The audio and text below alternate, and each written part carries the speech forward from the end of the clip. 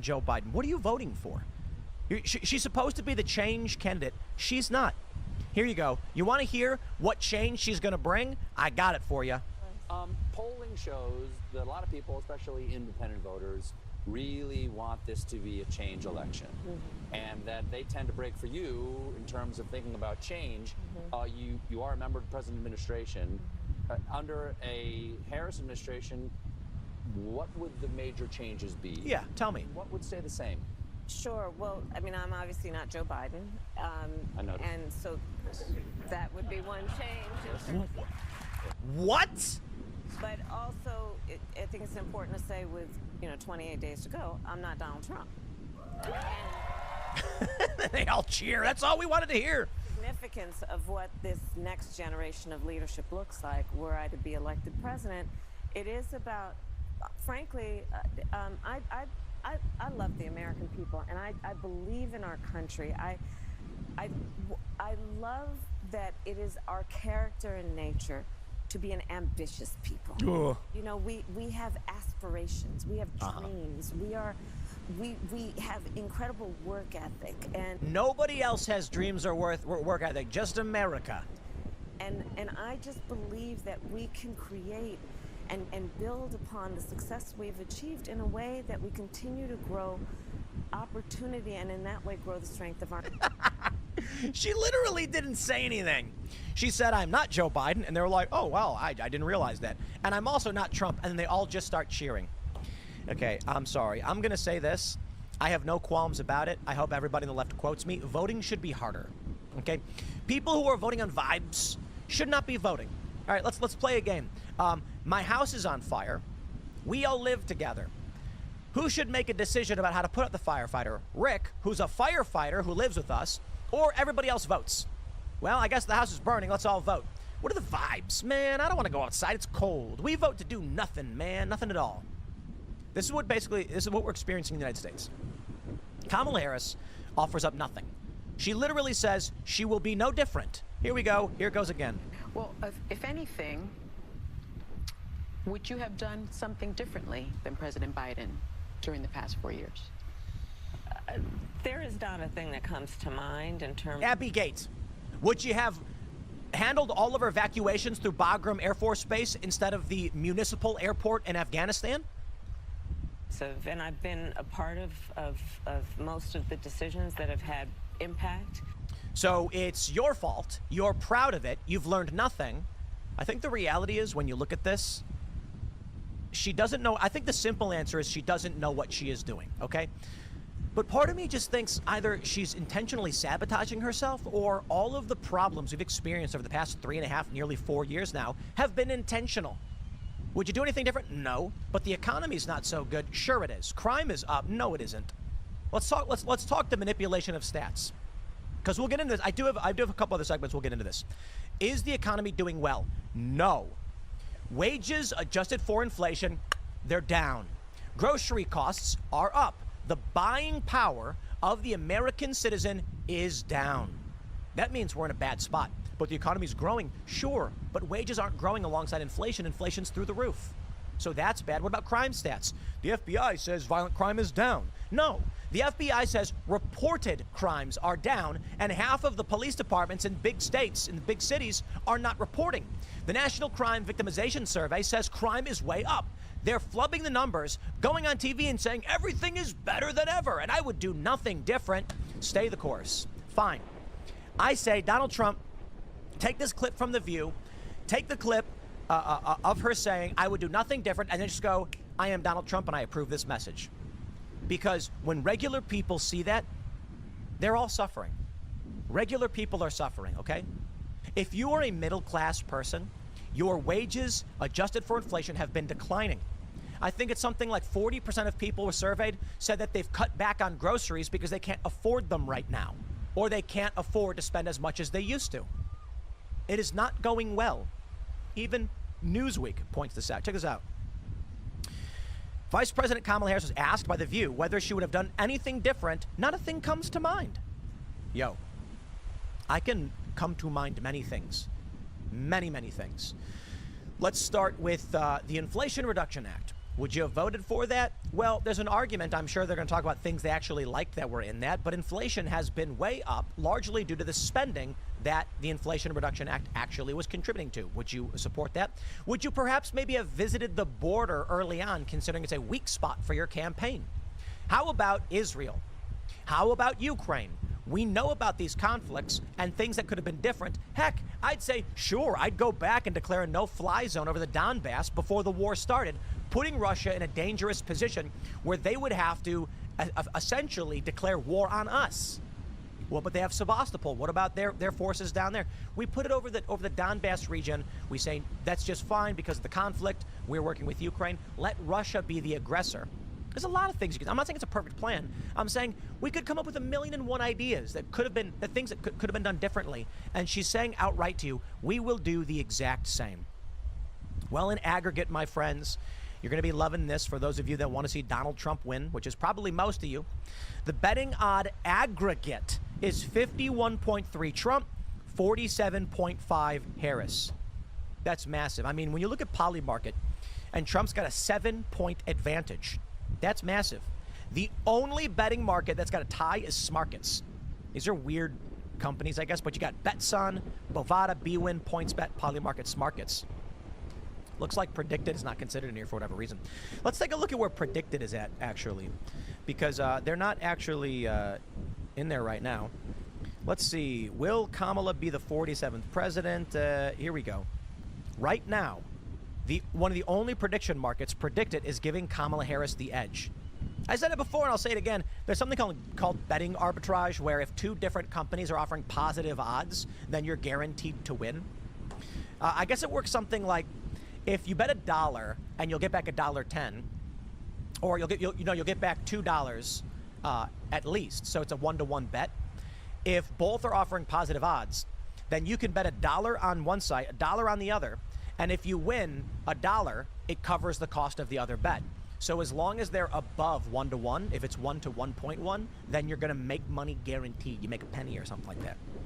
I don't know. Don't do that. Whatever. Google it. You figure it out. I'm not telling you what to do. I'm just saying it's fascinating that we have certain prediction markets favoring Donald Trump across the board, and then Predicted is like, nah, Kamala's going to win. We think she's going to win. But I do think when you see this, this is the real reaction from regular people. Now, Donald Trump is chiming in, addressing the CBS 60 Minutes controversy, because I tell you what happened. There's a big controversy where apparently they edited up her answers in different ways. And so original clips that came out have different answers than what was aired on TV in the full interview. Trump says on Truth Social, "I've never seen this before, but the producers of 60 Minutes sliced and diced lying Kamala's answers to questions, which were virtually incoherent over and over again, some by as many as 4 times in a single sentence or thought, all in an effort, possibly illegal as part of the news division, which must be licensed, to make her look more presidential, or at least better. It may also be a major campaign finance violation. This is a stain on the reputation of 60 Minutes that is not recoverable. It will always remain with this once storied brand." I have never heard of such a thing being done in news. It is the very definition of fake news. The public is owed a major and immediate apology. This is an open and shut case and must be investigated starting today. So again, there are preliminary clips showing Kamala Harris giving answers, and then what was actually aired on TV was very much different.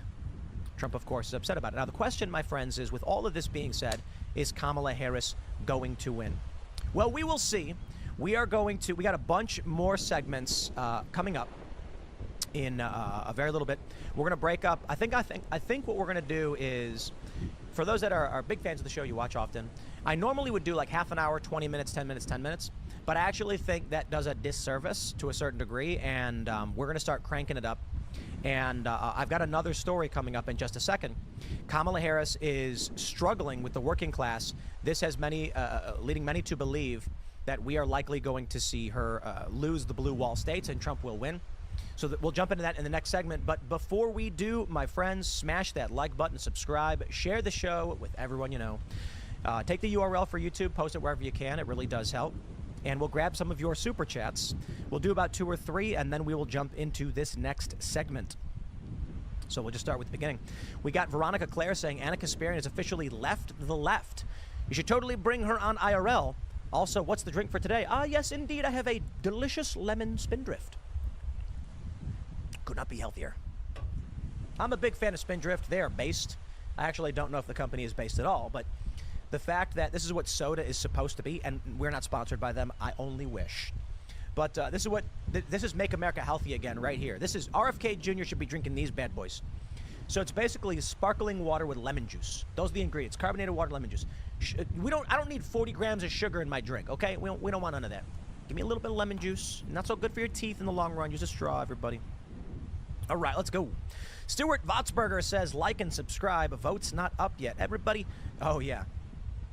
Like and subscribe. Smash that like button. If everybody who watched smashed that like button, we'd be the biggest show on YouTube. I would also like to say shout out to YouTube. I don't know what happened. Maybe the CEO changed, but yeah, 2 days ago. Well, so we've been featured on YouTube's Live, and last night IRL was on the default homepage. Just kind of crazy. So incognito mode private, tried on multiple browsers. Several other individuals tested it as well. On accounts on computers with brand new browsers, not signed in, IRL was actually featured on the homepage for new users, which thank you, YouTube, I guess. Mason says, Tim, I'd bet you're on YouTube's front page now, so you can't prove damages in your defamation suit. Well, let's take a gander over at what's going on at their YouTube and see if we're popping up. So YouTube Live right now, and we are the actually we're not number 2. We're like number 7 in the live features, and the morning show is like that. But in the features, so I'm looking at an account that's not signed in. 2 episodes of Timcast IRL in the top 4, so that's pretty cool. And in the recent streams, number 7 is actually yesterday's morning show. On the homepage, youtube.com, I do not see. We're on the front page somewhere, but if you got to scroll down pretty far, it's still pretty cool, and we are. So it's cool stuff. Cool stuff. Times there are changing. We're not getting big promo right now, and it is fairly obvious. What is this? Tim Pool demolishes Sam Cedar for being unhinged liar. It's like a fake quote. It says "F you, you fake B." That's not the case. Tim Pool lawsuit reveals more than he realizes. Sam Cedar. This guy talks about me a lot. Okay. All right, Sam. Here's another one for you. All right, let's jump into this segment here, ladies and gentlemen. We've got this story from the Wall Street Journal. Kamala Harris struggling to break through with working-class Democrat sphere. Indeed, my friends, in the crucial states that Harris needs to win, they're actually looking at internal polling suggesting she is down, heavily favoring Donald Trump. Now, with this story pushing through yesterday, updated at 7:55 a.m., I wonder if this is why we are seeing a major shift in the betting markets alongside the press run that was very bad, very, very bad, not so good for Kamala Harris. Pennsylvania is literally the keystone state. If Kamala Harris cannot win with working class voters in these states, namely white working class voters, that's it. Trump wins. There's a really funny meme that I saw from Political Compass memes where it showed a Kamala Harris ad with a white blonde woman with 2 blonde kids, and they had blue eyes, and they said she must be truly desperate if she's putting white people in her ads.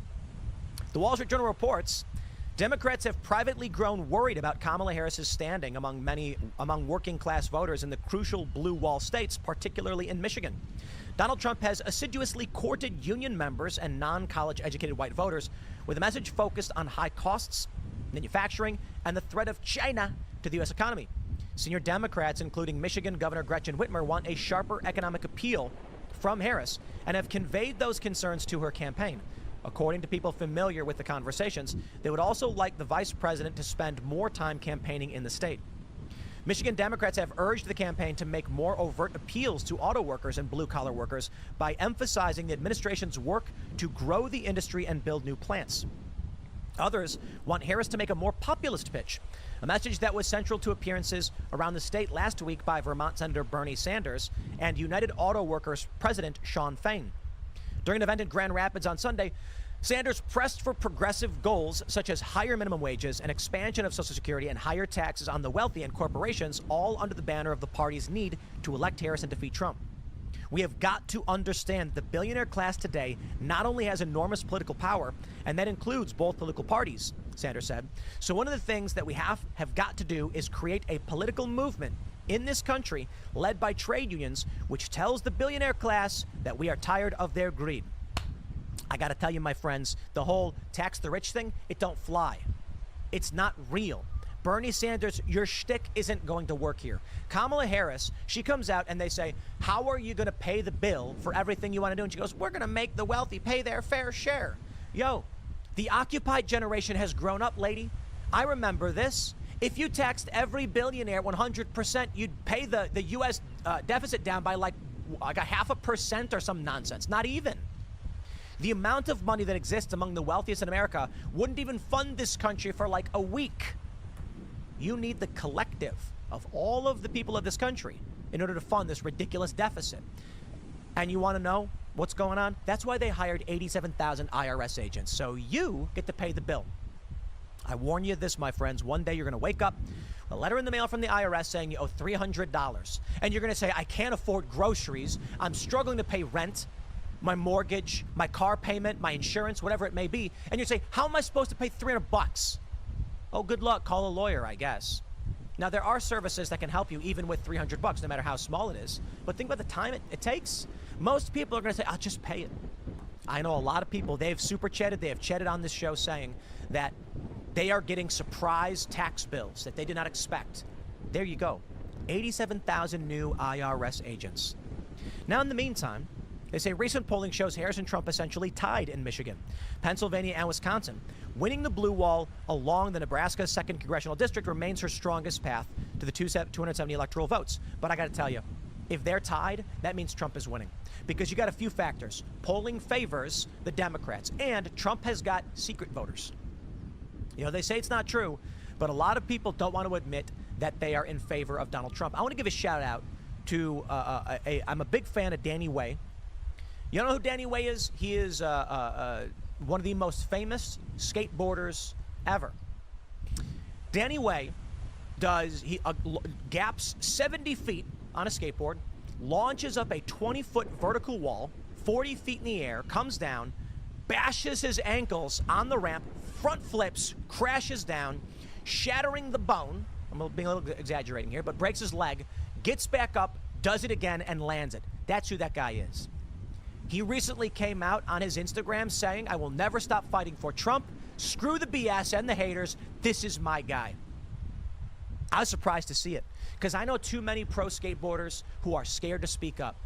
And now we're starting to see people say, I'm done with this. But take a look at this. We got bad news here for Democrats. An internal poll done by Democrat Tammy Baldwin's Senate campaign last week showed Harris down by 3 percentage points in Wisconsin, while Baldwin was up by 2 points, according to a person familiar with the poll. The person said much of the narrowing is due to Republican strength with non-college educated men. Public polling has shown Harris with a slight lead in the state. Harris also hasn't matched President Biden's 2020 support from organized labor. While she has won backing from some influential unions, including the United Auto Workers and Service Employees Union International Union, others have withheld their support. The International Brotherhood of Teamsters declined to back either candidate, as did the International Association of Firefighters. Both endorsed Biden 4 years ago. And now they're looking at what Biden brings, and they're like, we ain't having none of this. Kamala Harris has been a disaster for this country. Even as VP, she's been doing a terrible job.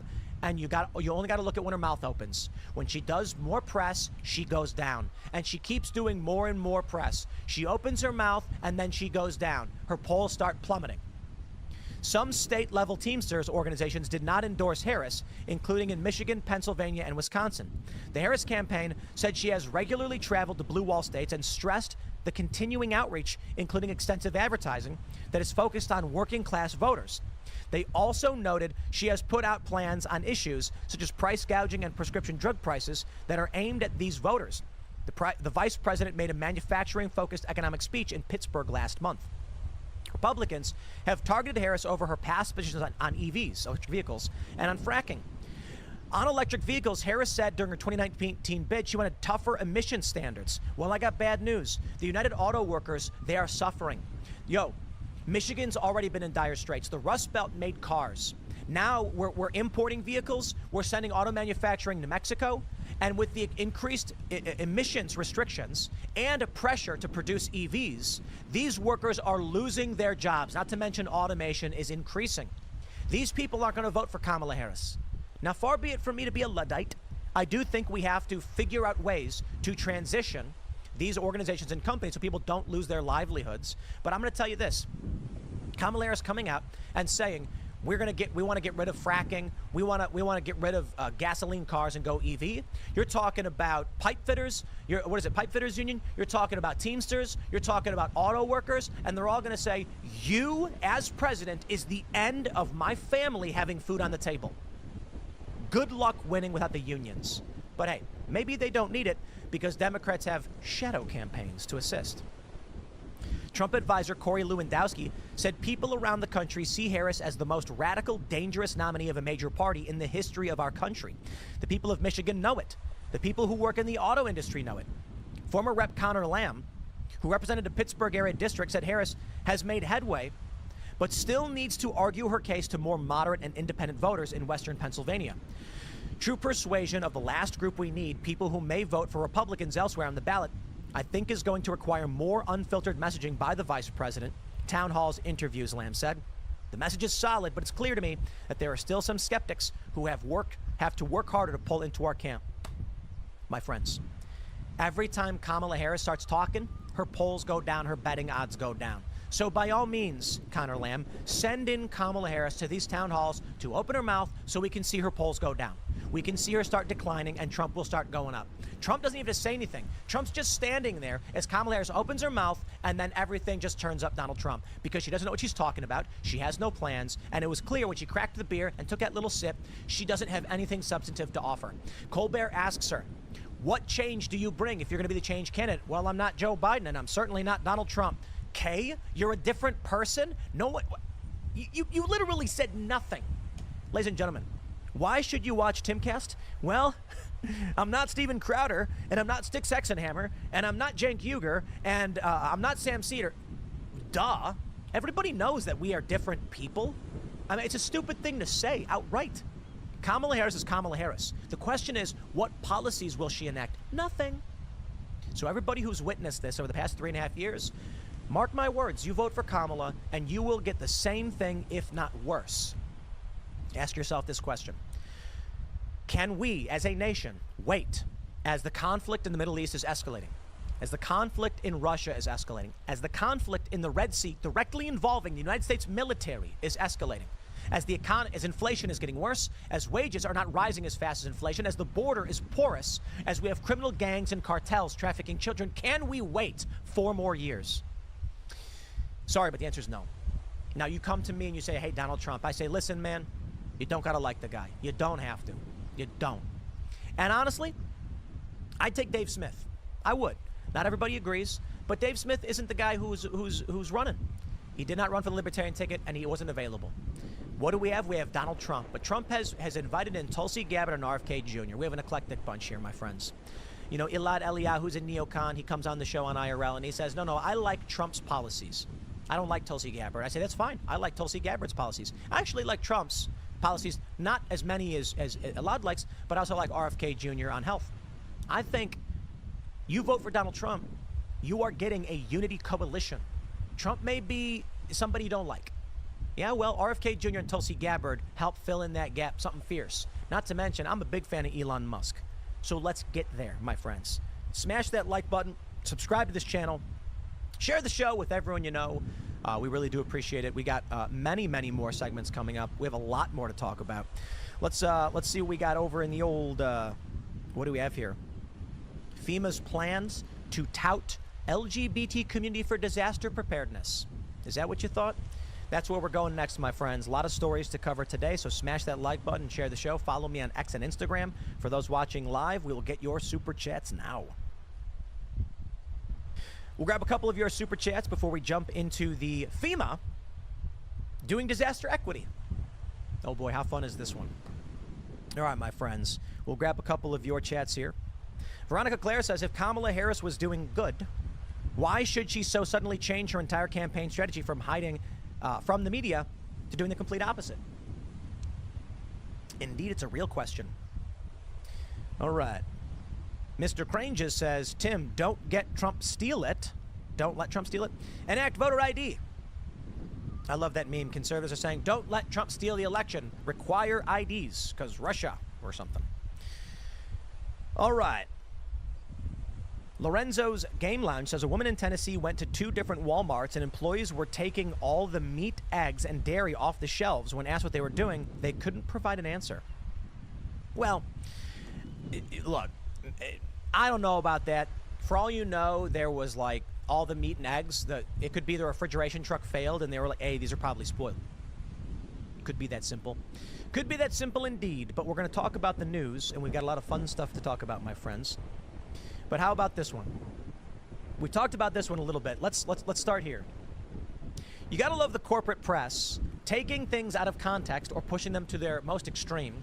Marjorie Taylor Greene has been on a tirade, saying they can control the weather.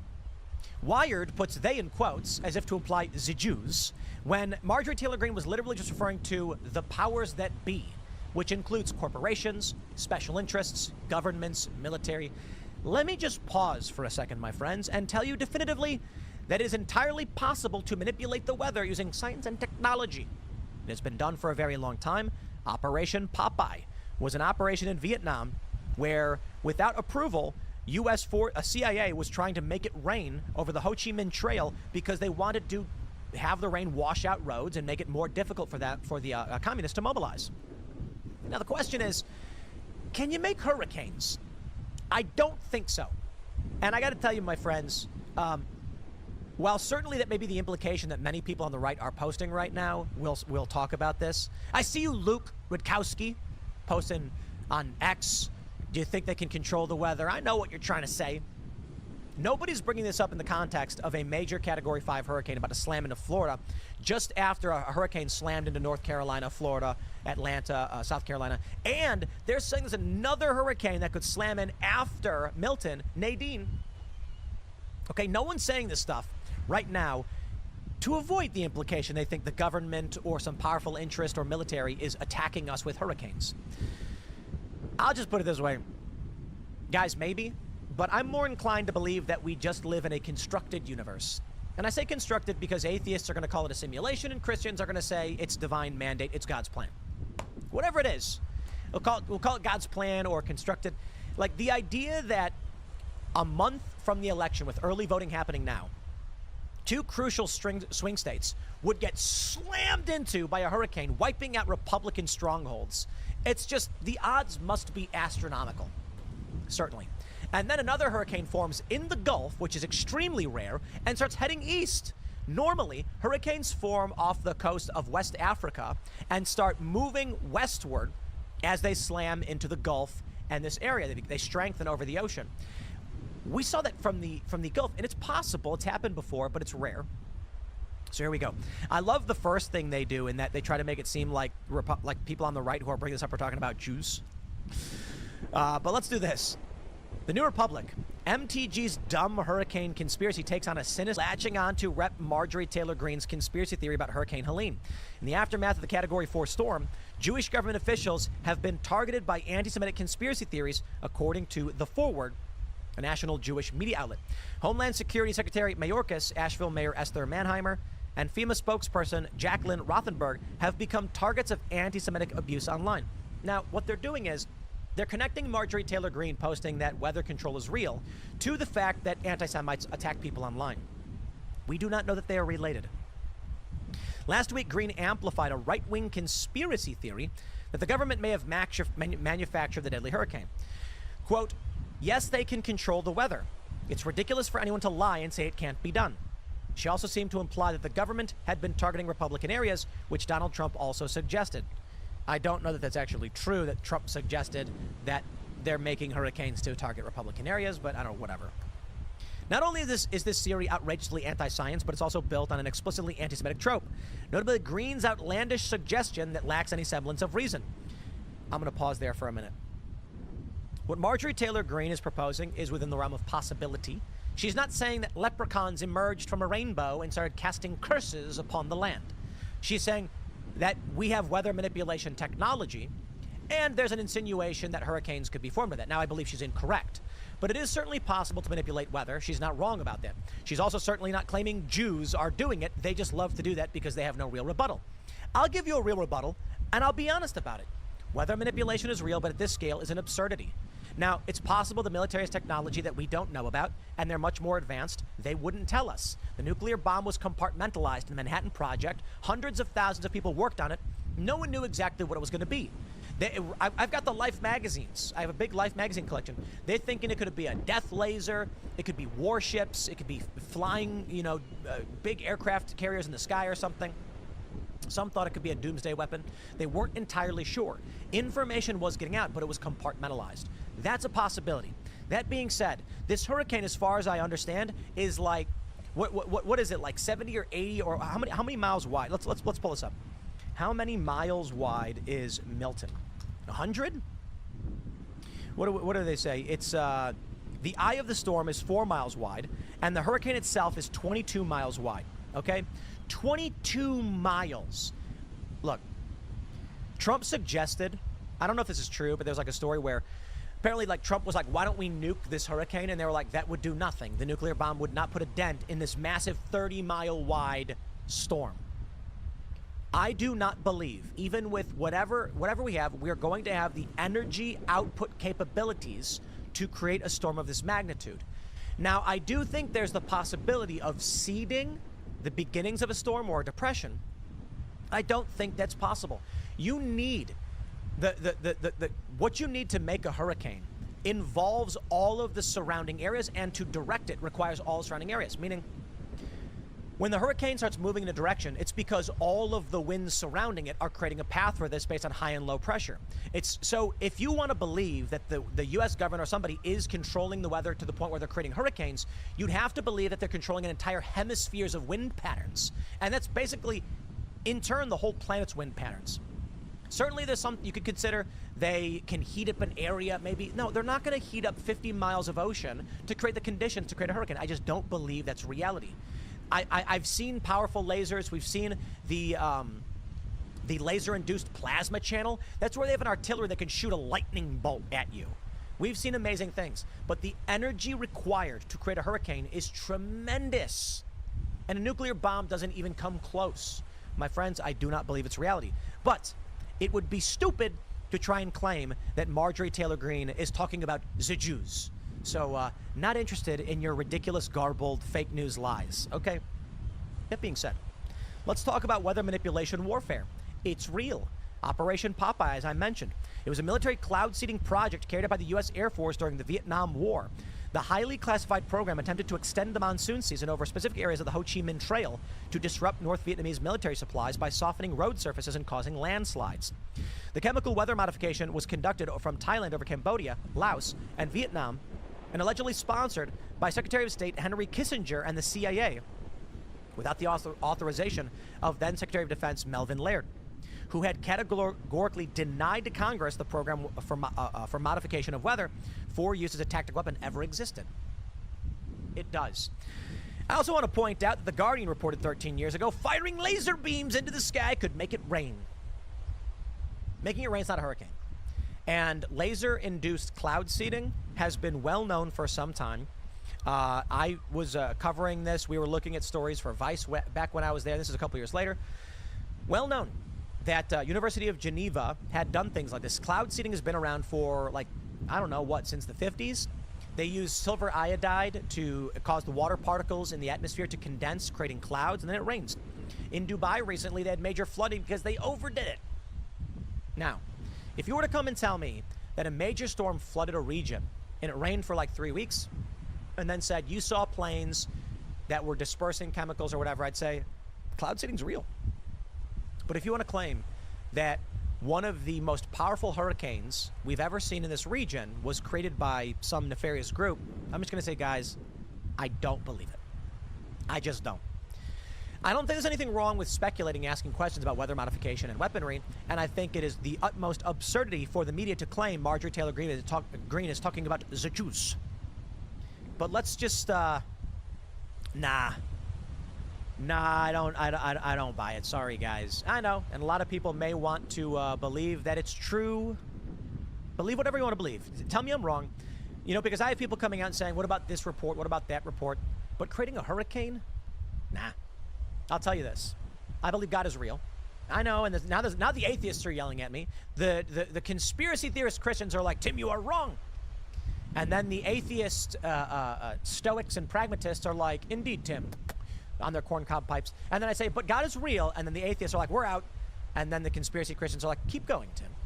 I believe that God is real. I'm not a Christian, though. I do believe that we live in a universe of purpose, and there is some sort of design, there is some sort of reason for existence. And I think it's fair to say that when you look around at things, and based on the math that we see, you sometimes start to feel like it's not chance. Like, how could this be reality? How could so many historically unprecedented things occur in such a short time? It defies reason, but not really. Mathematicians and pragmatists will just say, no, it is within the realm of probability that these things do occur. And I just say this, sure, but I believe things have averages and tendencies, and I don't believe that we're at the high end of the bell curve for 5, 6, 7, 8 years straight. Well, but it could, no, spare me. It is too fantastical. These things seem too out of the ordinary. The reason why people want to divert towards conspiratorial thinking about the manufacturing of hurricanes is because what are the odds that a hurricane slams into 2 swing states during the election, like we're in election month. I know it's stupid to have an election month, but we are. Then another one forms in the Gulf, the strongest we've seen, and it's going to slam into Florida. And now they're saying another hurricane, I think they're calling it Nadine, has a 20% chance of forming and then slamming the other direction into Florida. What are the chances? You won the lottery 3 times. So people just say, I don't believe it. I say this, look, I believe it is within the realms of math and probability that these things happen, but it is beyond what we would expect probabilistically, and it would be akin okay, maybe not, but as math goes, they say, over a long enough period of time, all of the oxygen in a room will move to one side. Sure, what, over 800 billion years? Maybe. What are the chances? How many millions of years to see something like this occur? In which I say, we are truly living in interesting times, and I believe there is something greater beyond us. I don't believe it is humans controlling the weather. I think it is just the nature of the reality that we live in for the purpose that we live in it. Maybe I'm wrong. I'm allowed to be, and you're allowed to be wrong as well, and you're also allowed to tell me I'm wrong, and that's the way we do things. But in the meantime, yeah, I don't know what they're doing, but I don't think they're making hurricanes. We'll wrap it up there. Smash the like button, subscribe to this channel, share the show with everyone you know. Follow me on X and Instagram at TimCast. I don't know, share the show on YouTube, do whatever you got to do. We'll jump now into the next story about FEMA's disaster equity.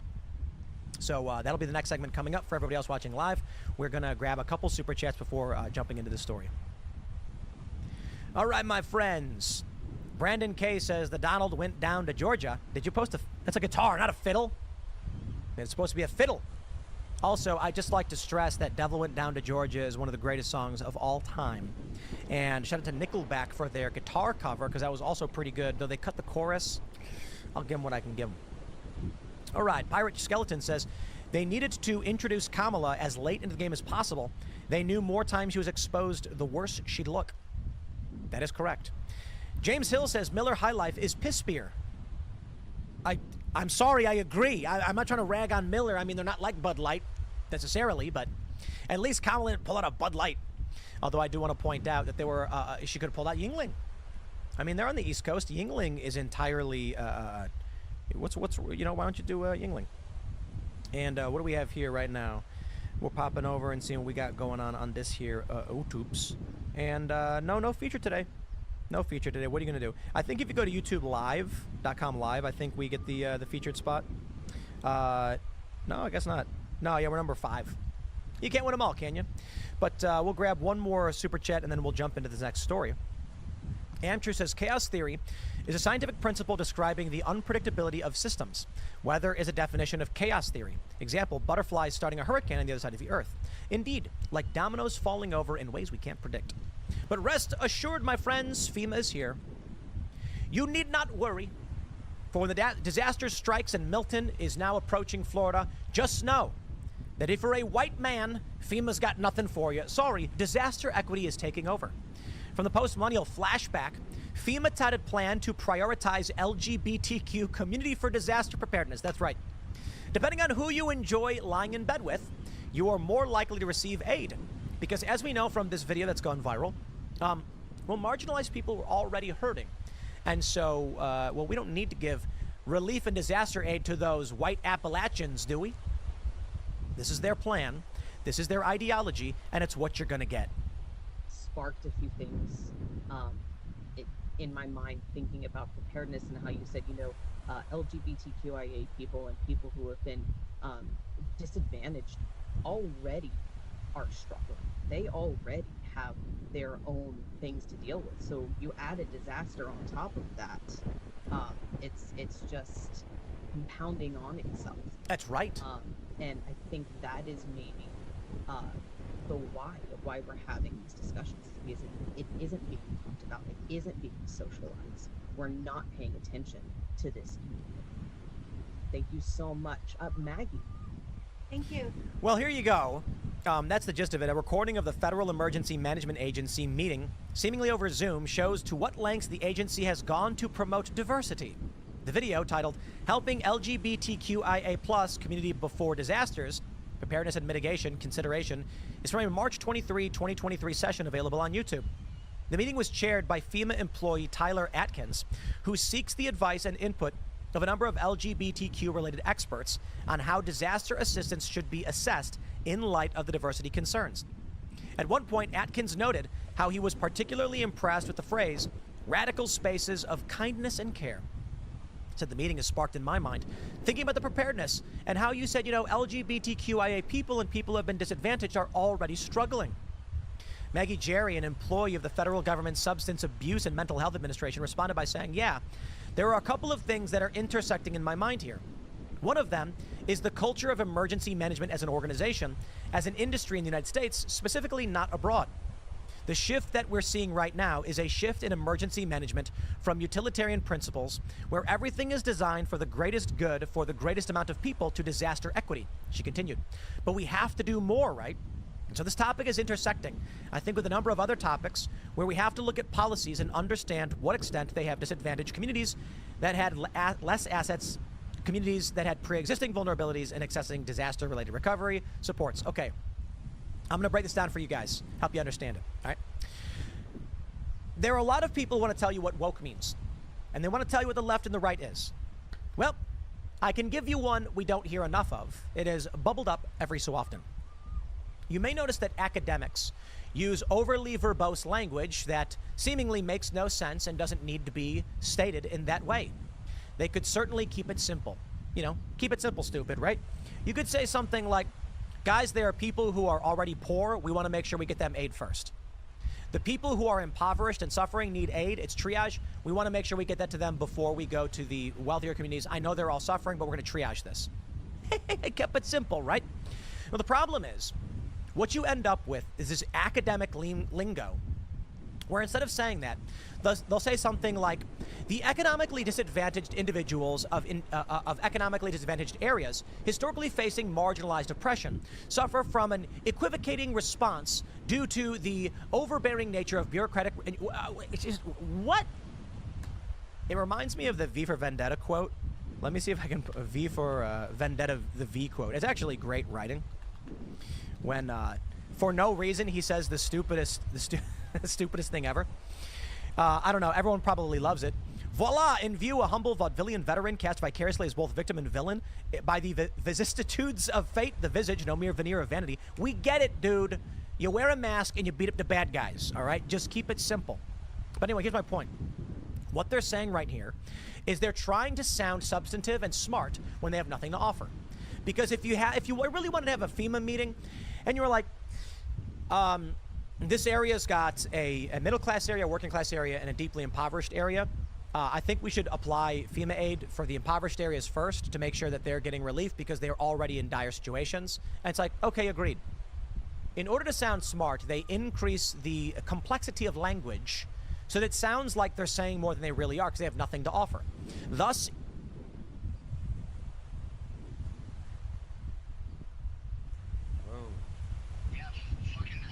I woke up, Holly come running from the bedroom, and she's like, what's wrong? And I said, it won't go down. It won't go down. And she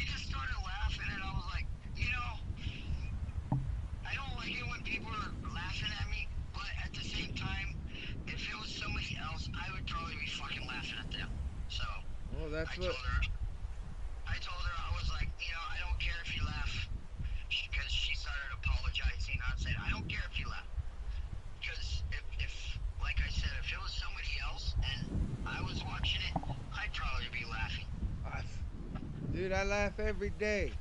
It's, dude, you broke your shit, and you expect you're like, and then on top of it, you drove to Texas from California, thinking it would get done and dealt with, and it never did. You're just like, Right? oh, it's a partial fracture. You're golden. That's why it's like you give me a call to let me know. I'm like, oh shit, this is an update, man. I gotta get to the live stream. I, I gotta put this on live because I got the hurricane watch going right now on Rumble, Yeah. and it keeps fluctuating up from 10 to 5 to 4 to 10 people watching, and I swear, maybe you like, just to change the subject for a few seconds, but I got some because I'm live streaming on YouTube and I'm live streaming on Rumble. YouTube is completely shadow banned me. Even after 8 months of not meant doing anything on YouTube, I've been live streaming on YouTube yesterday for a total of 9 hours with only 11 people. You know what I mean? That's it for 9 hours straight. You Rumble has, like I said, it's been bouncing between 4 and 10 and 4 and 10. But the conspiracy that I got going right now is I'm still looking at at a like button at 1. In this live stream, because I had to reset the live stream. Yeah. This live stream, I guess I got to come over here. Uh, Basically, the Rumble live stream's been going on for about 20 hours and 45 minutes. And still only 1 like. And I'm good if everyone can hear me out there. I'm perfectly fine. I know Rumble can hear it, but I mean, for 20 hours, I'm the only person that liked my video because it's the first one in it's the first live stream in about 8 months. Well, you gotta understand, you don't go on every day. So No. probably for like 2 or 3 weeks, people were looking for you. You weren't there, so they went and found somebody else to watch. If you want people to keep watching you on a regular basis, you gotta go on every day or at least every other day. But when you go weeks without broadcasting anything, Oh yeah, no, I got that. nobody's gonna check your channel. No, I got that. I get that. I'm not saying like, you got a live stream to get people in. I'm not complaining on that. You know, what I'm Well, you're saying complaining that is only there's a one like person button. liked your video. No, I'm just saying there's a like button that's been going on for 20 hours. And you're telling me in 20 hours, not one person other than myself has liked this hurricane that's happening in Florida? Well, That no, that they're is probably nuts. watching it just on somebody else's channel. The what now? They're probably watching it just on a different channel. Somebody who broadcasts on, more of a regular base. No, you misunderstand what I don't know. Maybe I'm misunderstanding how you're presenting it. I'm not presenting it in a way of complaining. I'm presenting it in a way of saying it's been I going know on you're for saying 20 only one hours. person. You're saying only one person has liked your video in 20 hours. Yeah. And I'm saying that they're probably watching the hurricane because you're probably not the only one broadcasting about the hurricane. Oh, I'm not. So they're probably watching somebody else's channel, liking their videos because they go on more than you do. Oh, they're probably all liked out there. Yeah. If you went on more Hey, on hey, a regular basis, everyone out there, we're gonna have a special thing while we watch the hurricane. My boy Eric, he broke his penis. I got you on the car speaker so everybody in the parking lot can hear what you're saying. Oh. And so far, I've seen nothing but women come out of the store, so Women, he needs the help. His pee-pee is black and blue. how are they Because gonna of you. help? The only job they can do can't be done. The only job I want them for can't happen. Oh, I'll shit. be damned if I want to sit there and talk to one of them about it. You know, I got it here, I got a shoulder here. Tell me, how do you feel? I feel like my shit's broken. I broke I'm my pissed. penis. That's how I feel. Conversation over. I guess you can go home now because I got no more use for you. Yeah. I was like, fuck, before I went to the ER, fucking, my uncle and his girlfriend were fighting. And she kept coming into the living room and, you know, I need you to tell your uncle that I didn't say this and I didn't do that. I'm like, oh my God. So I went in there and then he's doing the same fucking thing. I need you to tell her. And I'm like, You know what I would? Oh, wow. I sat there for about an hour. And the first 15 minutes I tried intervening, but she don't ever shut up long enough for anybody to talk. And I would have. he just goes and cowers in a corner, and I'm just like, oh my fucking God.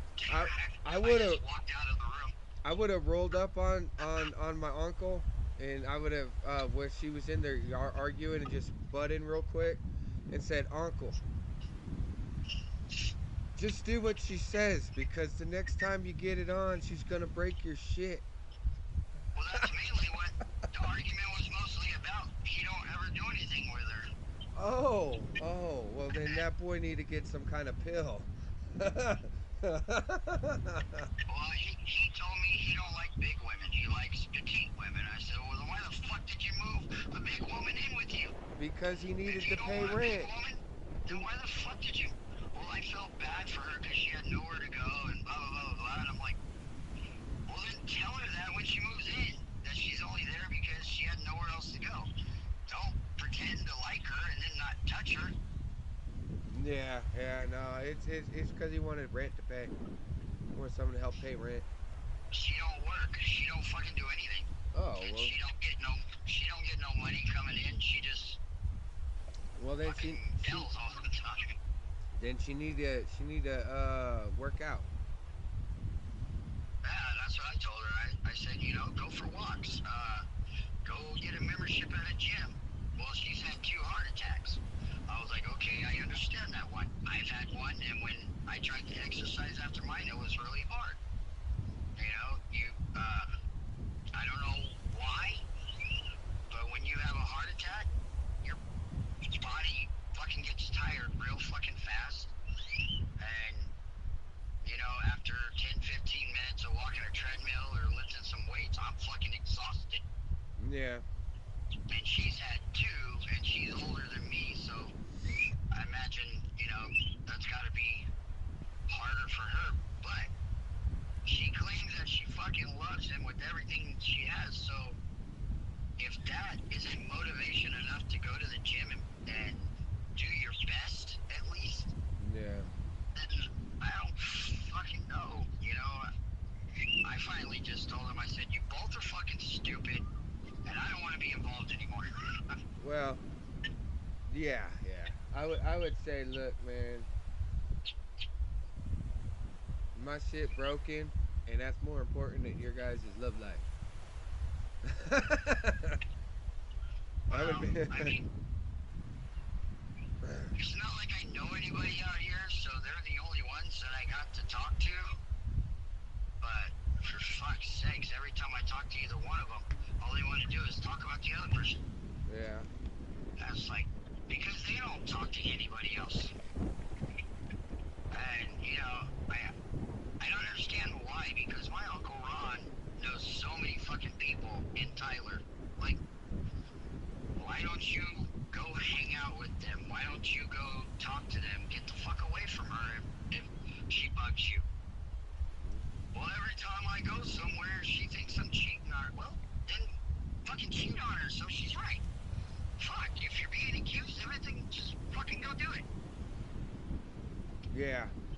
And I tell her, I'm like, if you ain't getting what you want from him, then fucking leave. I can't leave. I love him. Then shut the fuck up and deal with it. You There you know, go, stop man. crying about it. Stop, fucking waiting for something to happen that's not going to happen. If he's not going to treat you the way you want to be treated, then you either shut the fuck up and deal with it, or you fucking leave and go find somebody that's going to treat you the way you want to be treated. Yeah. Oh, but I love him with everything that I have. I couldn't picture my life without him. But he fucking makes you cry, Then and he who's makes you fucking miserable every goddamn day. And every morning you wake up, this is what she's telling me, every morning you wake up, you pray that you guys get along and have a good day. What kind of fucking relationship is that? yeah? Is the house You clean? know? Huh? Is the house clean? Eh, cleaner than some. Oh, okay. He's, okay, I guess it's a family fucking trait, because Christina does it. Apparently my Uncle Ron does it. My dad did it. They're fucking hoarders. Yeah. They like to scavenge for shit and, place it in their house, and it fucking sits there for 10 goddamn years. Nobody ever fucking touches it, but when they find it, they're all fucking googly over it. Yeah. And I'm like, I told him that I wanted to build like a little shed behind the back door. And I told him to ask the manager, because they're supposed to be really good friends. And I told him to ask the manager if that was okay, because I don't want to cause him any trouble. And he said that he, planned on doing something like that for the last year, but he hasn't done it. So I don't know if it's okay. I don't know. And he's talked to the manager lady twice since I've been there, and yet hasn't said anything about whether I can do it or not. So I'm like, I feel like I'm talking, on deaf ears. It's like, it seems the only thing those two want to talk about is how fucked up the other one is. Yeah. So, Well, then you turn around and be like, I win this because I'm broken. so I don't know if this was the best move, but I'm here, so I got to make the best of it. Obviously, I can't go back to California because there was just nothing going on in California. Where you're at, there's nothing going on there. And unless I try to work in St. George, I mean, it's possible there's some work down there, but what I've noticed is ever since I got my car back, that time I was down, that 2.5 months, all these fucking people all over everywhere all of a sudden decided to start dashing and doing Uber. It's like they've been running ever since COVID started. Now all you motherfuckers are just now wanting to do it? Yeah. And it's pissing me off because they're fucking up with my shit. Well, welcome to the economy, my guy.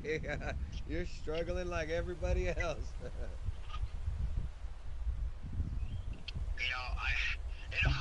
It almost makes you want to find everybody that's doing it and fucking put their cars out of commission. Yeah. And be like, look, you should have found another job, motherfucker. Now you can't go nowhere. How does it feel?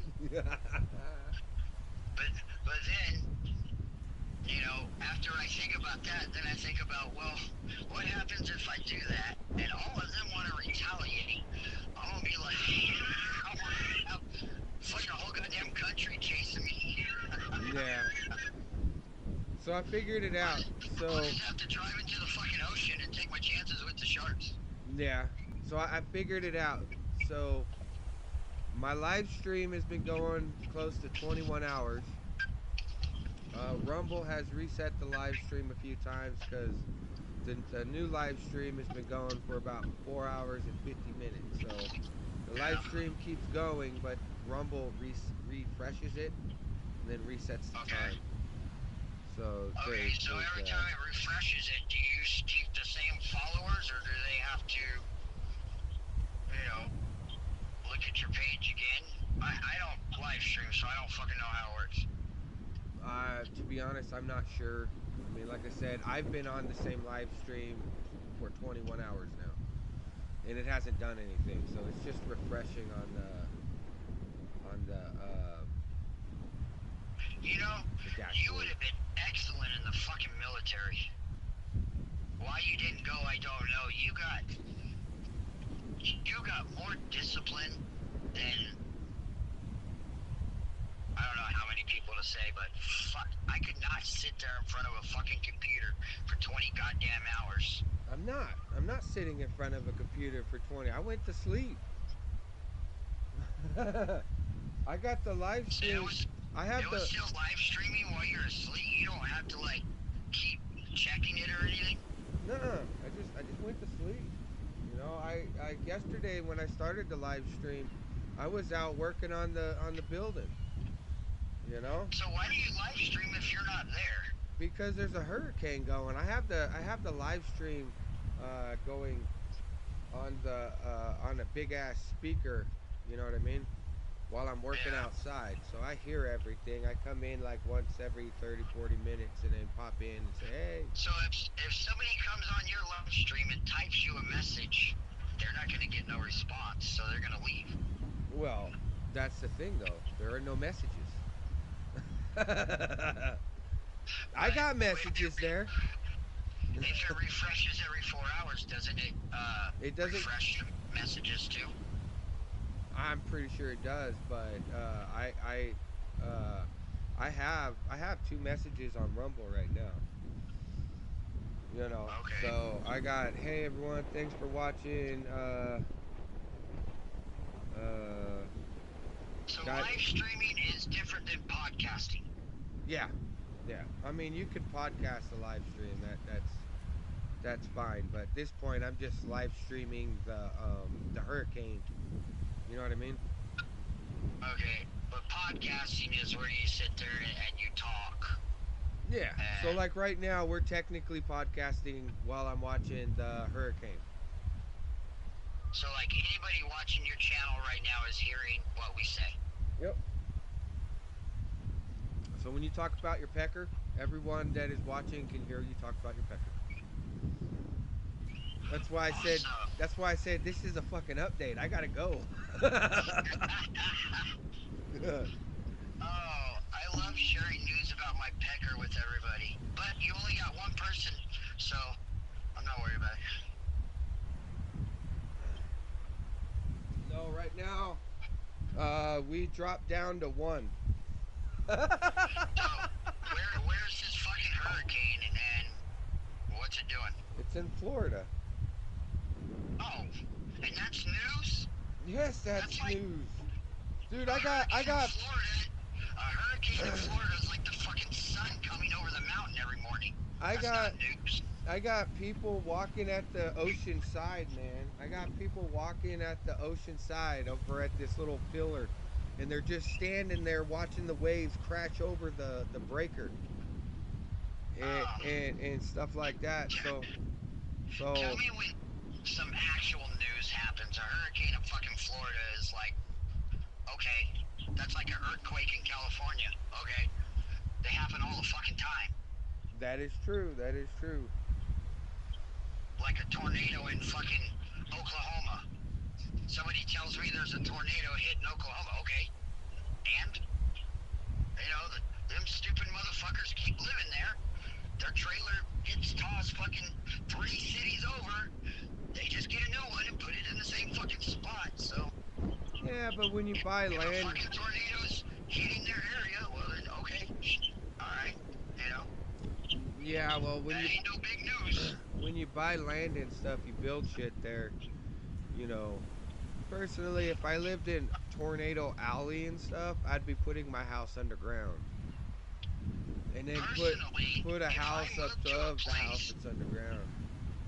if I move to a place and the name of the place is fucking Tornado Alley, I'm not putting a fucking house there. That's just fucking. You know how much the insurance alone would be, knowing it's called Tornado fucking Alley? It would probably be more than your fucking rent and your car payment, because the insurance company already knows your house is gonna get tossed sooner or later. Yeah. That's like California, putting your house on a fucking hill. How dumb can you be? Yeah, you got a good fucking view, but eventually you're gonna get an earthquake, or you're gonna get fucking heavy rain, and it's gonna mudslide, and your house is gonna fucking fall down the goddamn hill, and you're paying out the ass for insurance because it's gonna happen sooner or later.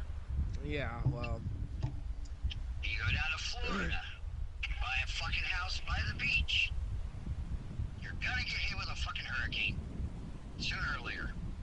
There's no getting around it. yeah.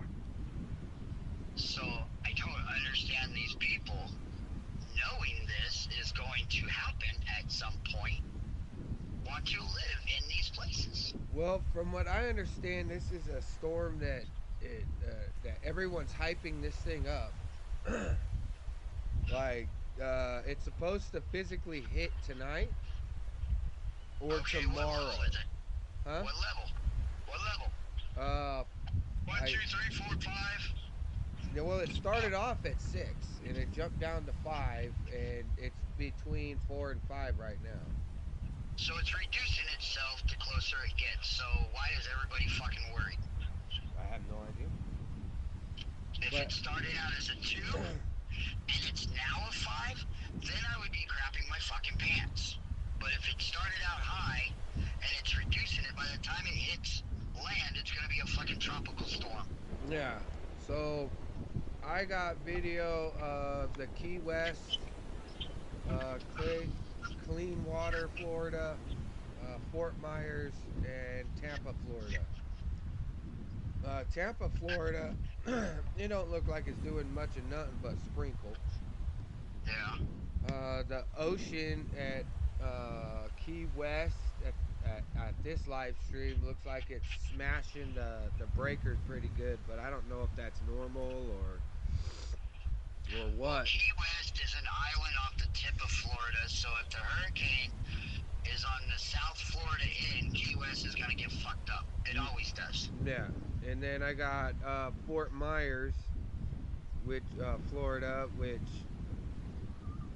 the waves. I don't know where that's. Yeah, the waves are crashing, but the camera, unless the water physically goes onto the road, I have no idea if that's pretty big or not. But the waves look pretty massive. Well, you said they're crashing a wall. How big does the wall look? I'd say it's about 8 feet, 10 feet. Waves are And hitting they're crashing over the wall? Yeah, it's crashing the wall and it's splashing everything. Okay, so that means you got at least 9+ feet waves. That's a pretty big fucking deal. Yeah, and then on Clearwater, Florida, yeah, it's a beachfront, so it's showing a beachfront of everything. So, well, where they have the 9-foot waves, that would probably be where I would be more concerned about. yeah, well, I'll send you a link when we're done, and you can check it out once it, but you could just check it out to see what the waves look like. Okay, it's been a long time since I've seen a 9-foot wave, so. Yeah, it's at the top right corner. Yeah, I'm gonna go in this store, see if I can pull out some cash, and then I'm gonna get the hell out of this town. I've been sitting here for almost 2 hours, and I've only had one order. Yeah. I wasn't gonna come up here, but because there was nothing going on in Tyler, I was like, they were letting me schedule like 4 hours of work, so I was like, maybe it's okay. And they got 3 places on the map. But here's the funny thing, is the Dairy Queen that I took the order from, after I delivered it, it was still on the map. I'm like, I just took that order. Why didn't it disappear? And then I thought about it, and I was like, because these are the 3 main places people order from in this town. They never go away. Yeah. So you could be sitting here for 4 fucking hours, even though it's showing that there's a hot spot and there's orders waiting. You could be sitting for 4 fucking hours because the hot spot never goes away. Yeah. So that's why I'm leaving, because, oh wait, one finally went, no, it didn't, because they, oh wait, that's Taco Bell. That's a new one. And Dollar General, that one's been up for 2 hours. But Taco Bell's new. Yeah. Alright, maybe I'll go head over to Taco Bell and see if I can get another order. But alright, I'm gonna let you go so I can go try to get this money, get some gas, and head over to Taco Bell. Yeah, that's fine. All right, you have a good one, my dude. Alright, you too. After 1 o'clock, I'm gonna call this doctor and see if they make an appointment. If they do, then I'll hit you up after and tell you what they said. All right, gotcha. Alright, like.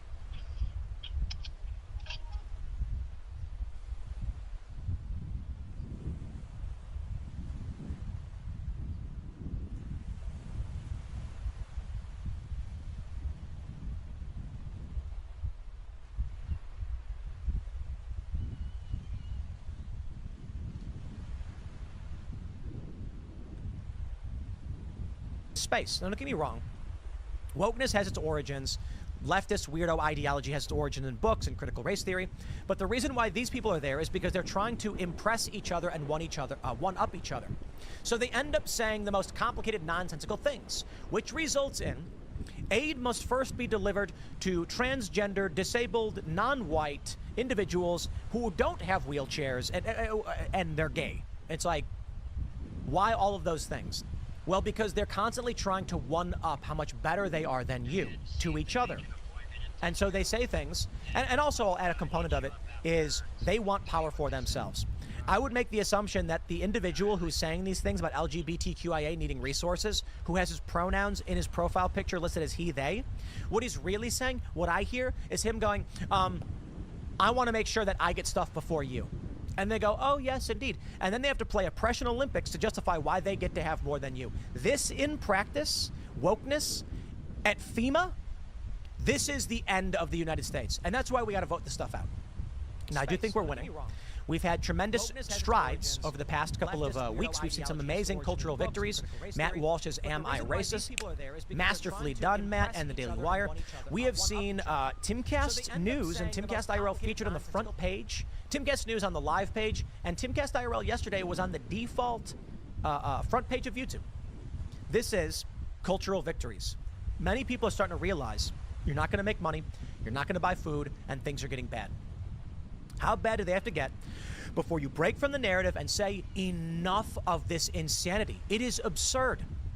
If we are going to run an effective system, meritocracy has to be at the very least 51% of our ethos. It's funny. I think meritocracy should be, I don't know, 95 to 100%. And the reason why I say 95 to 100 is because there's room often to help somebody who's trying but not that good. You know, I got a buddy and he plays music and it's like, you know, you get to C+ on it. But I'm going to give him a chance to see if he can improve.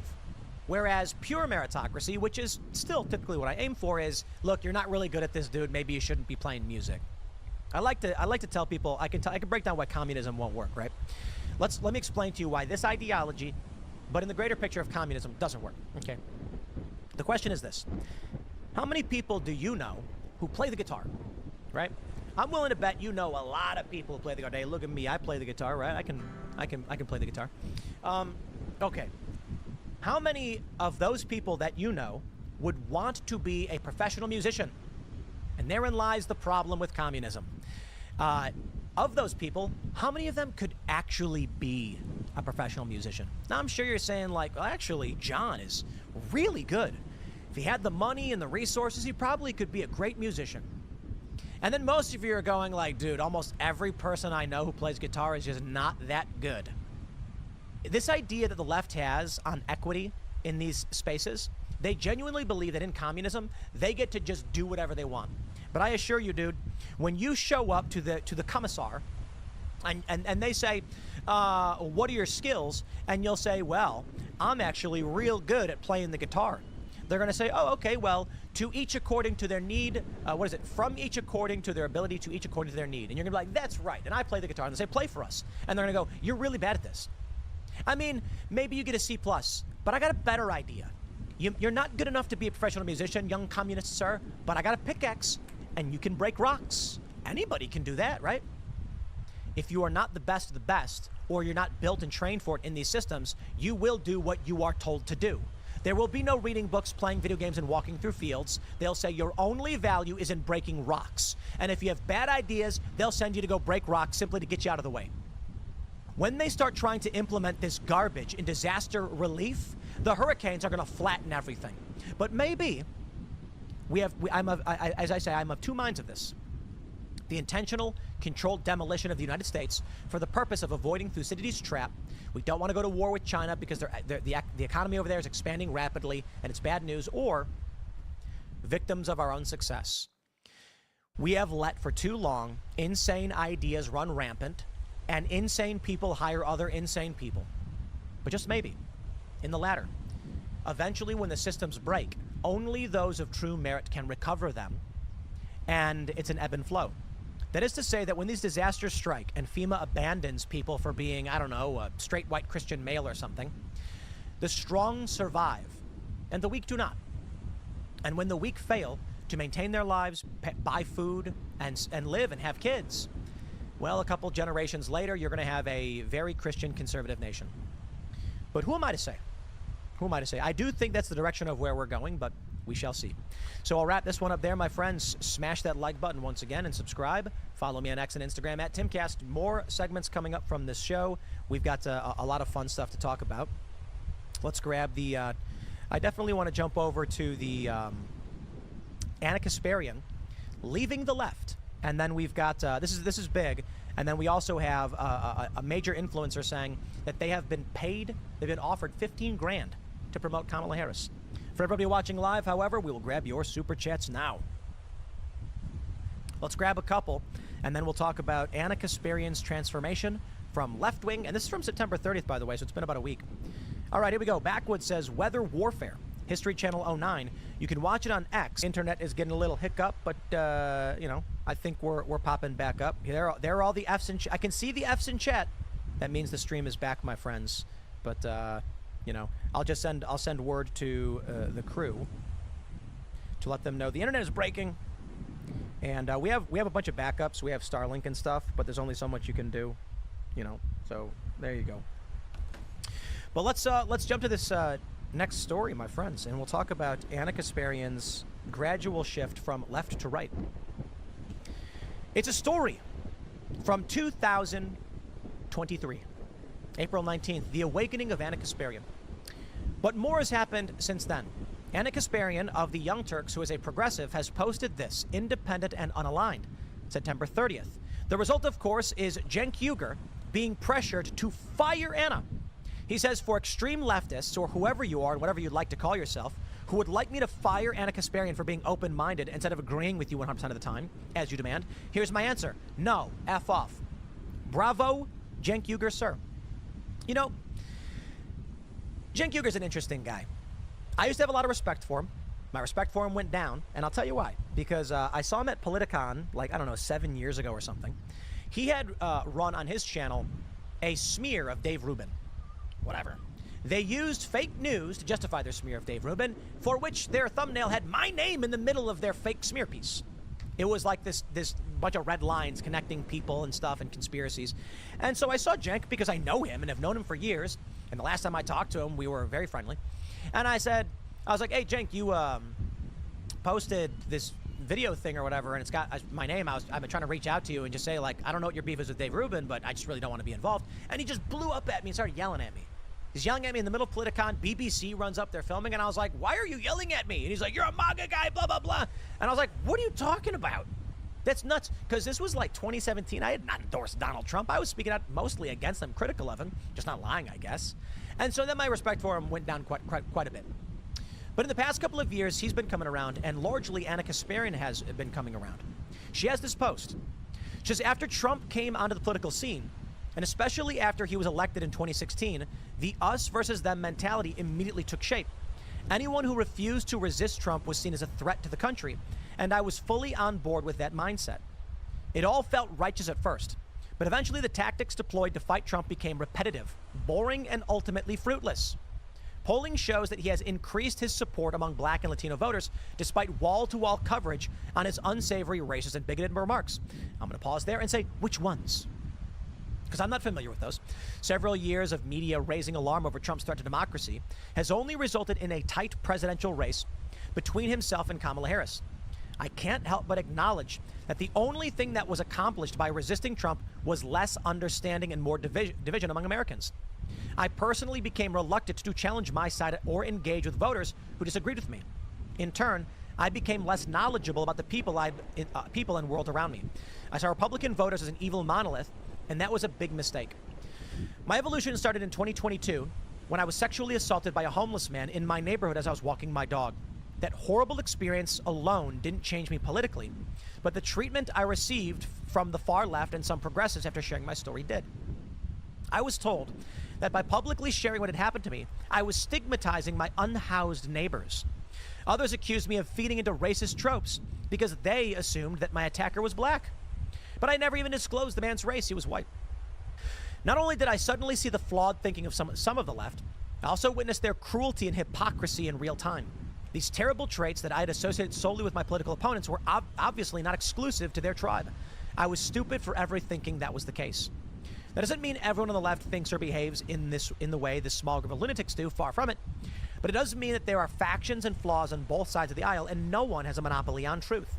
But I gotta tell you, Anna, that reality has a right-wing bias, at least right now. Then there was the insane reaction to one of my tweets in March 23. And I'll tell you why it has a bias. Because Anna Kasparian's a progressive, and when she tweets this, the left loses their mind. She says, I'm a woman. Please don't ever refer to me as a person with a uterus, birthing person, or person who menstruates. How do people not realize how degrading this is? You can support the transgender community without doing this ish. All hell broke loose after I posted those words. Most friends in left-wing media didn't bother reaching out privately to discuss their disagreement with my personal preference. Instead, many self-described socialists took it upon themselves to profit from conflict by publicly attacking me with monetized videos.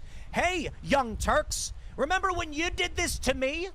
I'd like to give a shout out to the Young Turks when I ran a segment talking about how scientific articles have come out showing conservatives tend to be more attractive than liberals. I then talked about privilege and why the left was actually correct about privilege, and this proves it. And the Young Turks, I think it was actually Anna, said, well, Tim's ugly. Look at his face. He's not much of a looker. Thanks for monetizing fake outrage. But I can say this with respect. You're coming around, okay? Look, I don't make videos saying, can you believe what Anna Kasparian said? What a moron. The video I make is, wow, Anna Kasparian, seeing the light, understanding what's going on, and I respect it. The title of this video is not going to be Tim Pool's mad at Anna Kasparian because she's ugly or something dumb like that. I'm only making this video because she's telling the truth. She's having a realization, and that's good news for everybody. You don't see me making videos every other day about Sam Cedar. The dude's got a hard-on for me, and he won't stop. But I gotta hand it to him. When he puts out a video and gets 500,000 views, at least my name gets more search engine optimization, whatever. These people are obsessed with insane nonsense. This is exactly what I've been talking about, why I can't stand the left. Bro, you want higher taxes? Okay. You want to tax the rich? Sure. You want more access for abortions? Okay, make your arguments. I'll listen, and we can discuss it, and we can be friends. Because I got a lot of friends on the right, Christians, conservatives, and they say, Tim, one day you'll see the light, one day you come around, but we're working together to live together, to be friends to the best of our abilities. The left? Nah. People that I knew for a long time just put up fake news every day so they can make money off the conflict, as Anna points out. So how's that, huh? a smaller leftist YouTube show, put out 5 separate videos skewering me about the tweet, while conveniently erasing the advocacy I had done on behalf of the trans community throughout my career. They even went as far as drawing a link between my tweet and trans suicides, which sadly wasn't the most unhinged outcome of the debate. TYT's volunteer YouTube chat moderators quit over the tweet, and some even reported me to Human Resources. An on-air trans contributor even resigned from the company after being urged by online mobs and leftist shows to do so. Curious that not one of those shows hired her after she took their advice. I never apologized for the tweet, and I never will. That whole experience forced me to come to terms with the intolerance of the left and allowed me to publicly reject the ideological shackles that kept my world small and less informed. I'm going to say this. With all due respect, I don't believe Anna was completely blind to this. I think it was just that when it was weaponized against her, she got upset about it. That's my personal opinion. With all due respect, I am actually a fan of many of the things Anna has been pointing out. I'm glad she is speaking out about this. It's great. I'm a fan that Cenk, I respect it, is saying she's allowed to say what she wants. But I am not a fan of how they, Young Turks in the past, have lied about me and many others, okay? They've slowed down on it. Maybe they've realized it's a bad course of action. The videos they put out about me where they were lying got blasted with dislikes, and the comments were like, you are liars and you're disgusting. And maybe they started to realize we're on the wrong side of this. Yeah. She says, today I'm less certain and more curious than I was 4 years ago. I've made humiliating mistakes while covering political news because I was previously unwilling to consider or understand the perspective of Americans who vote differently from me. She says, what to expect from Unaligned. I'm hungry for dialogue, a space for in-depth analysis, and a judgment-free zone. Well, I will also add, we have been working to book Anna Kasparian for a long time. She has agreed to come on either the Culture War podcast or Timcast IRL and have these discussions. However, scheduling has been less than easy, I would say.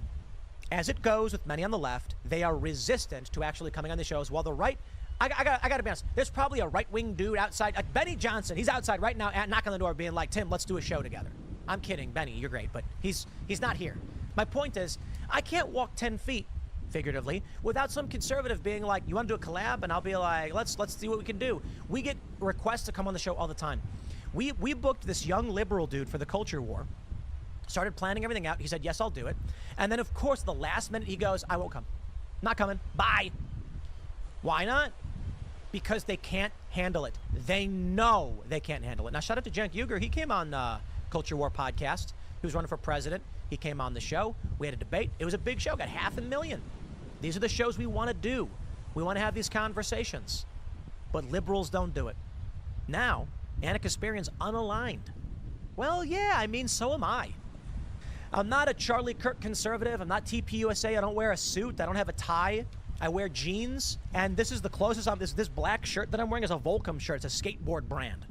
I wear clothes like skateboarders did, I guess, in like 2008. I'm not going to wear a suit.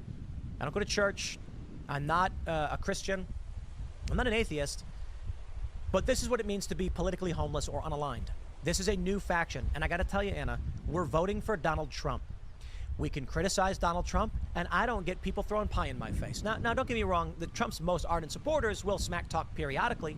But I know that if I sit down with, say, like Alex Brusewitz, who does campaign work for the right, if I sit down with Matt Gaetz, Marjorie Taylor Greene, or I know that if I sit down with Trump himself and I say, here are the issues I take with what you've done in my criticisms, they're going to say, okay.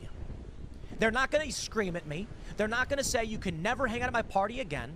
They're going to say, how do we win this guy over? That has been the MO of the right the whole time. And the left brought this up a while ago.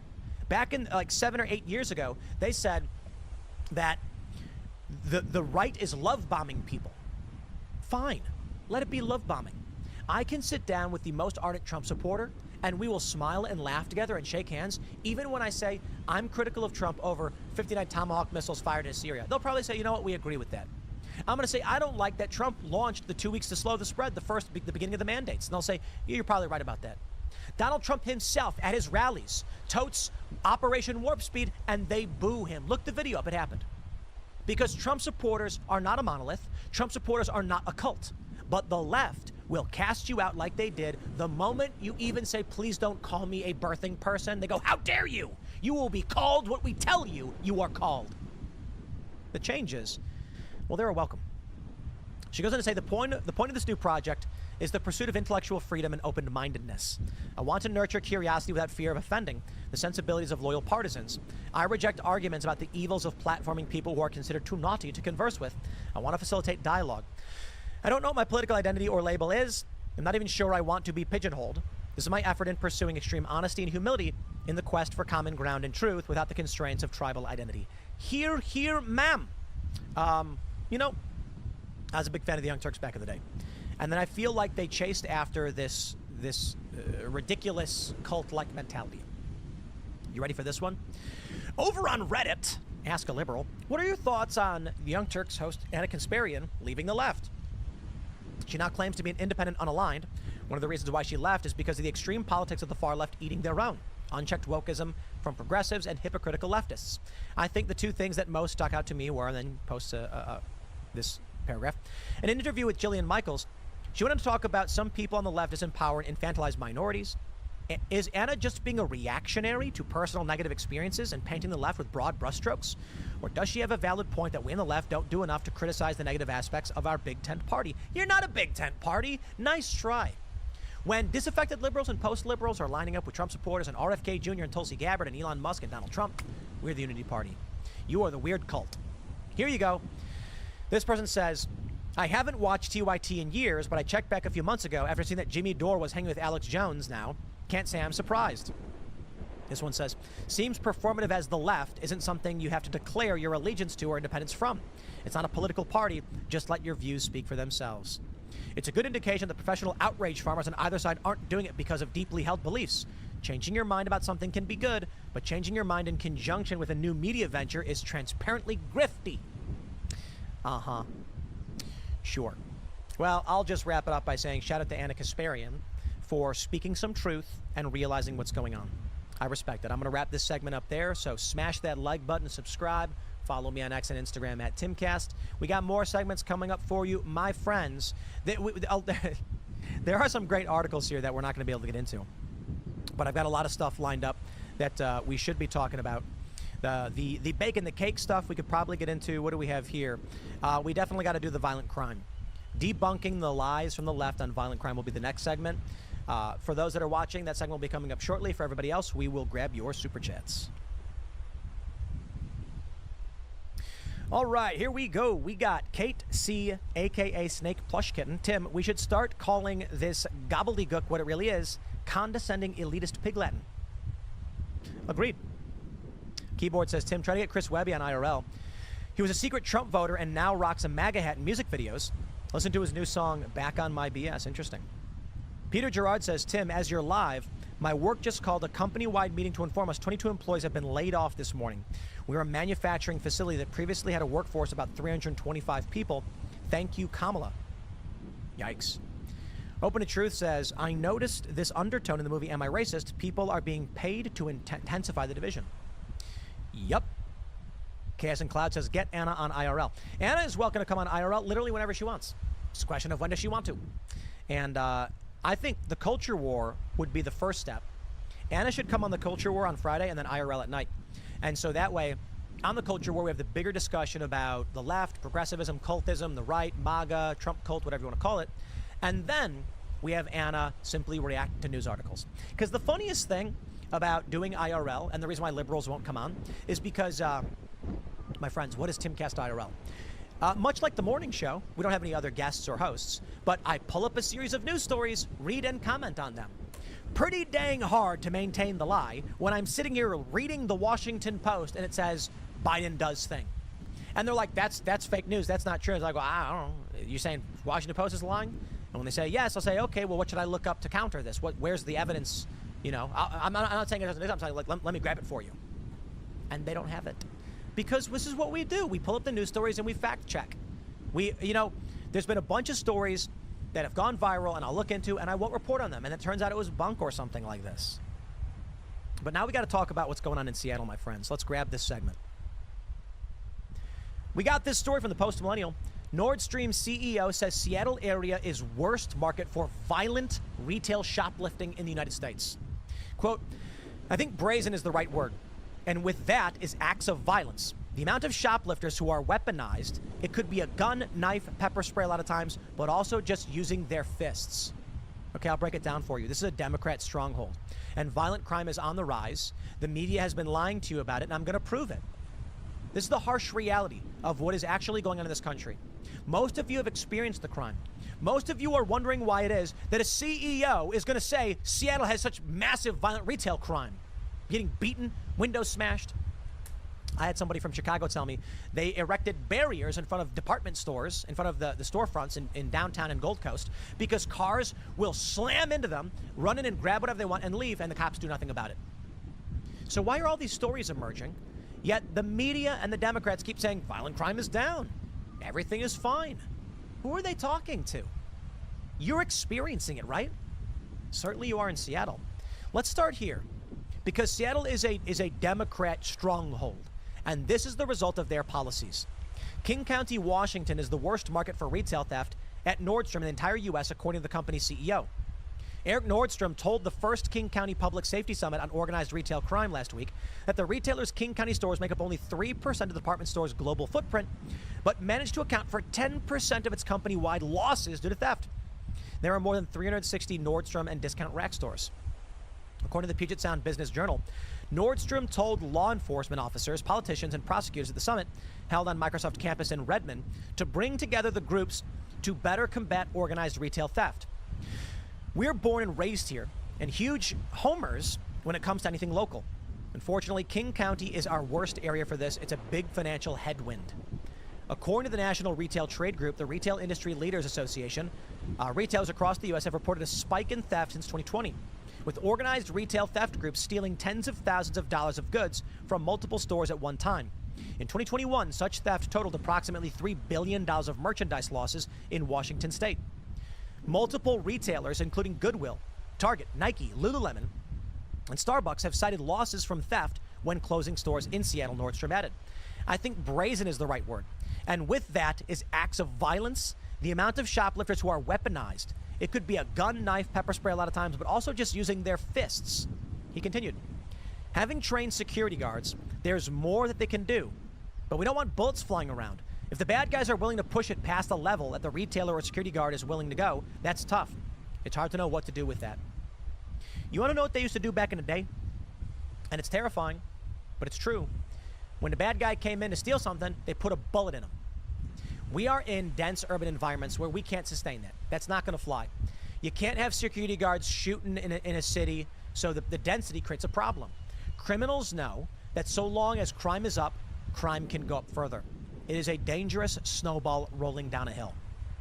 And it is the problem of Democrat policies and media manipulation and lies. We have this story from MSN.com. GOP rep demands answers from FBI over misguided crime stats. They lie to you. They say crime is down, everything's fine. Go back to bed, America. Watch American Gladiators. Here's 57 channels of it. Meanwhile, as long as criminals are running rampant, the police are overwhelmed. And so long as the police are overwhelmed, more criminals will run rampant. What's the answer? Heavy law enforcement presence, I suppose. From MSN, they say, Republican Rep Lance Gooden is demanding the FBI answer questions about the alleged gaps in their recently released 2023 crime reports that paints a misleading picture of crime, according to a letter provided by to the Daily Caller News Foundation. He's joined by Rep Randy Weber and Wisconsin Rep Tom Tiffany in the letter questioning the FBI crime data's validity, pointing to the agency's past of inaccurate claims on crime by omitting certain departments of data from their numbers, according to the letter. The FBI data showed a 3% reduction in violent crime in 2023, which Gooden says in the letter couldn't be further from the truth. Underreporting or misreporting crime stats significantly impacts public perception and policy decisions, leading to a misunderstanding of crime trends, which causes unwarranted fear or complacency. Gooden said in the letter, cherry-picking statistical data to deliberately mislead the public into thinking their community is safer than before would be an abhorrent act of misinformation, especially considering the source of the misguided claim is an elite federal law enforcement agency. The letter asks several questions to the FBI, such as if they omitted any data from various major cities, how many agencies provided incomplete data, and if the data would be retroactively adjusted to reflect an increase in violent crime like it had in 2022.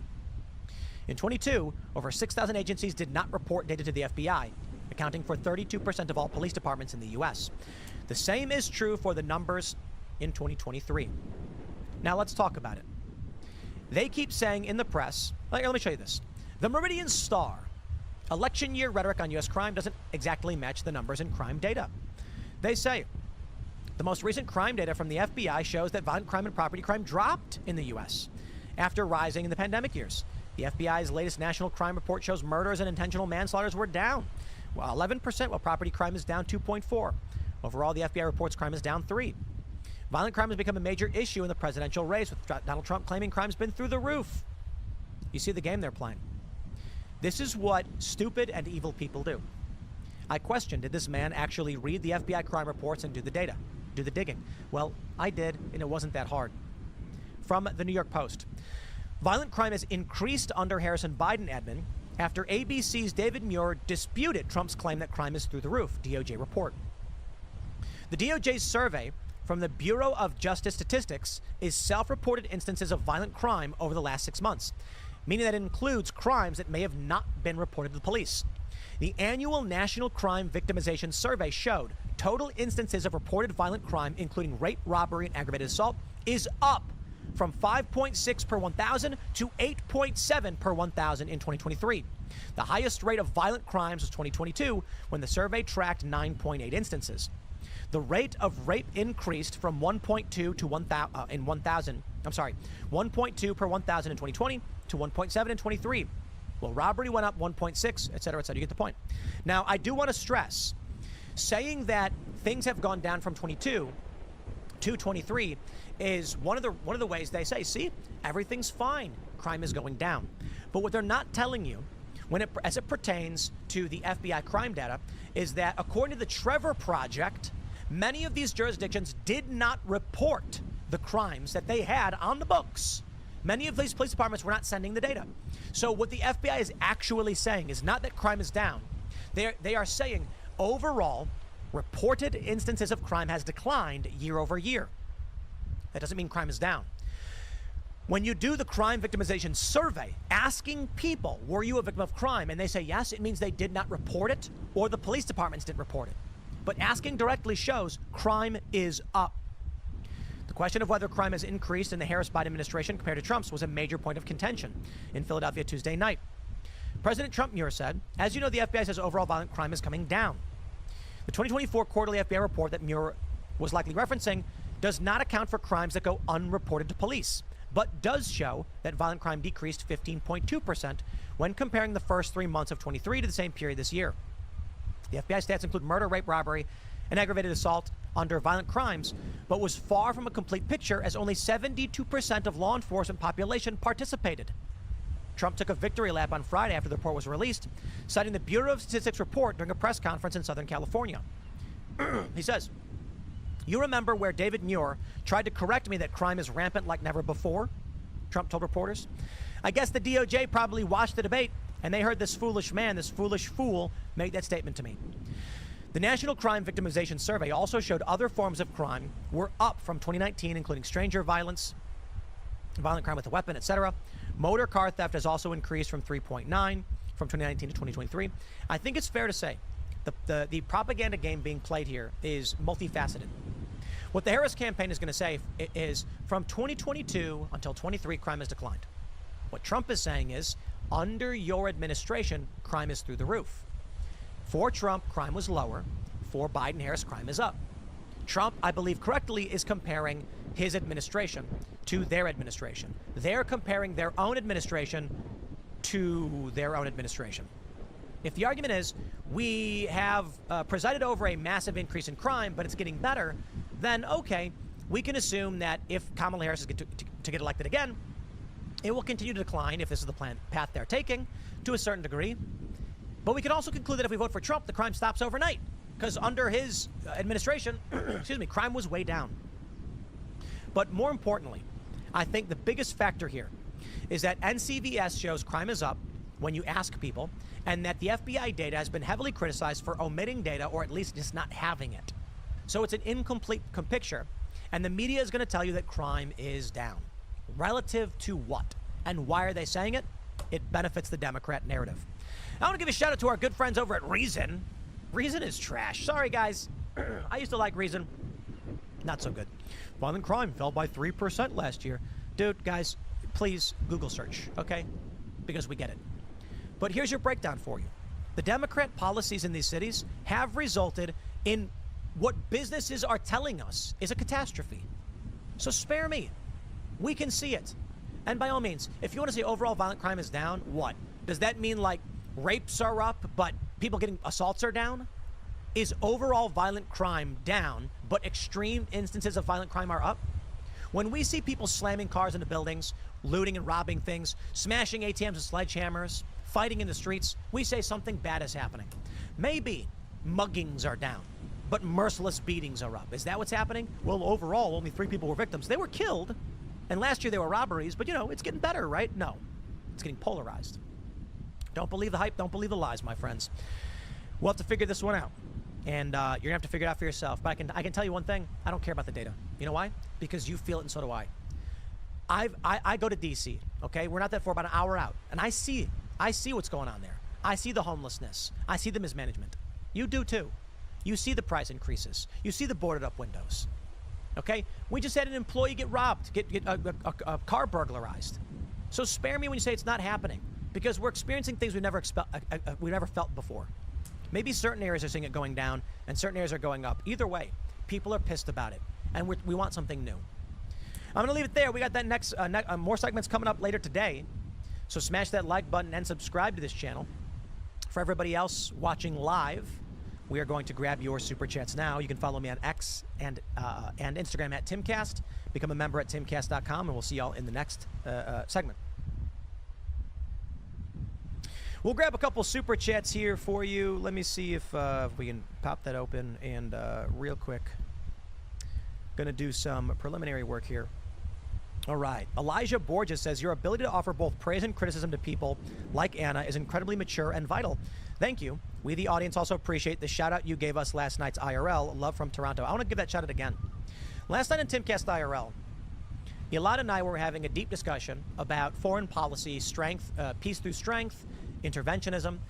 And we're talking about like Xi Jinping and the invasion of Taiwan and the Taiwan Strait, imports, exports. And I'm like, after a minute, I just said, we had 50,000 people watching concurrent.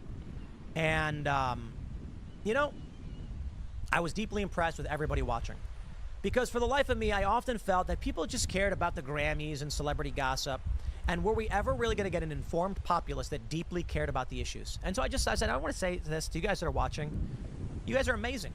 You're sitting here listening to us have this like deep level foreign policy conversation on things that I think are the most important in the world, but I assumed people didn't care about. But we found this community of people like you all listening now who care about the issues. And as long as we do, we can make this country better than it's ever been. So I want to give a thank you to the audience. It truly is incredible. Because I often felt like I'd be hanging out with my friends and I'd say, guys, did you see what's happening in Israel? And they'd say, we don't care, we want to go watch the game. And I'm like, okay. But now I found my friends, people who do care. And I appreciate all of you watching. Subscribe, smash the like button, be involved. I really do appreciate it. Send in your super chats if you want to get some of your super chats answered. We'll grab a couple more. And then let's see what we got in the old roster. I gotta grab, we got too many segments, but this one's fantastic. Look at her. She's laughing. This lady says the Democrats offered her $15,000 to support their party. And she's calling out the liars and the people taking the money. Some dirty games, man. So we'll grab another super chat here. All right. Let's see. Chuy Gonzalez says, or is it Choi? I don't know. Hey, Tim, did you hear about the unmarked helicopter doing a rotor wash in Burnsville, North Carolina? It came by, blew away the relief site, and flew away. Indeed, the working theory is that it was inexperienced National Guard trying to do a water drop, and when they realized they were disrupting, they decided to move, but they had already caused damage. I don't know for sure. Don't know for sure. Sure. Stuart Votsberger says, I'm from Washington. 14 counties are solid red. 7 counties, the Puget Sound specifically, is solid blue. The east side of the state is trying to separate. Indeed, and I hope they do. Indeed, indeed.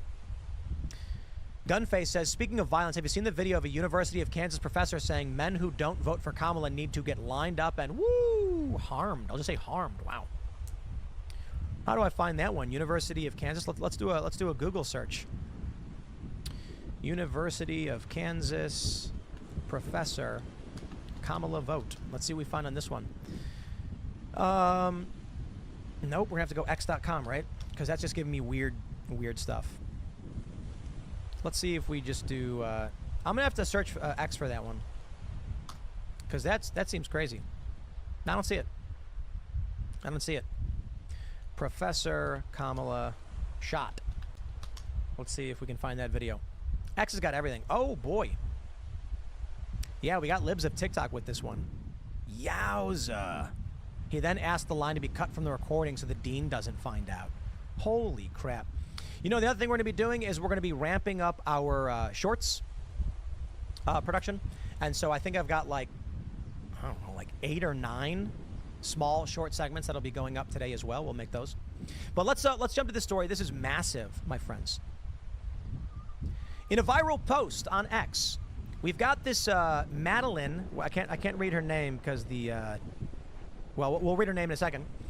This is from I Mean Therefore I Am saying, holy ish, podcaster revealed to nearly 2 million of her TikTok followers. The Democratic Party offered her almost $15,000 and is paying thousands of dollars to keep other social media creators to promote the party and influence votes for Kamala. This is Madeline Pendleton. Take a look at this clip. It is wild. Did you guys know that the Democratic Party is paying people on TikTok thousands and thousands of dollars to make videos talking about how awesome the Democratic Party is? Ooh. I know, because they've offered me nearly $15,000 to do just that, to try to take attention away from that whole genocide thing.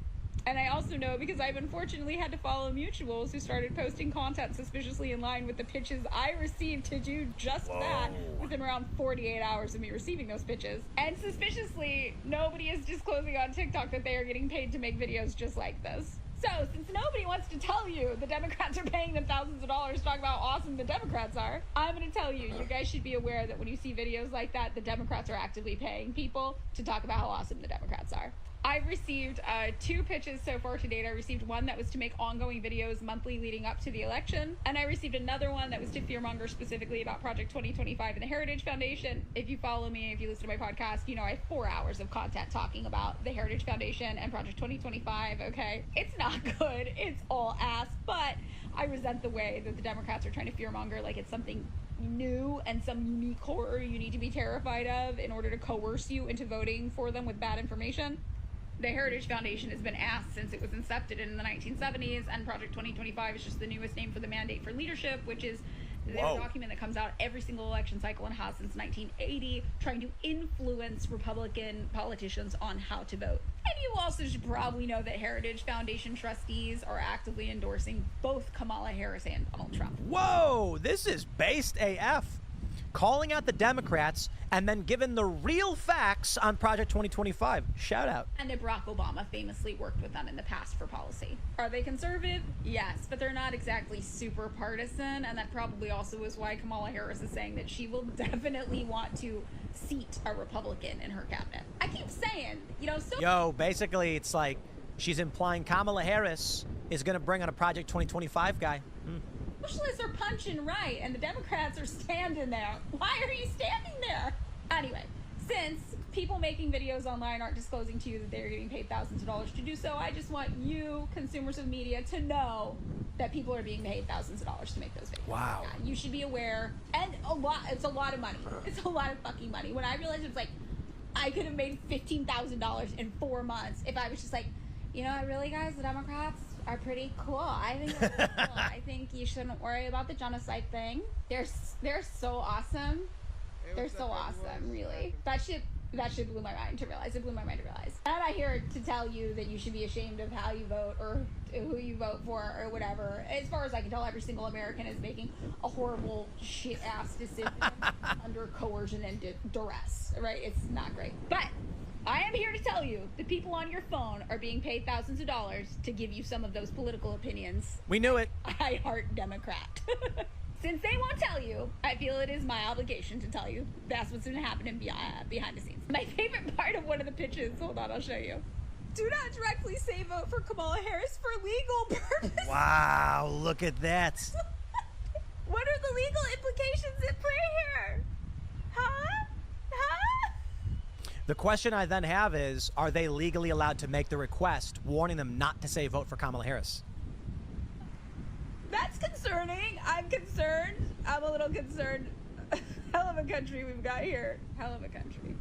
Indeed. I kind of feel like me and this young lady don't see eye to eye on a lot of politics, but I appreciate her accurately conveying what the Heritage Foundation is, calling out the Democratic Party for paying all these influencers. So surprise, surprise. You see these people on TikTok, and it is fake astroturfed BS. Now, the bigger question is a lot of people have been making the claim that Kamala Harris has been astroturfing her rallies. She has these big rallies, and many people are like, it's the same people. There's this viral post where they claim they've done open source, not open source, but like you can buy GPS data. It's anonymized, right? So you don't know whose phone it is. Okay. So apparently, like Dinesh D'Souza did something like this, where they bought anonymized GPS data, because you can buy data from these companies, and they used it to track where people were going, and they found ballot harvesting, so they say. Apparently, somebody did this, geolocating Kamala Harris's rally, buying the anonymized cell phone data, and then they found out that the cell phone data was a perfect match for a bunch of the same rallies. I don't know that that's true. That's why I say it's a question. People could be making stuff up on the internet. They tend to do that. For all I know, she's making something up, but I really doubt it, because it's like the 18th time we've heard the Democrats are astroturfing and paying people on TikTok for posts. But I got to wonder about that geolocated stuff. If they just basically have a handful of people and they say, we're going to bus you in to 3 rallies, fill the place up, and we're going to have a good time. And the reason is they want the PR opportunity. I'm going to tell you what I think right now. I don't think Kamala can win.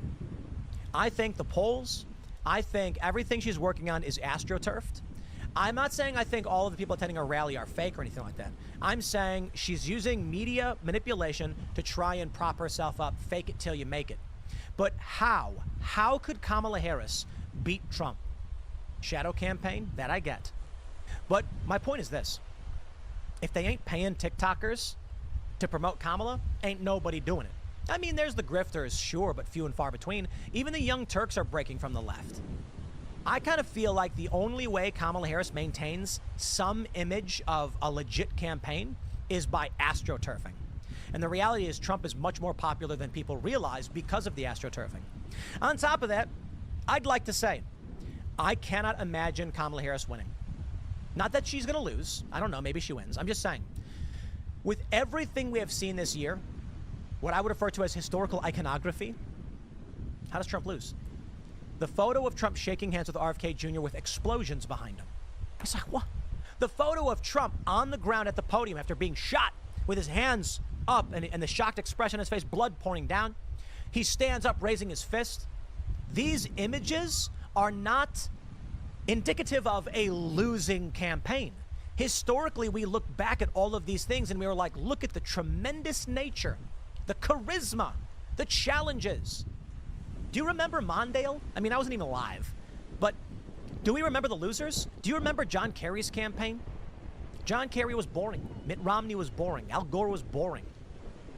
H.W. Bush was boring. But I got to tell you, we look at the work of the presidents who won, and they had the X factor. They had something about them. And I feel like Kamala just does not have that right now. And it's silly to assume that she could. But we, of course, know that there is also the shadow campaign, which is a very real possibility. Shadow campaign, of course, is, well, you know, you get it. Ballot harvesting, procedural changes, universal mail-in voting, and just what we would describe as not a real election. They say it's the freest and fairest election we've ever had in 2020. Yeah, but I don't consider it real elections, because a real election would be, here's what we do. Here's how election night should be. You bring in a bunch of people into the polling places, and they get to watch a 2-minute video from Trump and from Biden. Now, actually, we shouldn't do this. The way voting should be is you show up on election day, just this one day. We don't count votes any other day or any time. You show up. You show your ID, say, "This is who I am. I'm allowed to vote." They hand you a white blank sheet of paper, and they say, write your votes down in here, make sure they're legible and spelled correctly. Put them in the box. If we can't read who you're voting for, it will be thrown away. That's it. And then Democrats would never win an election again, because Democrats are collectivists and they only vote based on party. Republicans largely do the same thing, but many Republicans, the Republican Party is smaller. It's been this way for a long time. Republicans win when independent voters decide to support Republicans. And so that's it. If the only way to vote was to vote on a blank piece of paper, Donald Trump for president, okay, and that's it. Who else are you going to vote for? Who's your member of Congress? Honestly, I don't know for sure. Okay, well, they're not voting for him. That's the reality. We do a system like that, my friends, and this country changes for the better overnight. The problem is right now, you got young people who don't know better being misled for cash by other young people. It's a grift. Nobody from any political campaign has paid me for anything. We do not accept payment to appear on Timcast IRL or any of our shows, and we don't pay people to appear. We'll cover travel costs, but we're not going to give you money. We've reached out to people and say, want to come on the show, and they say, yeah, we want money. I said, get out of here. Not interested. We don't do that. We're not here to fund you. We don't want you paying us. We've had people say, we'd like to buy a sponsorship. Sure, what do you want to do? I want to come on the show. Never going to happen. Our seats are not for sale, but I got to tell you, if Timcast IRL sold a guest slot, it'd be like $50,000. Could you imagine if we made 50 grand a day? If once a week we were like, sure, we'll sell a seat. We don't do that. We have scruples. We have integrity. We want our guests to be real people with real thoughts and opinions, not people who pay for an opportunity to come and sit on a show. But the money is there. And there's a lot we don't do that we could do to make the money. And we don't play that game. But for these influencers that will take any and every penny, this is the grift that is destructive to this country. Shout out to Madeline over here. Madeline Pendleton. Respect. I'm going to leave it there. Smash that like button. Subscribe to this channel. Share the show with everyone you know. We'd greatly appreciate it. I could probably pull in another segment for you, putting us up to, what is that going to be, 8 segments? We're cranking them out today. Shorter than usual, but we're doing about 10 minutes each, and I'll wrap it up there. You can follow me on X and Instagram at Timcast. Become a member at timcast.com to support our work. For everybody watching live, we'll grab some super chats from you right now. And then honestly, I have so many stories today. It's kind of wild. I don't even know what else we have. We have the Bake Your Cake guy won. This is pretty based. I think we should talk about this for sure, actually. So we do about 10 minutes. I'll grab some more super chats, and then we'll have some more segments coming up. Cilantro Industrial Complex says, Devil's Advocate. What if Republicans pay influencers to say Democrats are paying them because it's so believable? 3D chess. That's a good one. Like Madeline Pendleton was paid by the Republicans to claim Democrats are trying to pay her. Yeah, but I think that's like some kind of fraud. I don't know. Rob Dog says, USA Today, Harris widens lead over Trump 47-40. Reuters Ipsos polls finds. No way. 47-40. Dude, I would not believe that if you paid me. I would not ever claim to pretend to think that could be true. If you paid me money to go on the show, you couldn't offer me any money. Sorry. Not going to happen. The Nitro says, Kamala Harris opens her mouth and goes down. Tim Pool 2024. I said in the polls. I said, Kamala Harris opens her mouth and she goes down in the polls every time. Okay? You, sir, have a naughty mind. Like, she opens her mouth and she goes down. Her polls sink. Okay? Ah, jeez. Well, you know, there you go. Clip it. You can they are going to clip that. Yeah, I get it. That clip is going to be posted everywhere, and they're going to, the left is going to claim that I was saying something untoward about Kamala. I was literally saying when she does press and begins speaking, her polls begin to decline because she doesn't have anything substantive to say, okay? And I should have, well, you know, I respect it. Kamala opens her mouth and she goes down in the polls. There you go. Let's grab this story, my friends. It has been a long time coming. You've heard the story. It's been over 10 years. A baker in Colorado. It started with a gay couple that wanted a cake that said, you know, they're getting married. And he said, well, I'll give you any cake you want, but I'm not going to write that down. And they went, that is discrimination, and you can't do it. So he wins. And they won't stop harassing him. They keep filing lawsuits. Now, they wanted him to bake a gender reveal cake. Yeah, they wanted a pink cake that was blue in the middle or something like that, or blue on the outside and pink in the middle. And he said, nope, I'm not doing that. And I believe he is correct. You know, when this story first broke, I was a much more liberal position in which I said, you know, I will say this. I believe this to be true.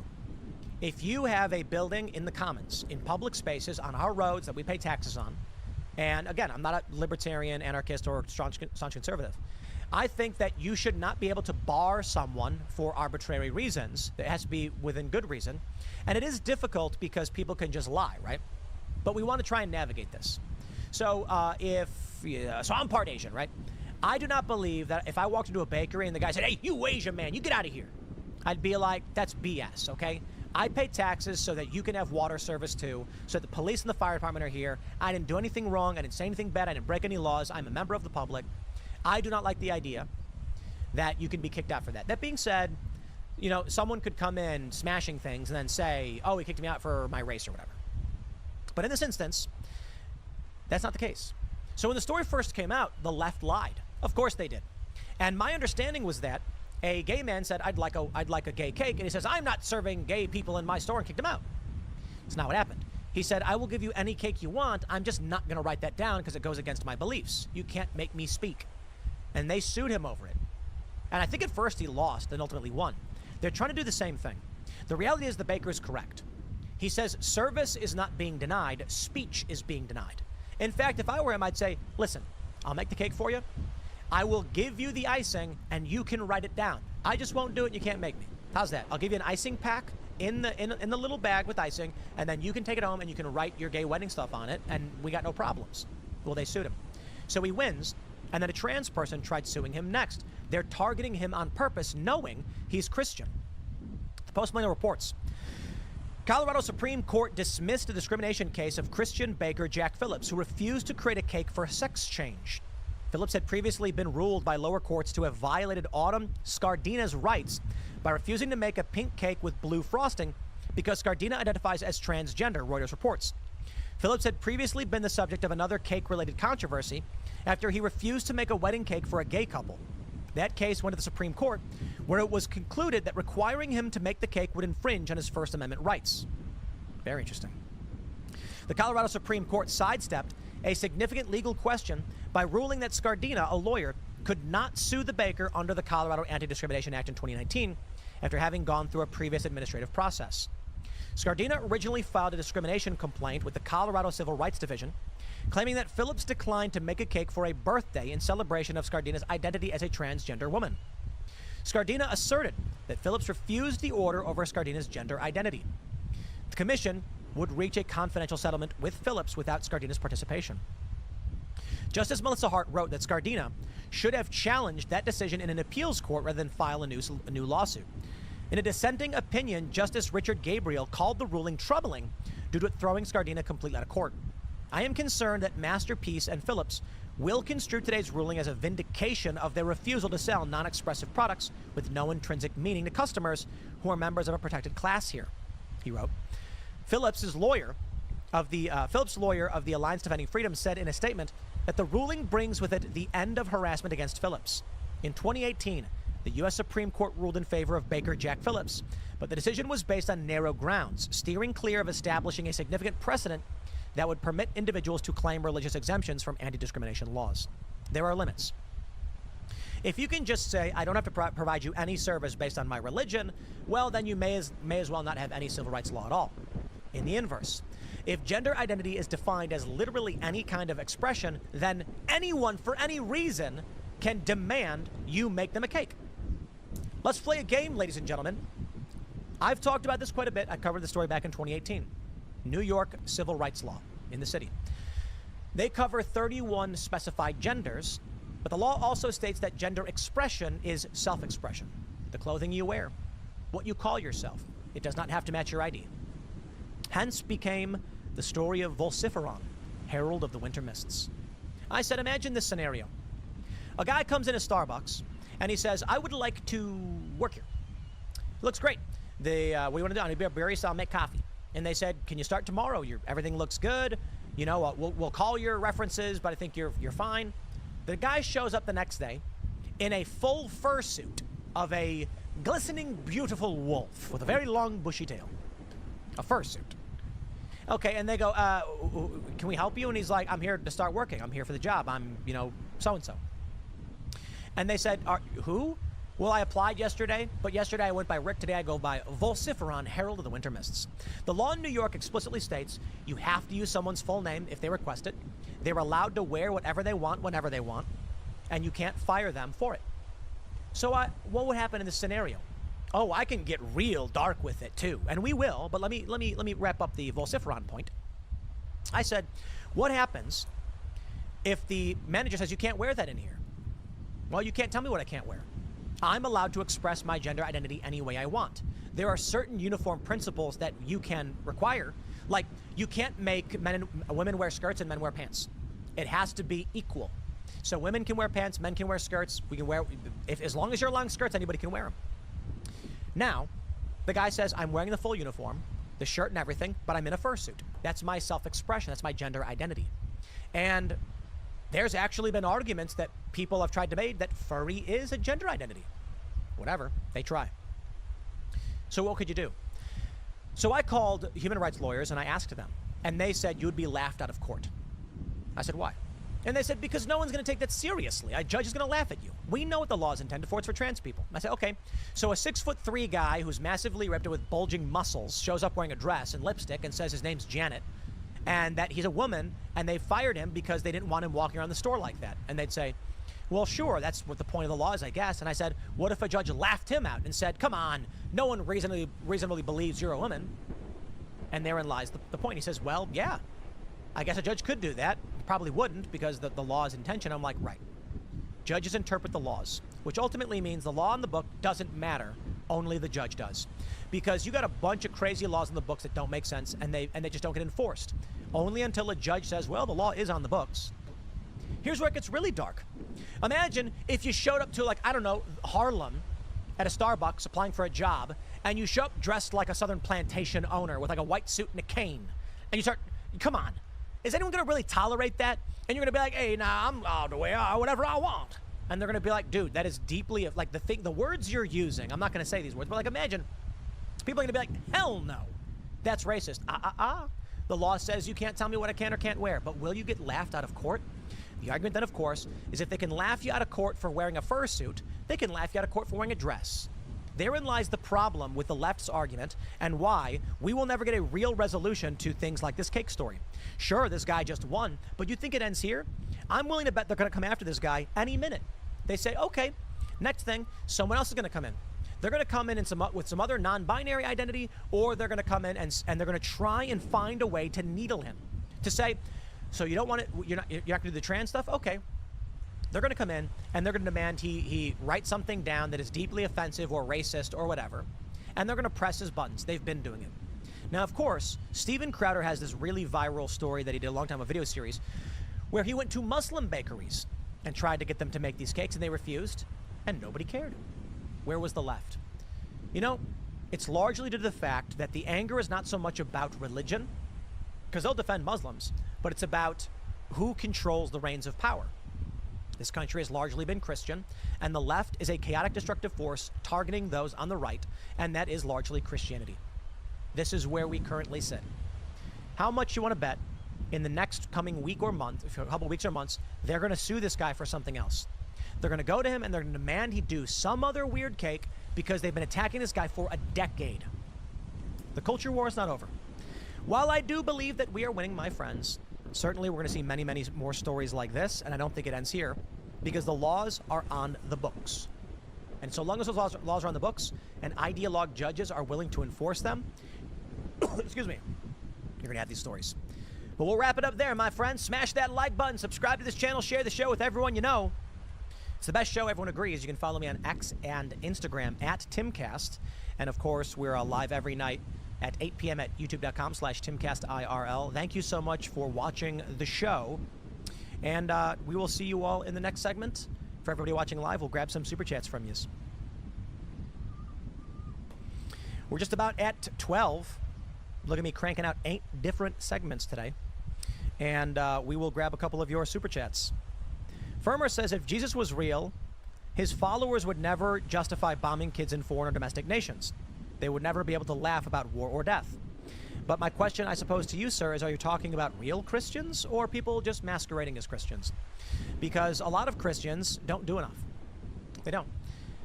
You know, I see them, the stories of the Catholics marching in a great procession, and they don't vote. They don't vote. And they should. But then you get people in government who say, I'm going to exploit their faith for political power. You know, these are bad people. All right, we'll grab one more here.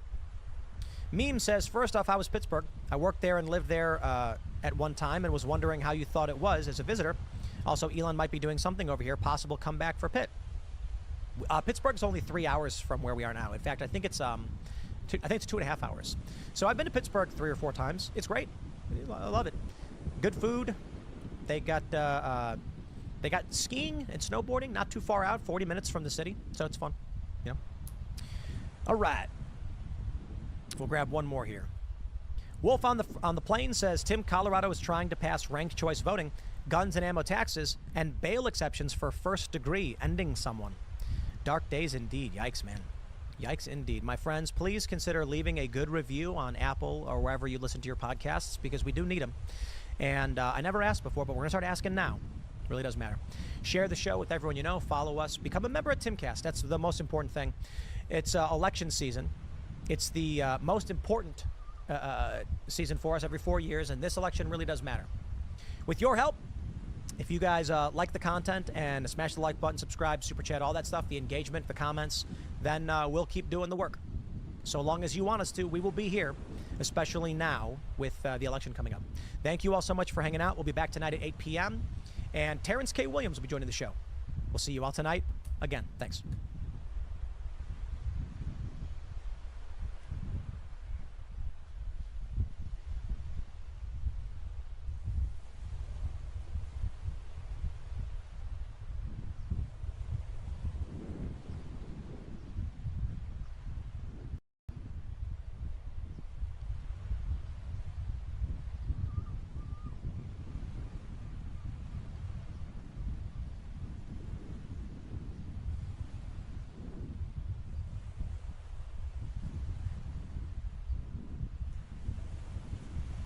God who dictates the conditions under which that comes to you. You don't get some sort of control over it. There's no remote where you can get some or not or download. So God places the conditions on creating it for you and removing it. Whatever happens when you remove grace, and it's probably one of those speculative things, but nonetheless, it comes and it goes because God has decreed that it will come in and it will go. And the reason why this is so important to start out the conversation this way is because all we mean by Immaculate Conception is whatever Mary has at her conception is what Adam and Eve were created in, that original grace, that original justice, as it's called. And it's not about their material status. It's not about what they did or didn't feel. It's not about sickness as a metaphor, which is a meaningless metaphor depending on how you take that word, sickness. But it simply means what...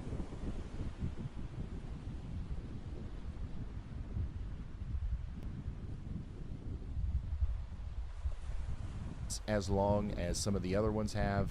Maybe we've got to be starting to, think about what we're going to do if a warning is extended for us up here near Brighton as well. Go ahead, Andy. Hi, Ryan. A new debris signature just north of Venus, Florida. That's going to be the southern warning that's headed into the Placid Lakes area once again. This one is now producing a tornado that we can observe on the radar via the correlation coefficient product. If you're not familiar with that, that tells us that there are objects of different sizes being caught by the radar in the midst of all of the heavy rain that we are observing here, that it is observing. So we can tell you that there, pretty confidently, that there are things in the air that shouldn't be there, and that is a debris signature of an ongoing tornado because it corresponds to where we see an enhanced area of rotation on velocity. That tornado is going to head pretty close to the Placid Lakes area via my map here, so that warning will likely be upgraded to a confirmed warning, or maybe even a particularly dangerous situation warning like we've seen several others so far. Okay, thank you very much, meteorologist Andy Hill.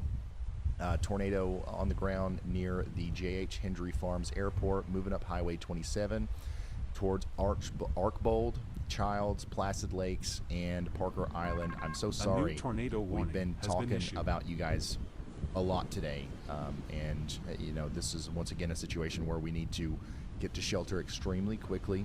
We have a very dangerous tornado on the way. Once again, the most immediate danger is in Archbold, Childs, and Parker Island. You've got maybe a couple minutes in Placid Lakes, Lake Placid, and places like that. Okay. Additionally, our PDS tornado warning over here continues to look just absolutely terrible for our folks in Sarasota Colony. And then once again, it's going to continue to go up over Highway 721 towards Brighton and the likes Brighton Airport. Y'all get ready up there as it is coming towards you. Let's go and check out that latest warning that was just issued here. This one is for Palm Beach County in Florida. It includes the towns of 9 Mile Bend. Okay, and it does include the Christ Heritage Academy School.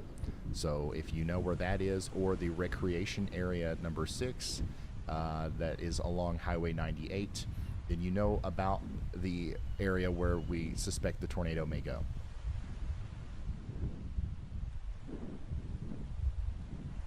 Let's check back in on our warning here for Sebring and Avon Park. We're under a tornado warning for all these places like Charlie Creek, Berea, Pittsburgh, Avon Park, and Sebring. However, there is no confirmed tornado right now. But we still need to be taking shelter at least until 3 p.m. Go ahead, Andy. Hi, Ryan. Looking at our northernmost tornado warning near Lake Alfred and north and east of Winter Haven.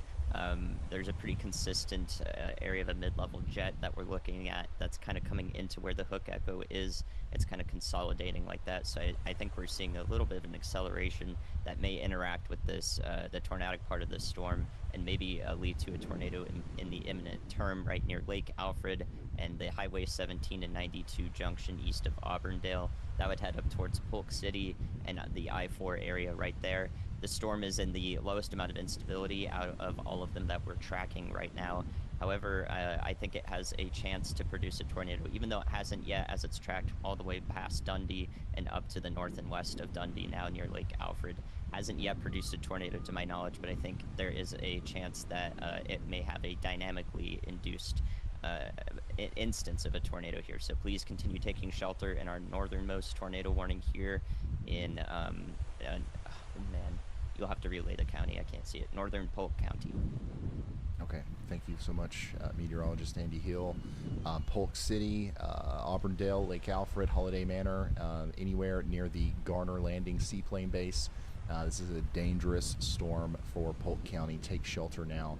Additionally, we can see the rotating part of the storm near Port St. Lucie right now with our camera from the Florida Department of Transportation. So this is the very dangerous storm that is currently coming up past Port St. Lucie right now towards White City, Cortez Estates, and Fort Pierce. This is exactly what the beginning stages of a tornado look like. So this could very quickly drop a tornado, and if you're in the path of this thing, we need you to take shelter. That would include, but is certainly not limited to, West Midway Road. Once again, Courtway Estates, Highway 70, where it intersects with Interstate 95, and then up there towards Sunland Gardens, Treasure Coast International Airport, Lakewood Park, and maybe even all the way up there towards Vero Beach and Indian River Shores. You guys are going to have to deal with this as you are under the tornado warning for this storm.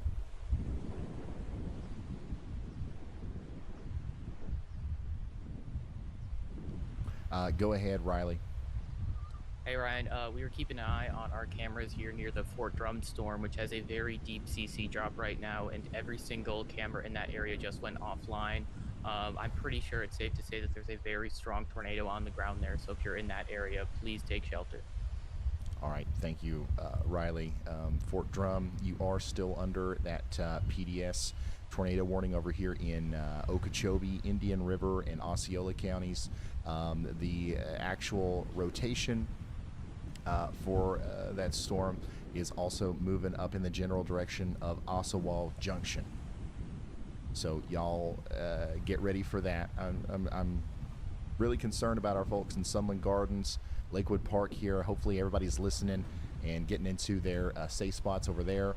Additionally, we continue to be concerned about the northernmost storms as well. As Andy was talking about, this is something that we really have to start considering now. In Polk City, we could have a tornado on the ground here soon, moving towards Polk City and the Garner Landing Seaplane Base and all these little areas around it, like the Orlampa Airport, Pace Road, Town Manor, Weddings. If you guys know where those things are, they're in the path of an extremely dangerous storm. Go ahead, Andy. Hi, Ryan. The latest on the Fort Drum storm. That tornado should be about done here. Fort Drum, an incredible sparing of the center of Fort Drum there as the remnants of that tornado heads off to their south and west.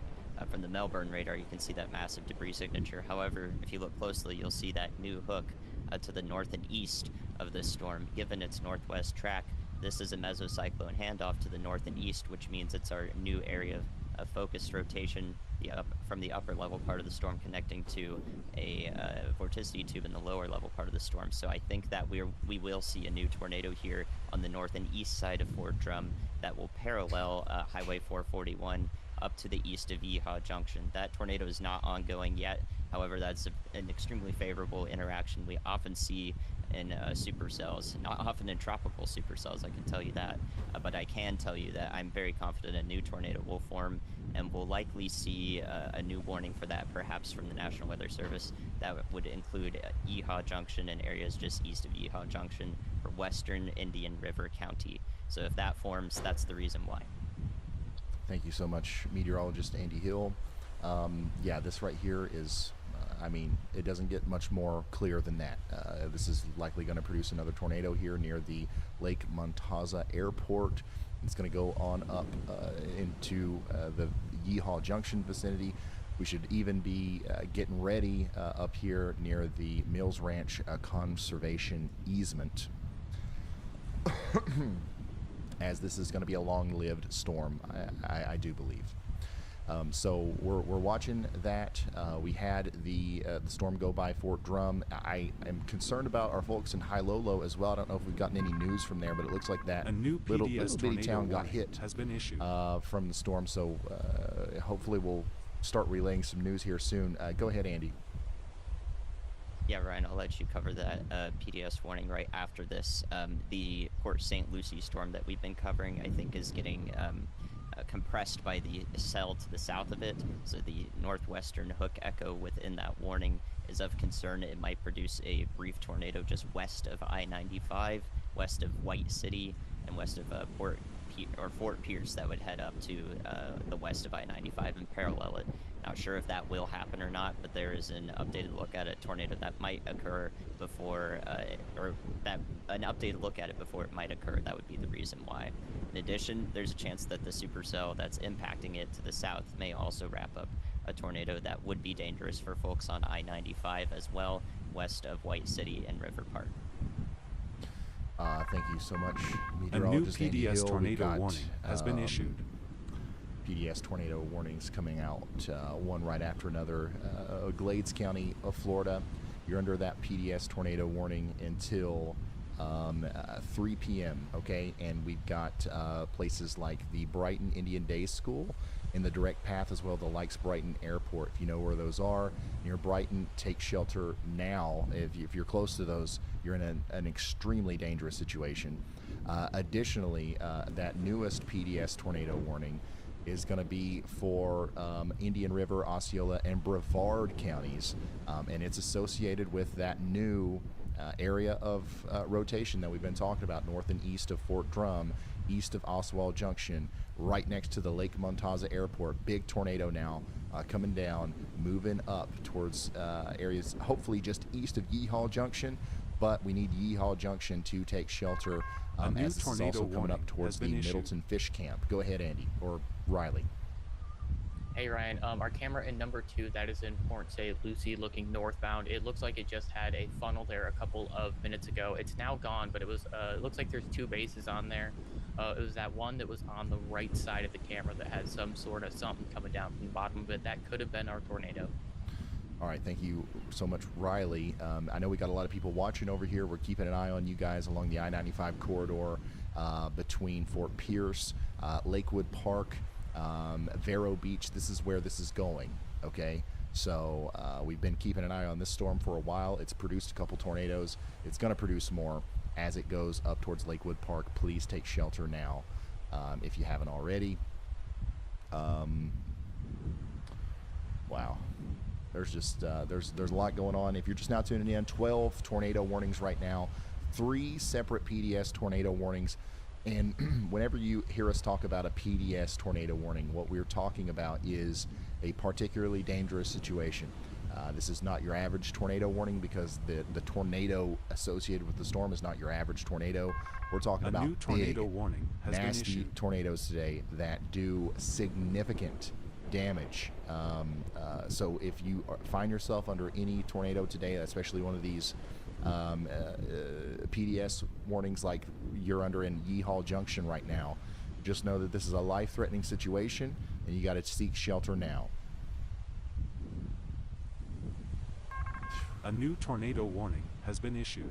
14 active warnings.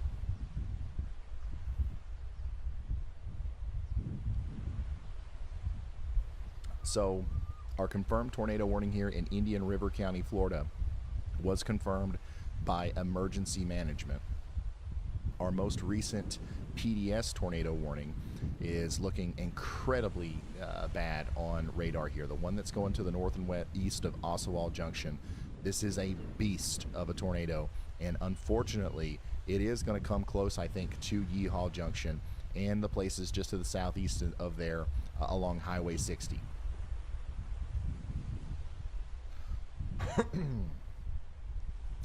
And let's go look at this other, let's see here. Let's go look at our other PDS tornado warning as well. We still have a very strong signature for a tornado coming up Highway 271 towards Brighton right now. If you live in Brighton, Florida, you're in one of the most dangerous situations you've ever been in, and we need you to run, not walk to shelter if you haven't gotten there already. We are in the middle of a prolific tornado outbreak right now. One of the wildest tornado situations I've ever seen associated with the tropical system. You're just now tuning in. This is associated with Hurricane Milton, which is still way out here. The outer bands are causing this deadly tornado outbreak right now in Florida. Go ahead, Andy. Thanks, Ryan. A couple of updates for you on our Auburndale tornado warning here. That's just the north and east of Lakeland. I do think that storm will continue to fall apart. It is in the lowest level of instability that we have out there. It's also clustered by heavy rain, so I think that is dampening the potential for it to produce a tornado here. However, our gradient of instability is very strong as you go to the south, which is why I think we may see a new warning that includes parts of Fort Meade, Bowling Green, that's to the north and west of Sebring there. So we may see a new warning that includes parts of these areas that could go out to Mulberry, Bartow, for a rotation that's kind of embedded within this mass of rain. So if you do receive a tornado warning in Mulberry, Fort Meade, in these areas, it will be, anything that happens will be rain wrapped. You will not be able to see it in heavy rain. It'll look like a downpour the whole time. A new tornado so we need warning you to be taking has been shelter. issued. If that warning does come through, y'all watch out ahead of time for those areas in western and southwestern Polk County in Florida, just in case that warning is issued. In addition, back to our latest PDS here for the Fort Drum area that is already doing damage. We do have a correlation coefficient drop on it. It will likely explode on the next frame whenever we get that in there. It's the most perfect mesocyclone handoff example I've ever seen on a tropical tornado. So hopefully that just doesn't do that much damage and it peters out. But there is another tornado ongoing that I was able to tell you about a few minutes before it started, just due to the pattern recognition of a handoff like that. So hopefully that helps some people. Thank you so much, meteorologist Andy Hill. Go ahead, Riley. Hey Ryan, Nick is in number 1. He just had a tornado. It's wrapped in rain. He is near Vero Beach. All right, thank you, Riley. Y'all, we've got a very dangerous tornado ongoing right now, coming up dangerously close to Yeehaw Junction. We also have a tornado going on over here north of Port St. Lucie, near Vero Beach. We've got to be watching out for this thing in White City, Fort Pierce, Cortez Estates, A new tornado Lakewood Park, warning has been issued. and now we just got a new tornado warning. Another new tornado warning for another really impressive area of rotation that's now going to come into Port St. Lucie. So this is the town, this is the city of Port St. Lucie. Again, I need you to get into your safe spot. Extremely dangerous storm. Go ahead, Riley. Hey Ryan, I'm listening to Nick's feed. You can't really see it on the camera. He's got a better angle, obviously, when he's able to move around, but that is a very large wedge tornado. That is a confirmed tornado. He's seeing that with his own eyes. All right, thank you. Thank you, Riley. Do you have his road number or anything that he's on? If you get it, just let me know. Go ahead, Elijah. Or is Elijah's not here? Okay, sorry. The lights went orange. Okay, so if you're just now tuning in, we've got a really kind of overwhelming system or situation going on right now where we have a bunch of tornadoes on the ground now moving into some pretty populated areas. We've got a storm chaser, Nick Stewart, out there near Vero Beach that is reporting a tornado.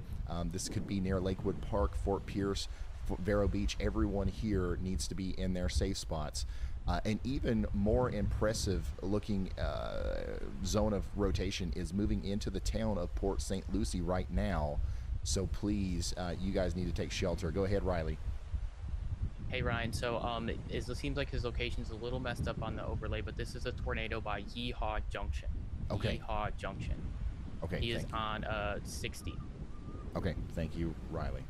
All right, so we really need to be in our safe spots in Port St. Lucie, White City, and Vero Beach. That is a valid, you guys are under a tornado warning. However, our storm chaser is over here on our bigger storm near Yeehaw Junction. So this is a big wedge tornado now, coming up, unfortunately, right towards Yeehaw Junction. It's going to cross Highway 60 here soon.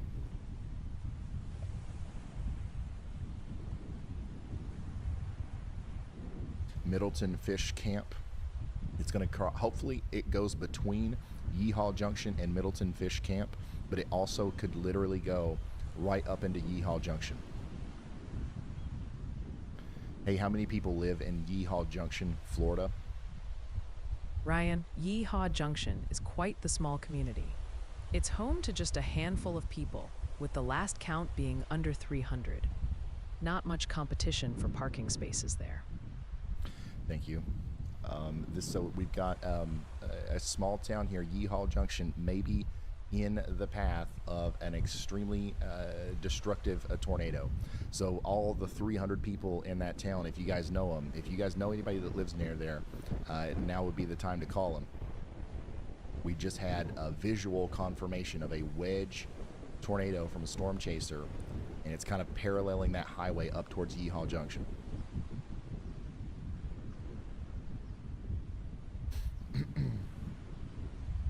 And it's also, it's pretty much on the Florida Turnpike.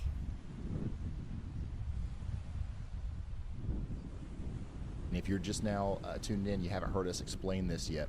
This is another way that we know for sure that there's a tornado there. We've got debris being lofted into the air, evident by the correlation coefficient. That's where the tornado is right now. Go ahead, Riley. Hey Ryan, camera number 2, we just very quickly lost visibility there. There were wrapping rain curtains. That is exactly where our tornado would be crossing the highway. All right, thank you, Riley. We've got several eyes on this thing. So we've got the traffic camera there in the second slot. We've got Nick Stewart, which for some reason his GPS system is reporting the wrong location right now. He's not in Vero Beach. He is near Yeehaw Junction on Highway 60 here, just so everybody knows that's what we're looking at there.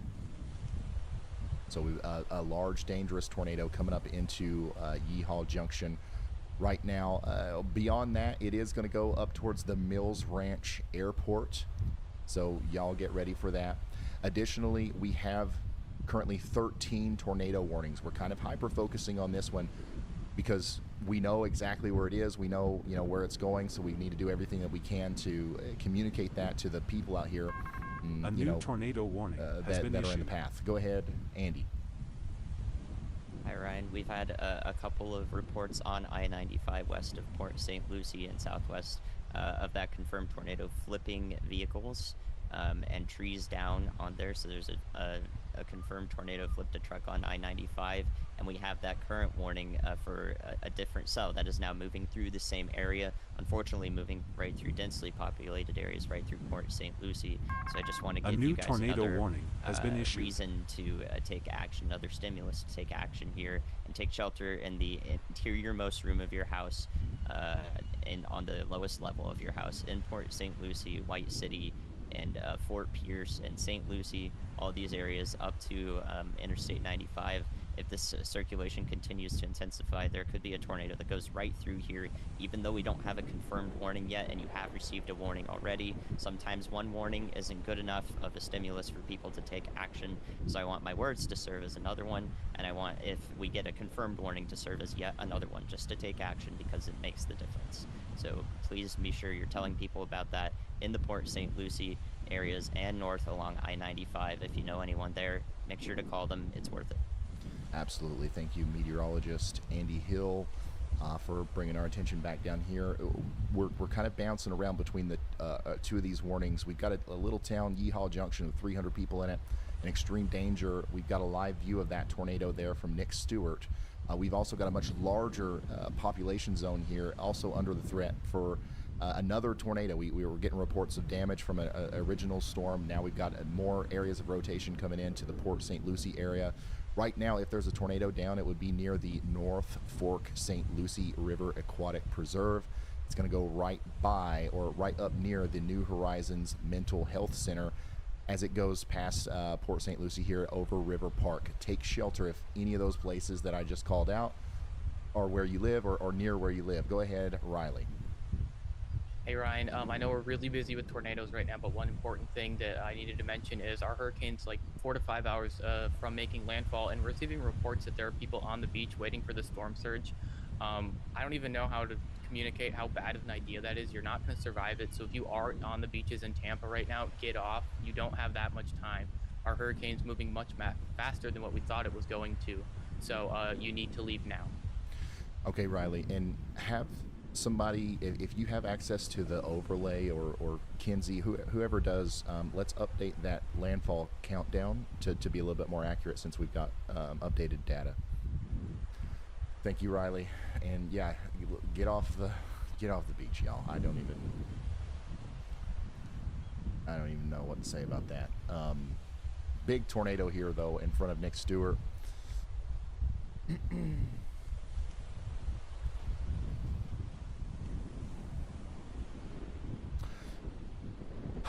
We have 11 tornado warnings. We've been streaming now for, this has been the fastest 3 hours of my life. We've been streaming now for 3 hours. We've had who knows how many tornadoes. Multiple are still on the ground. And now we're a few hours away from a devastating hurricane landfall as well in this area. So I believe also we're looking at some tree damage here from that tornado that just went across the road here near Nick Stewart. And I want to make sure I'm saying this. I'm sorry about the error with the location. Nick is not in Vero Beach, okay? Nick is in Yeehaw Junction. And there's nothing we can do about that right now, but that's where we're watching his feed from. And well, thankfully he's got the location listed down there, so that's good.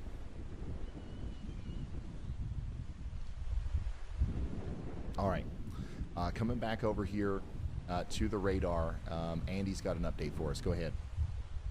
Yeah, right. Incredibly, another mesocyclone handoff again to the north and east on the Yeehaw Junction storm that is already producing a tornado now as of the most recent scan. So it would be north of Highway 60, but hopefully Nick is aware of the cycling pattern of this storm, because it can take storm chasers off guard here. Can definitely take them off guard. So This storm to the north near Deer Park that is warned has failed to produce a tornado several times. My hope is that this will be the fate of the storm to the south that has produced several significant tornadoes, more than likely, as it heads up north and encounters less stability. So hopefully this new tornado that is now on the ground in the same warning will be one of the last ones it does, and hopefully it'll be less significant or impact very few people. But that's the latest on that. Again, it has done a handoff, and we have debris fallout to the south and west from the previous tornado. Some of that debris might actually land in the Yeehaw Junction town, that area, but the new tornado is well off to your east, northeast. Thank you, Andy. Yeah, hopefully, I mean, this is the best news that we've gotten in a little while. Like this, hopefully this handoff means that Yeehaw Junction misses the hit from the tornado here. It was coming right towards town. Now that energy has kind of went off to the north and east a little bit. We've got a new tornado here, but unfortunately that one, if it stays on the ground for any amount of time, will likely come into contact with locacy down here in Florida. So make sure you guys are taking shelter. Everybody in this county here, Indian River, Brevard, and Osceola counties, needs to be in their safe spots. New tornado warning was just issued. This one's going to be way down here in Broward and Collier counties in Florida again. This is going to take us up back into the Alligator Alley area just west of the McCuskey Reservation. Several other tornado warnings also out here, y'all. We do have Clewiston still in tornado warning. A pretty strong storm capable of producing a tornado is about to cross over Highway 27 just to the east of Clewiston, and then it's going to move over into Lake Okeechobee, and then that storm is eventually going to come up towards the town of Okeechobee. We have to be concerned about you guys again within the next hour or so. We do have a lot of people watching right now in Port St. Lucie. We're watching this storm very closely for you, as there are multiple areas of rotation that we've been keeping an eye on. Right now, the most concerning one is going to be just south of Lakewood Park, and we've been talking about Lakewood Park all day. Hopefully everybody over there is in their safe spots. Take shelter now if you haven't already. Also, Vero Beach. Go ahead, Andy. Hey Ryan, I think the most concerning storm here is going to head into the Indian Town area that's on the east side of Lake Okeechobee here, well east of Highway 98. From the terminal radar there, TPBI, you can see an incredible hook with an immaculate presentation on the forward flank here, leading into the hook that just screams that tornado genesis could be ongoing here soon. This is not currently producing a tornado, but every single sign points to it from the lowest levels that we can scan, about 300 feet off the ground. It is coming together very quickly, and also the rapid rotation aloft from some of our Doppler radars. You can see that coming together as well. So I think imminently we are about to have a tornado, maybe in the next 2 minutes here, and that is going to come very close to Indiantown, Florida, in southwestern Martin County, the crossroads of County Highway 76 there and 710. So those are the areas of concern. That is not a confirmed warning. Again, I think that a tornado is about to get started literally right now, that while you're watching this and while I'm talking. Every sign points to it being a very rapid organization here, so we will probably be covering this one over the next 15 minutes. Thank you, meteorologist Andy Hill. Go ahead, Riley. Hey Ryan, Bryce Shelton's in number 1. He's near Bartow, Florida, and he just had a tornado lofting debris pretty close to him. I don't think we actually saw the tornado, but there were branches falling out of the air, so there's clearly something going on there. Okay. All right, thank you, Riley. Bryce Shelton is on the roster now as we are watching this storm produce maybe a tornado over here near Bowling Green. This is the storm that we've been keeping an eye on that went through Avon Park. Okay, so now we are concerned about Alturas, Bartow, Highland Park, Rocks Quarters, Connorsville, and all these places over here. So please take shelter if you haven't already. This is mostly happening to the west of Hillcrest Heights and Frostproof. Okay.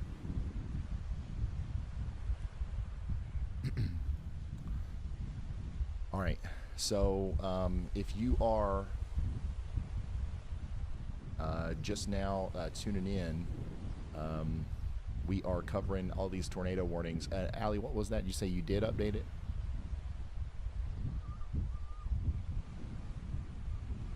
Or what?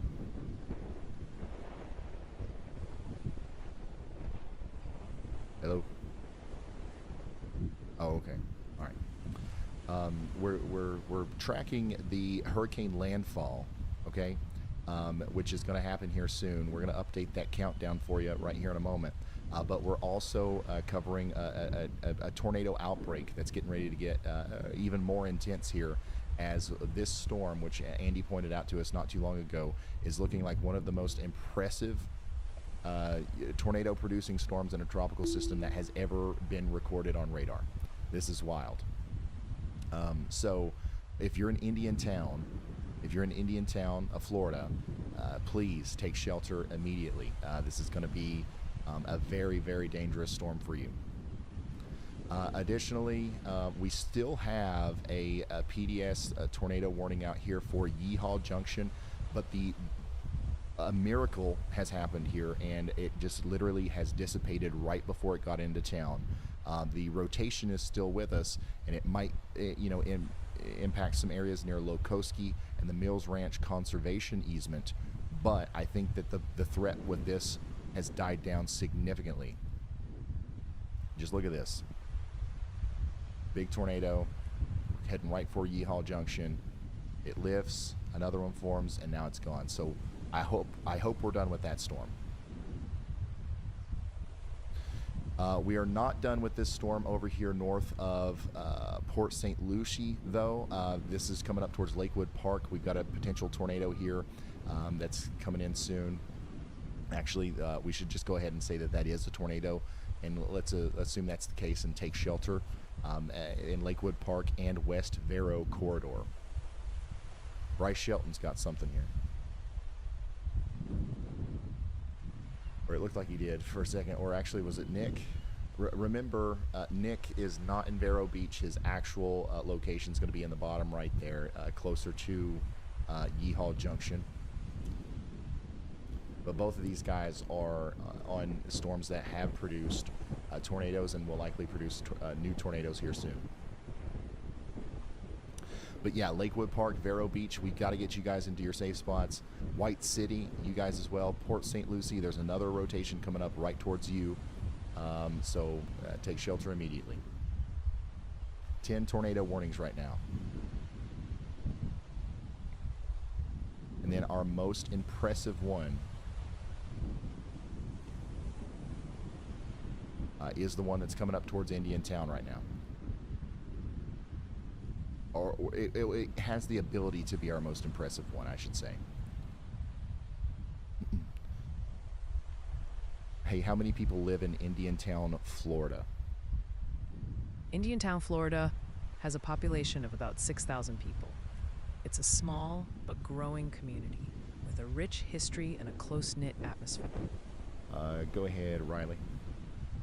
Hey Ryan, just a quick update from the National Hurricane Center. The tropical storm force winds are starting to arrive along the west shore of Florida. All right, thank you, Riley. This is it's going to be hard to do, but we're going to try our best. We've been live here for 3 hours now, covering a tornado outbreak that is nowhere near finished. But we also have to cover the landfall of a historic hurricane as well, as the tropical storm force winds are starting to move on shore. We're going to try our best to figure out how we're going to do that. Thank you for giving us the opportunity. We're taking this seriously. We're going to be here until 3, 4, 5 a.m. I don't even know. Yeah, go ahead, Andy. Thanks, Ryan. I agree. I'll do my absolute best to help you out with this situation. The next thing I want to tell you about are the row of supercells producing probably intense water spouts over the center and western side of Lake Okeechobee right now. These will emerge on the northwest side of the shore here, so close to Buckhead Ridge, and again into the Brighton area, which is not currently in a tornado warning. None of these have tornado warnings because there's a special marine warning out for the lake. It's large enough to receive that type of warning for water spouts. But once they make landfall here, once they come on shore, they will instantly be tornadoes, as a waterspout is just a tornado over water. So these are probably all pretty intense and possibly still going to be intense once they make landfall. The northwestern shores and possibly even the northern shores of Lake Okeechobee are in imminent danger once these storms get to land. So I want to say y'all watch out ahead of time. There will be more tornado warnings for these supercells, absolutely. They will be in a favorable environment that will be able to produce tornadoes. So Brighton and Buckhead Ridge and Fort Basinger, you guys are due for another round, unfortunately, from these storms that will head up from your south over the next 20 to 30 minutes. Thank you so much, meteorologist Andy Hill, with an update bringing our attention to all this activity over Lake Okeechobee. You guys are under the gun again for more potential tornadoes. We've had some damage in this area, and unfortunately, we're going to have more tornado warnings throughout the day. I don't know when this is going to end. We've got more cells popping up down here. All of this is eventually going to have to come up in through this part of Florida as well. There is some dry air and some lack of convection happening over here in extreme southwestern Florida, so maybe there will be a break. But right now, at this very moment, we are experiencing an ongoing tornado outbreak, and we really need to make sure that we are letting everybody know about the dangers of these specific storms, especially ones like the one that we have near Indiantown right now. Go ahead, Andy. Yeah, Ryan, my other one of immense concern right now came together very quickly in the latest scan. It is within our confirmed tornado warning on the eastern Florida coast here, west of Viking, Florida, and St. Lucie and South Beach. So that middle one that's going to basically head right up I-95, possibly producing a tornado that we don't see the debris signature of yet. But that's very tight rotation, and I expect a signature like this to be able to produce a tornado and not just a weak one. So really, really concerned about all of the neighborhoods, communities here just east of I-95, possibly drivers along I-95 headed into southeastern Indian River County. We're on the border between St. Lucie and Indian River County with this storm. I do think that this is a very dangerous tornado with the chance to impact a significant number of populations, so really hoping it doesn't produce and it falls apart here, but that has come together very quickly in the latest scan within the last 3 minutes. Thank you, Andy. We're going to get back with Brad right here in a second. I just want to make sure that we're quickly talking about everything, because there's a lot going on right now. There's people still pouring in. We have a tornado likely down or about to be down here near Lakewood Park, moving up towards West Vero Corridor and Vero Beach. This is an extremely dangerous situation. It's going to cross Also Road very soon. Okay, this is a tornado. If you were at the Fly-In Ranches Airport, you'd be able to see it. You'd probably be too close. Get to shelter now in Vero Lake Estates, Wasabo, West Vero Corridor, and Vero Beach. Also, Port St. Lucie, White City. There's more areas of rotation moving up towards you. You guys take shelter as well. Indiantown and areas just to the south and east of Indiantown especially, there's a massive tornado trying to come together here. So please take shelter now. A new Go ahead, tornado Riley. warning has been issued. Hey Ryan, I know we have a lot of people watching from the Fort Myers and Naples area. Our storm surge is starting there, and we're already experiencing minor flooding.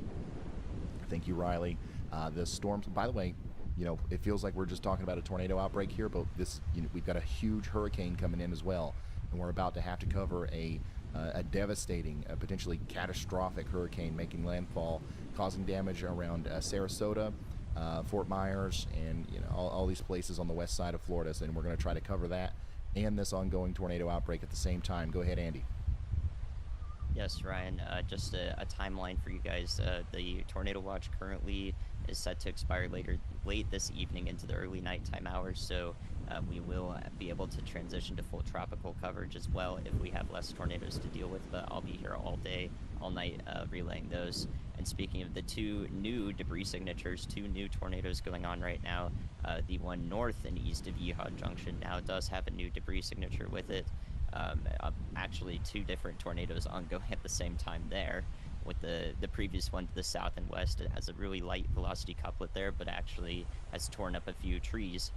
You can see that one there right on Highway 441. and the one to its north and east is also producing a tornado at the same time, two different limbs of the same storm, essentially. And then, of course, unfortunately, the storm that is right on I-95 west of Viking, South Beach, Oslo, and headed into the western Vero Beach areas is now producing a debris signature that I can see as of the latest scan. So we do have 3 tornadoes ongoing right there in that area of Indian River County, from the north and west side of it to the south and east side. Thank you, Andy. Big time tornado on the ground here near Lakewood Park. Once again, it's right in between Highway 611 and I-95, moving up towards West Vero corridor. Once again, if you guys know where the Fly-In Ranches Airport is or the Indian River Aerodome, if you know where those are, you could. That's about where you'd need to be to visually see the tornado if it was visible and not rain wrapped. And that it's moving north. It's going to go over also Road First and then West Vero corridor. We've even got to be concerned about this all the way down here near Vero Lake Estates and Sebastian. Take shelter now. Go ahead, Andy. Thanks, Ryan. Sorry for interrupting you one more time, but our Indiantown, Florida storm here in southwestern Martin County is producing probably a significant tornado, as debris is now up to 7,000 feet from the Melbourne radar. So I hope that I was able to give an advance warning for you guys there. It does look like it's going to go just east of Indiantown and hopefully head into some unpopulated areas for a while. But everyone in that warning, I expect that to be upgraded to a confirmed warning or possibly a potentially dangerous situation warning. All tags that the National Weather Service can use to let you know that there's an increased amount of danger, in particular from this storm. Thank you very much, meteorologist Andy Hill. We've got, once again, one of the better signatures I've ever seen for a tornado, let alone a tropical tornado, going just to the east of town here in Indiantown. It's crossing over Highway 710. Highway 276 or 726 is next. Let's hope that stays to the east of Indiantown. There's 6,000 people in that town, which means that there's probably some, homes and businesses along these highways to the east of Indiantown as well. So we need everybody along Highway 76 and 726 east of Indiantown to be running, not walking to shelter, if you haven't gotten there already, because this is going to be a fast-moving tornado, more than likely. A new tornado warning has been issued. New tornado warning for Osceola and Brevard counties in Florida. And we've got a PDS tornado warning for Broward County and Collier counties in Florida.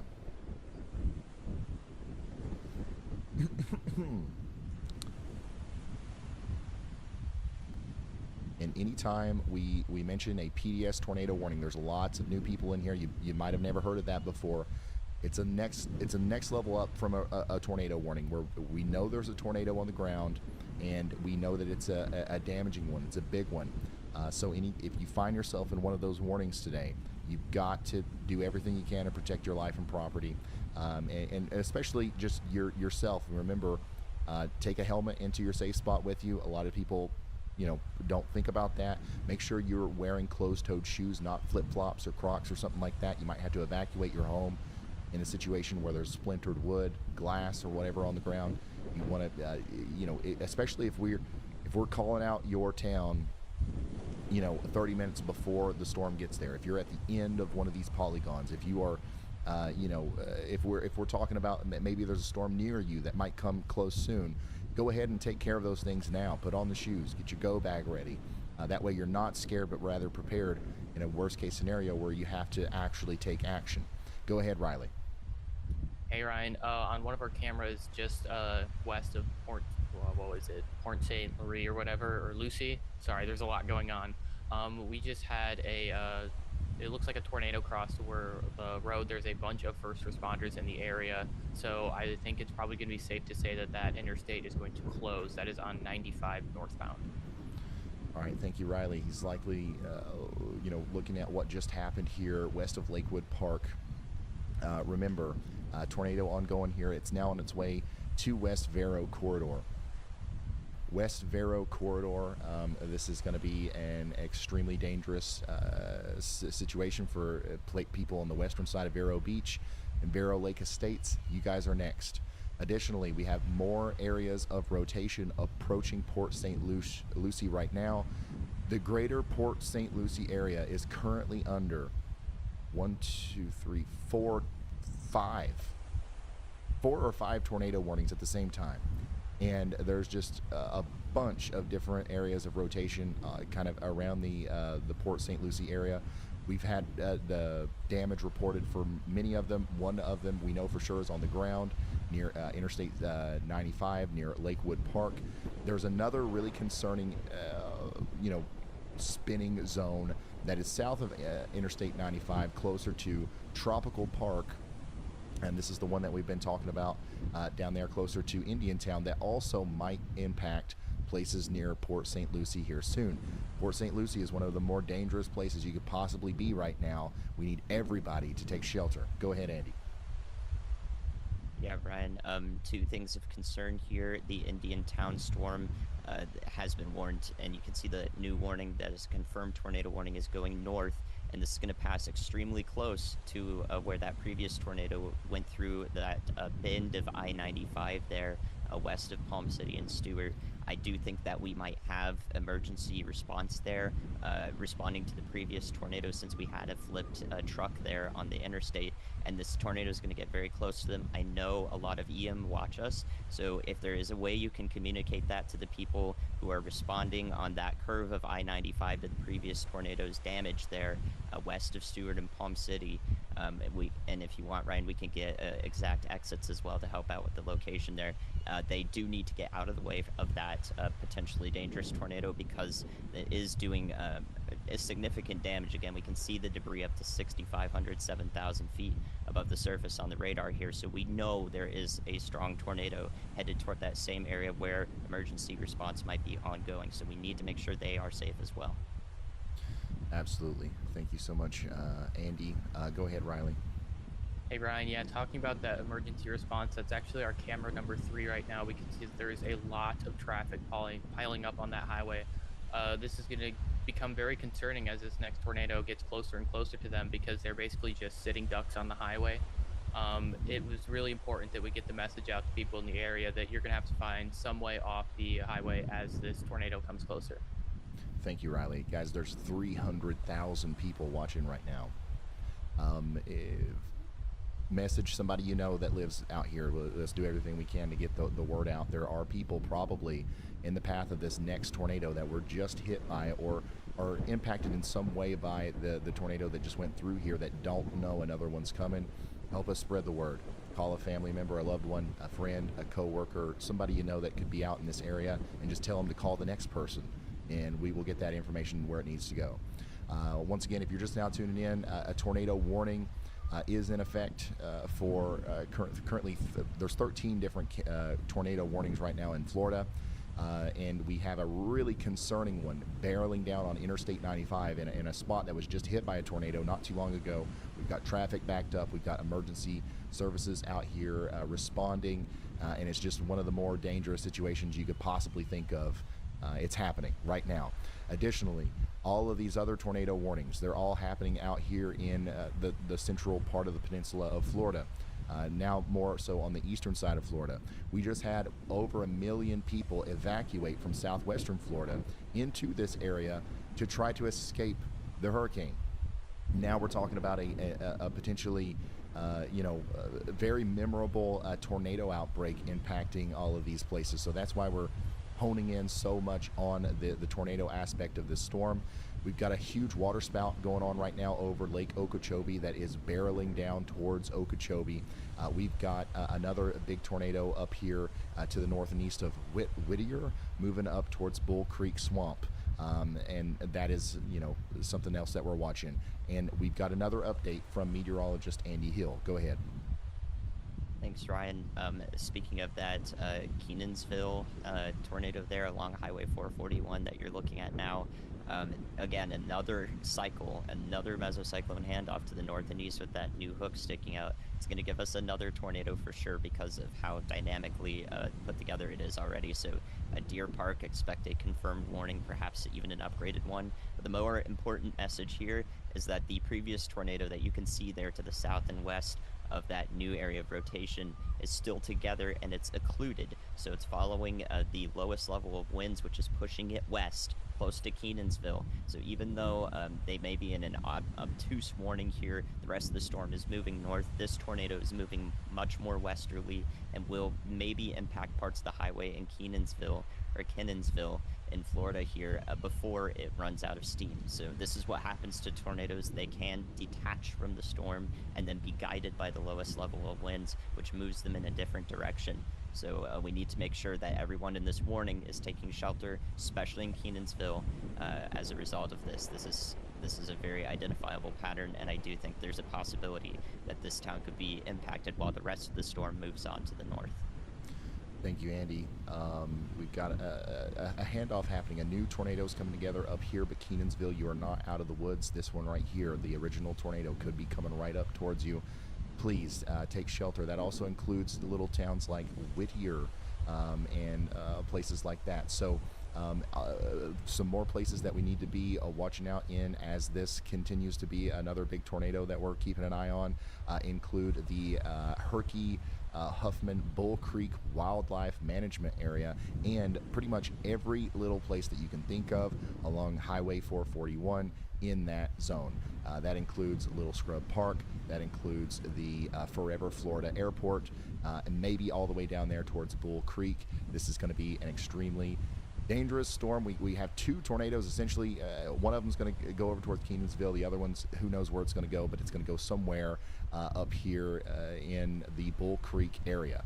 And that most recent scan, man, is one of the more impressive looking precursors to a big tornado on radar that we've seen today. And we've seen a lot of big tornadoes today. So this one's going to cause a lot of problems, unfortunately. My goodness.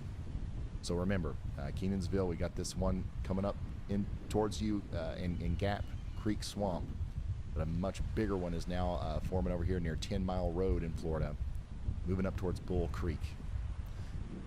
And unfortunately, that's not the only tornado that we have to worry about right now. I'm telling y'all that we got a big water spout right now happening right in the middle of Lake Okeechobee. We're going to have to be worried about that one as it comes up towards the town of Okeechobee. This right here is going north. This right here. Okay? So Okeechobee, y'all watch out. You're one of those people I was just talking about. If you're watching this, you have the advantage of having an early heads up. Okay, get the shoes on, get the go bag ready, get your safe spot ready, get yourself prepared, charge phone, battery bank, whatever it is. Get ready. Hopefully nothing happens, but in a worst case scenario, you're going to wish that you had gotten ready if you don't. Same thing goes for our folks up here in Port St. Lucie. We've got that really strong storm that we've been watching that just went to the east of Indiantown. It's still moving up to the north, getting ready to cross Martin Highway and then go right up into Port St. Lucie. It's going to cross Southwest Becker Road first. It's going to cross Interstate 95 right where we just recently had a tornado. And we've got emergency services out there. There's traffic backed up. An extremely dangerous situation. Riley, go ahead. Hey Ryan, taking our attention back to the hurricane quick, the stronger of the outer tropical storm force wind bands are almost there, and we are starting to see the storm surge go up in Tampa Bay. It sounds like as of just a little bit ago, there's still people on the beaches. I saw chat earlier describing that as trying to win a Darwin Award, and if you are on the beach, that's basically what you're doing. You're not going to survive a wall of water, so get away and get away now.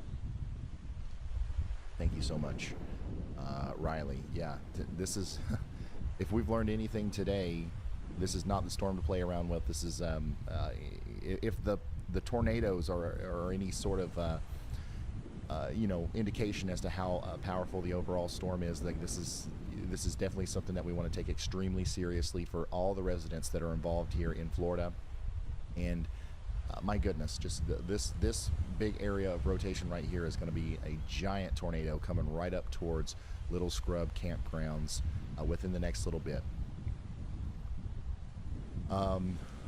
We do have storm chasers out there. Nick is in Kenansville.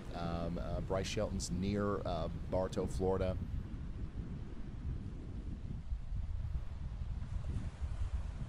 And we also have a lot of different ways of keeping an eye on the storm surge as it comes in. And once again, we are going to try to do both at the same time. We're going to cover this tornado outbreak as it continues to be a big problem. And we're also going to do the tropical coverage here. I'm going to go through all of our tornado warnings, and then we're going to try to, hopefully, if there's no major developments while I do this, we're going to try to also update you on the latest radar presentation and satellite presentation from the hurricane. All right, so if you are in Osceola or Brevard counties in Florida, you're under a confirmed tornado warning. Take shelter now. This is definitely, a big tornado happening right now, probably the biggest tornado of the day. Thankfully, at this very moment, it's not near much of anything, but it is about to go over 10 Mile Road. It's going to go up towards Little Scrub Park, Bull Creek Swamp, and then the Bull Creek Wildlife Area. It might make it as far north as the Game Bird Groves Air Park and Deer Park. So Bull Creek and Deer Park in Florida. Y'all need to be in your safe spots. This is, this looks like it could be a monster of a tornado here in Osceola and Brevard counties, Florida. We've seen a lot of bad tornadoes today. This could be the worst one. Additionally, we've got several areas of rotation that we're watching over here in eastern Florida, closer to Vero Beach. All right, Vero Beach, you're under a tornado warning. Take shelter. We've got another area of rotation near Lakewood Park, moving up towards Oslo. You guys need to take shelter. We've got a very concerning area of rotation down here with our confirmed tornado warning for St. Lucie and Martin counties in Florida. That is now officially back over the interstate. So if there's a tornado associated with this, we believe there may be, it's going over the interstate right now, Interstate 95 near Islesworth. Go ahead, Andy. Yes, Ryan, I do think there is a tornado there. A new cycle of that tornado is ongoing since the debris signature from it previously did vanish for a couple of frames, but I do think that there is a consistent drop in the correlation coefficient there. My primary concerns right now are there's 4 storms, of course, are one that is producing a new tornado with that very noticeable forward flank. It's very smooth presentation on radar right next to the Melbourne radar, headed up towards Deer Park. Again, I want to reiterate, every cycle of this storm has produced a tornado that then detaches from the storm and moves west, and that every time it moves west, it will go towards areas closer to Highway 441, all the way up till it gets to Deer Park and Hollopaw. So please be warned of that within that warning itself. In addition, one of the most concerning things that I'm looking at right now is actually right on Vero Beach and Gifford. The latest scan of velocity there shows me that there is an acceleration of the inflow into the area of concern that could begin to rotate and produce a tornado over Gifford, Indian River Shores, and Wabasso here, and Orchid, and Orchid, and eventually Sebastian. So all of y'all, this storm is very concerning to me. It is entirely wrapped in rain. Just wanted to say that if you're going to try to go and see it, you're not going to see anything, and you'll be in a very dangerous situation. So this storm has previously produced a tornado. I can still see some of the debris fall out from that tornado that's falling west of I-95. But this new area of concern is right along Highway 1 that goes right parallel to the shore here. So very concerned about all of those. In addition, we finally got the tornado warning for Okeechobee, the town proper, the city proper here. That rotation is coming on shore, and yeah, if you haven't seen what's happened so far today, this storm could very much well do the same for parts of the town, especially since just northwest of it was impacted by a significant tornado earlier. And the tracks, if you're looking at the storm and you know how the tracks were moving previously, now they're moving more northerly compared to northwesterly here in these some of these warnings we're looking at, because the hurricane itself has moved more to the north. So everything following around the hurricane, the spiral rain bands, are now moving counterclockwise with it. So instead of northwest to the north and east of the hurricane center, now they're east of the hurricane center and moving northerly. So we have to follow the tracks of the storms and let you know what towns are in the path of this new track as it evolves. And that's very important that you pay attention to that when we relay these warnings. All right. Thank you so much, Andy. The massive tornado that is associated with this storm in Osceola and Brevard counties is moving directly towards the Little Scrub campground. And this is a big tornado still, causing significant debris to be noted here on radar. If you're new, if you don't know what we're looking at here, this is correlation coefficient. It scans the sky, okay, and it looks and sees like what's the size and shape of everything look like. Is it mostly similar? Is it a bunch of raindrops? Okay, we'll paint most of that the same color. That's why most of this is orange and red here. That's where we've got similarly sized hydrometeors, stuff in the air. If we've got stuff that doesn't fit, if we've got oddly shaped things or things that are of different size and volume from everything else around it, that drops the correlation, right? It drops the correlation coefficient, and we paint those lower correlation coefficient values with a different color. In this case, it's blue. And in that area, we know that we have a large volume of stuff that shouldn't be in the sky, essentially. And that's how we know that there's a tornado there. We can verify that by, overlaying or, looking at the rotation as well. This is velocity.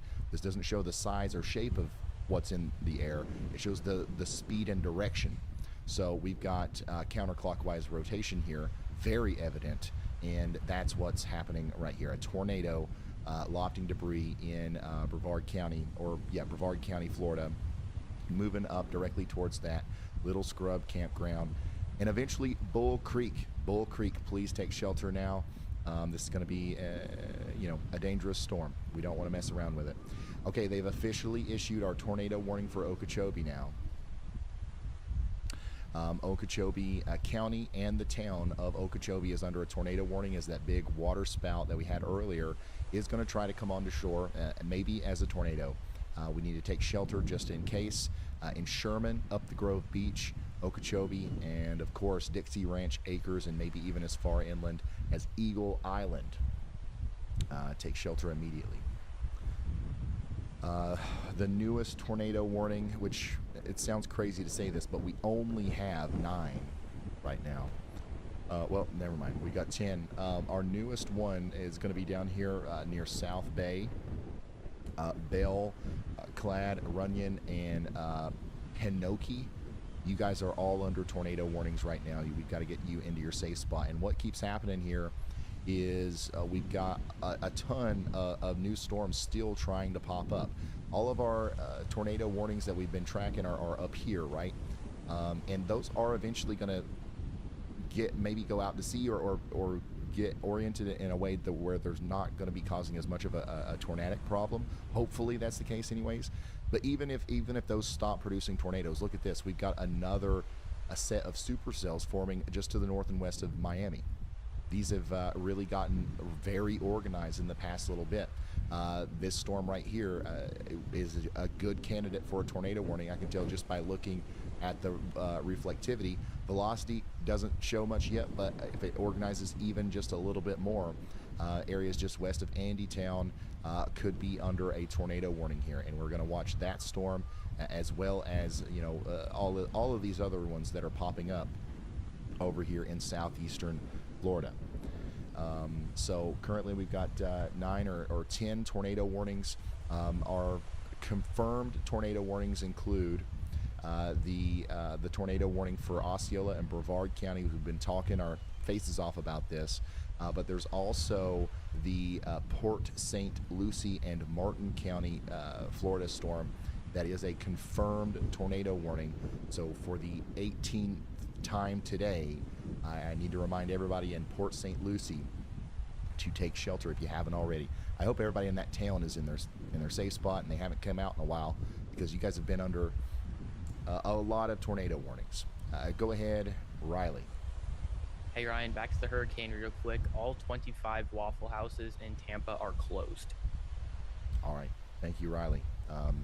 Waffle Houses do not close for any storm, y'all. This is wild. So yeah, Tampa. I know we got a lot of people watching in Tampa, Sarasota, or hopefully we don't have many people watching in Tampa or Sarasota. We've got people watching that are from there that have evacuated, and especially right along the coast. and we're about to have to deal with that whole thing. The storm surge is going to come in fast. It's going to come in ferociously. We're going to track it with our storm probe surge cameras and our storm chasers. And hopefully we'll have a brief moment here where we don't have as many tornadoes to worry about while we do that. But it's not looking like it's going to happen anytime soon. Really concerned about this area of rotation to the south and east of Vero Beach. All right. Moving up towards Orchid Island. And also another tornado is trying to come together south of Wabasso, moving up towards Windsor. Y'all take shelter around Vero Beach. Still a big area of rotation coming together near Okeechobee. Okeechobee, you need to be in your safe spot, and Dixie Ranch Acres as well. And then our big time impressive storm with the debris ball and the crazy hook, the correlation coefficient, you know, everything that you could possibly look for in a tornadic storm. It's still going on, and it's still heading right towards Bull Creek. Let's hope that it weakens before it gets there. But as of right now, we still need to be sheltered in Bull Creek. Hey Ryan, it's Brad. When you have a second, shoot me a message. I'm so sorry, Brad. It's been crazy. Go ahead, Brad.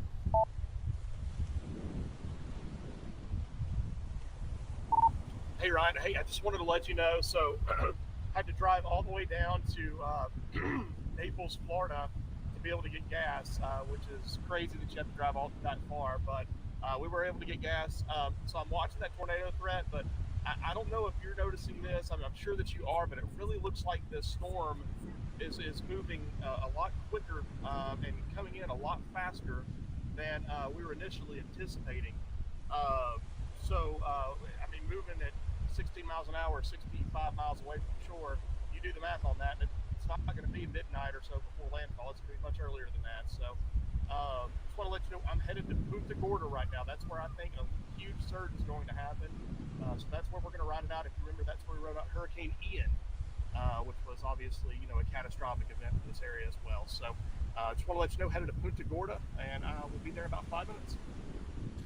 All right, thank you, Brad. Riley, go ahead. Hey Ryan, so there were a few people in our chat commenting on how Bryce was driving through floodwaters. Yes, don't drive through floodwaters, especially if you don't have a vehicle that's meant for it.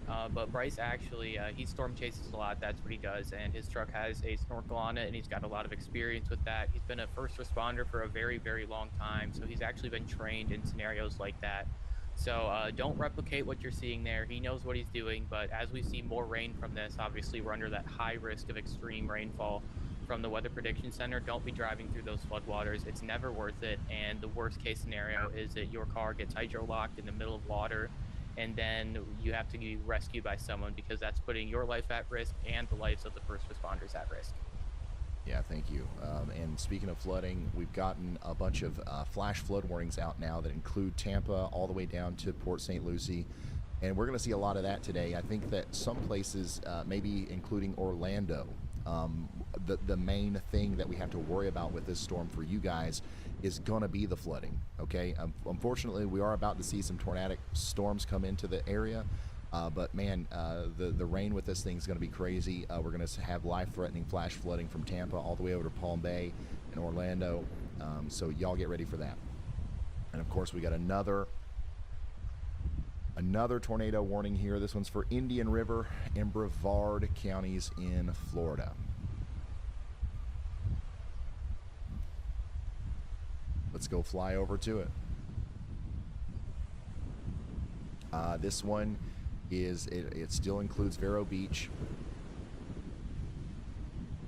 and this is the areas of interest that we were just talking about. We're so concerned about our folks over here in Indian River Shores and Vero Beach and Orchid Island. We have a tornado maybe on the ground here soon near Vero Beach, right near the Indian River Aquatic Reserve, moving up towards Orchid Island. Please take shelter if you're anywhere in Indian River or Brevard counties in Florida. Let's also go back and take a look at our confirmed warnings. The rotation with the big, impressive tornado that is going towards Bull Creek has let up a little bit, so we can hope that it continues to do that.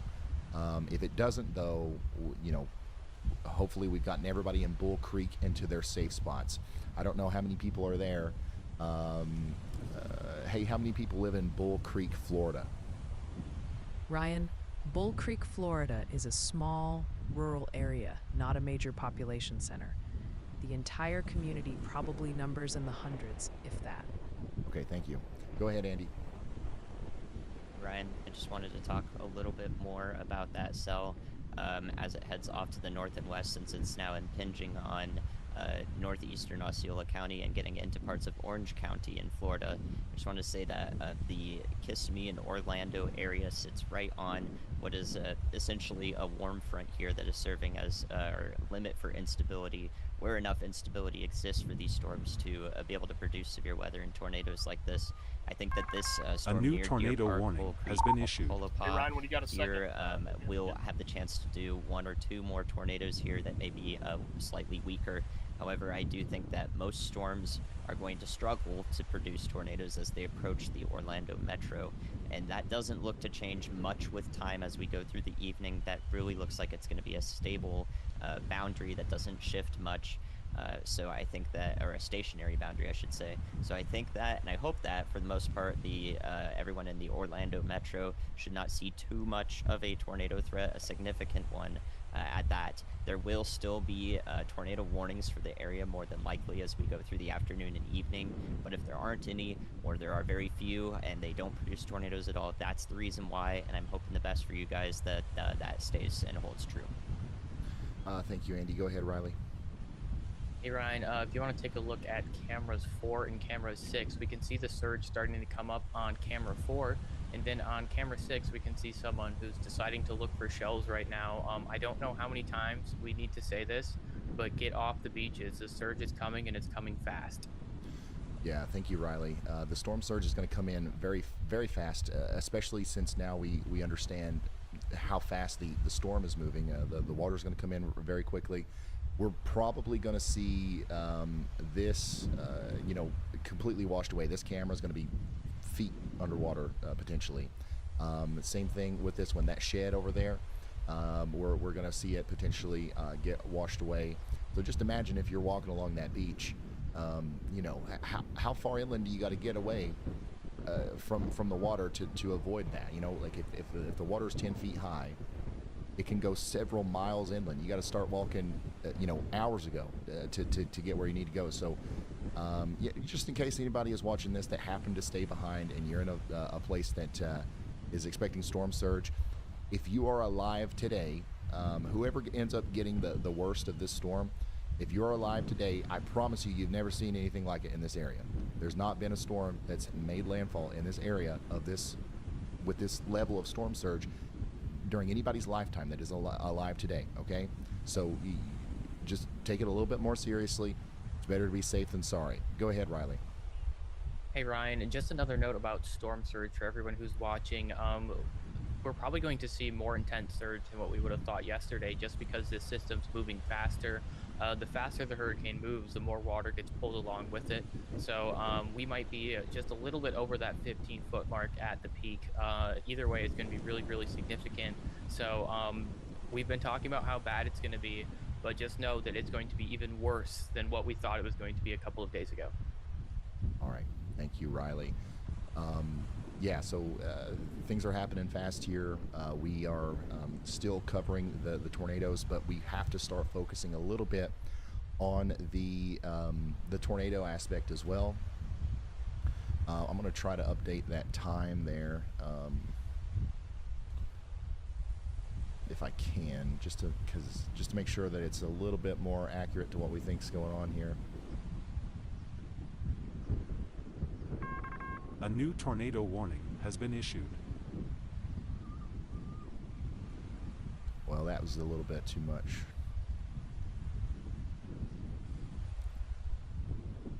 We might have to have Kinsey or somebody do this. It's at the bottom of the overlay. It's at the bottom. I'm clicking it right now. It lets me do it. If it's not I don't really get the concept of going up to the ocean break. I mean, that's just crazy. What if you get a good one and it just slams you right into the traffic? Yeah, Key West, Florida. That's just nuts. I would have already got the hell out of Dodge. Like and subscribe, everybody. Please and thank you.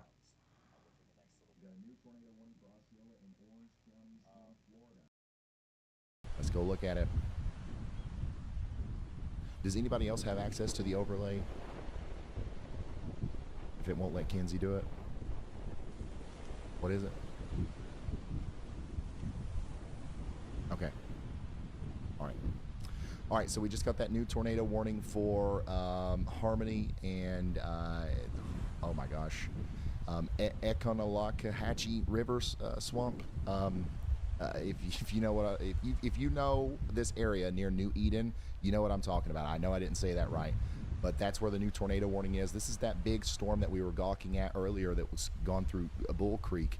It's going to continue to go up to the east of Harmony and then up towards Taylor Creek and in these areas. Please take shelter. This is getting close to Orlando. All of these storms are kind of the rotations letting up just a little bit, but they are still on their way. Let's talk to Brad now. Go ahead, Brad.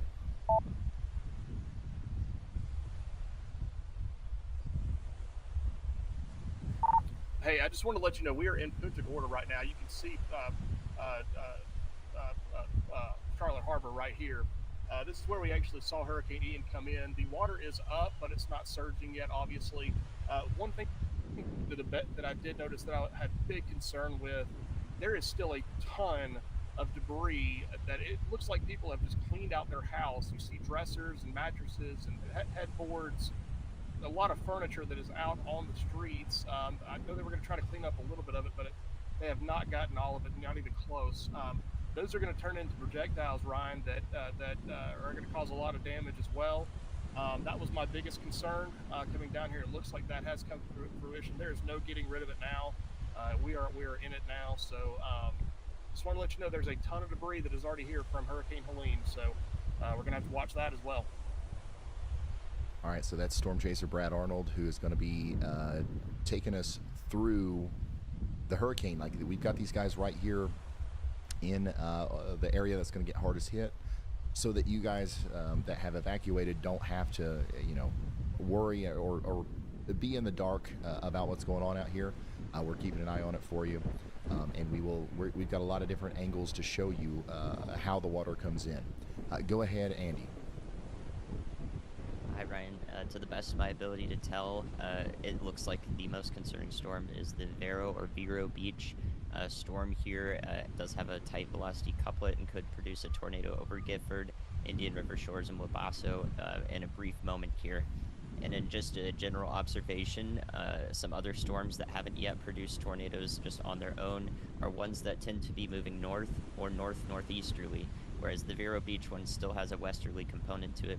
I think that is a more favorable storm relative inflow, storm relative winds that are being taken into the lowest part of the storm that would produce a tornado.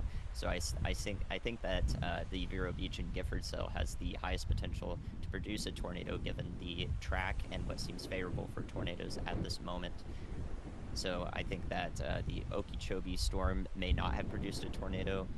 Our Port St. Lucie storm has mostly fallen apart in terms of tight rotation, and I haven't seen anything else from storms that are in our greater instability area. So the ones that are moving northwesterly, again into that Orlando metro, for anyone who's joining just recently, they're going to meet much lower instability. We need a lot of instability, especially in the lower levels, to continue to have these storms to produce tornadoes. And thus, I think that there is a lower chance of there actually being a tornado in the Orlando metro, because that's right where that warm front is that is containing some of our instability. So north of there, not seeing a really good chance of tornadoes. I am seeing the likelihood of a tornado warning that includes some of you guys as we go through the afternoon, but not sure on it actually being able to produce a tornado. Nonetheless, please continue to heed warnings, and I am hoping for the best for you guys given that scientific analysis. All right, thank you so much. Andy, go ahead. Riley. Hey Ryan, we were going to talk about one of the cyclone port cameras, but it actually just disappeared. But our camera with the shed, I think most people probably have a mental picture of what that looks like. We just saw the water reach all the way up to the path we had out to our shed there. So that's going to be something that we continue to see, and it's only going to keep coming up from here. All right, so we've got ongoing a tornado situation that hopefully will calm down a little bit over the next couple of hours. It's not completely over with yet, so I'm going to continue to update you on those tornado warnings, but we've got to get serious about keeping up with the the tornado or the hurricane as well. We've got water coming up fast. The storm surge is going to come up here. This is the big thing that we have all been so concerned about, and we're going to show you that as it happens. And then we are still expecting potentially extreme winds, 120, 130 mile per hour winds maybe upon landfall here in places like Sarasota, Longboat Key, Bradenton, St. Petersburg, Venice, all these places. An extremely dangerous hurricane is on the way, and we're estimating only 4 to 5 hours away from landfall. We currently have 8 tornado warnings.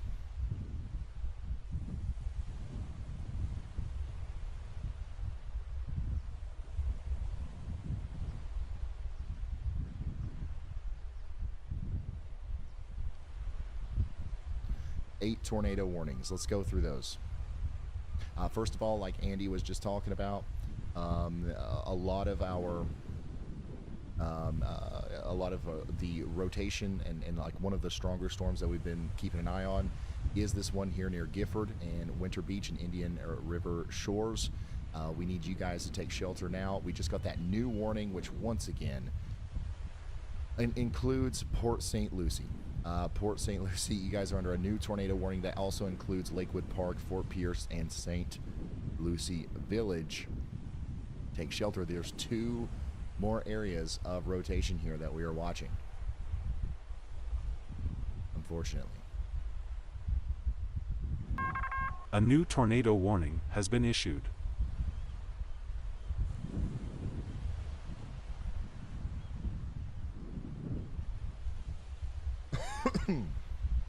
And I do think we're about to get an update from the National Hurricane Center. Yeah, Ryan, we're a Category 3 hurricane now. Okay. Yeah, so as expected, we're continuing to see the hurricane transition into a lower category. It's still, exactly what we were talking about yesterday and the day before and the day before that. Nothing has changed. We've got a major hurricane barreling down on the greater Tampa area.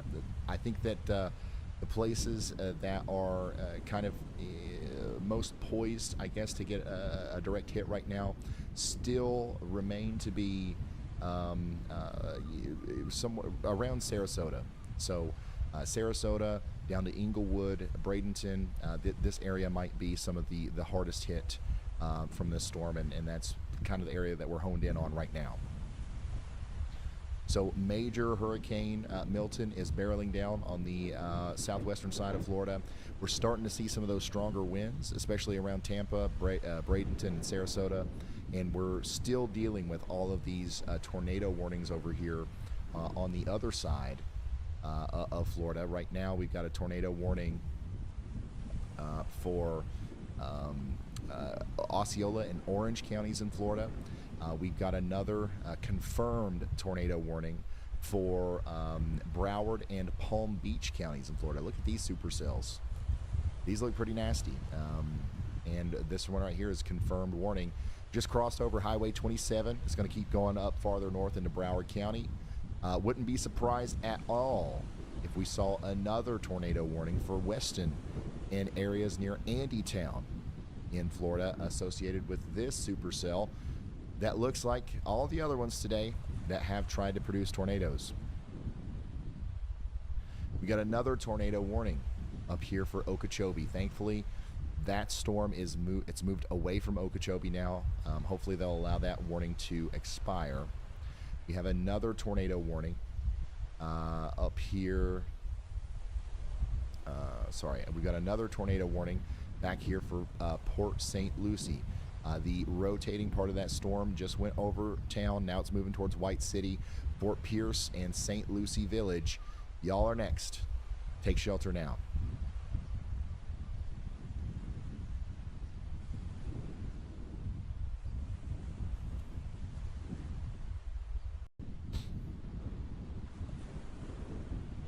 Yeah, we still have 5 tornado warnings at this moment. We are still expecting major storm surge, similar to some major hurricanes of the past, like Hurricane Michael with 14.7 foot peak storm surge. Ian was 10 to 15 feet. A lot of people in this area remember Ian. Ian made landfall farther south than what I believe this will make landfall at, and that's why I keep telling everybody that, you know, it's been so long since this specific area has seen such a dangerous storm. I think that Ian was a more southern storm. This one's going to be just affecting an area slightly farther north. You guys are going to feel some of these impacts. Fort Myers and Punta Gorda and that whole area, you guys are still going to get a ton of storm surge. You're still going to get potentially some of the worst impacts from this storm, but there's also a couple places farther north that will feel it as well. Go ahead, Riley. Hey Ryan, talking about storm surge, if you want to go ahead and take a look at the other image in Stream Text, it's the one on the left, and we're looking at the bottom left picture on there. We have that camera in spot number 6 right now, and you can see there's that plastic pole in the ground. The water is already 5 to 10 feet up the shore from where that plastic pole is. So this is definitely the start of the storm surge. We've been saying that over and over again, but it's actually getting a lot more significant now. Thank you, Riley. So this is the before, and this is what it's looking like now. We're going to see that water come up potentially a lot more than that, but this is what we're already dealing with in the Port Charlotte, Florida area. And by the way, anytime we show a camera today that says Mesovort, this is Mesovort number 5. This is courtesy of our friends with the Radar Omega app and the Cyclone Port project.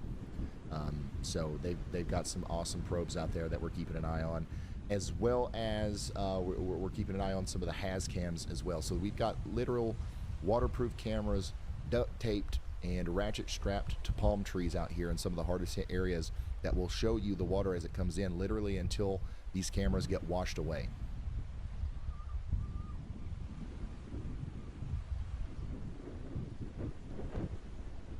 We currently, for the first time since we started the stream 4 hours ago, we have no confirmed tornado warnings.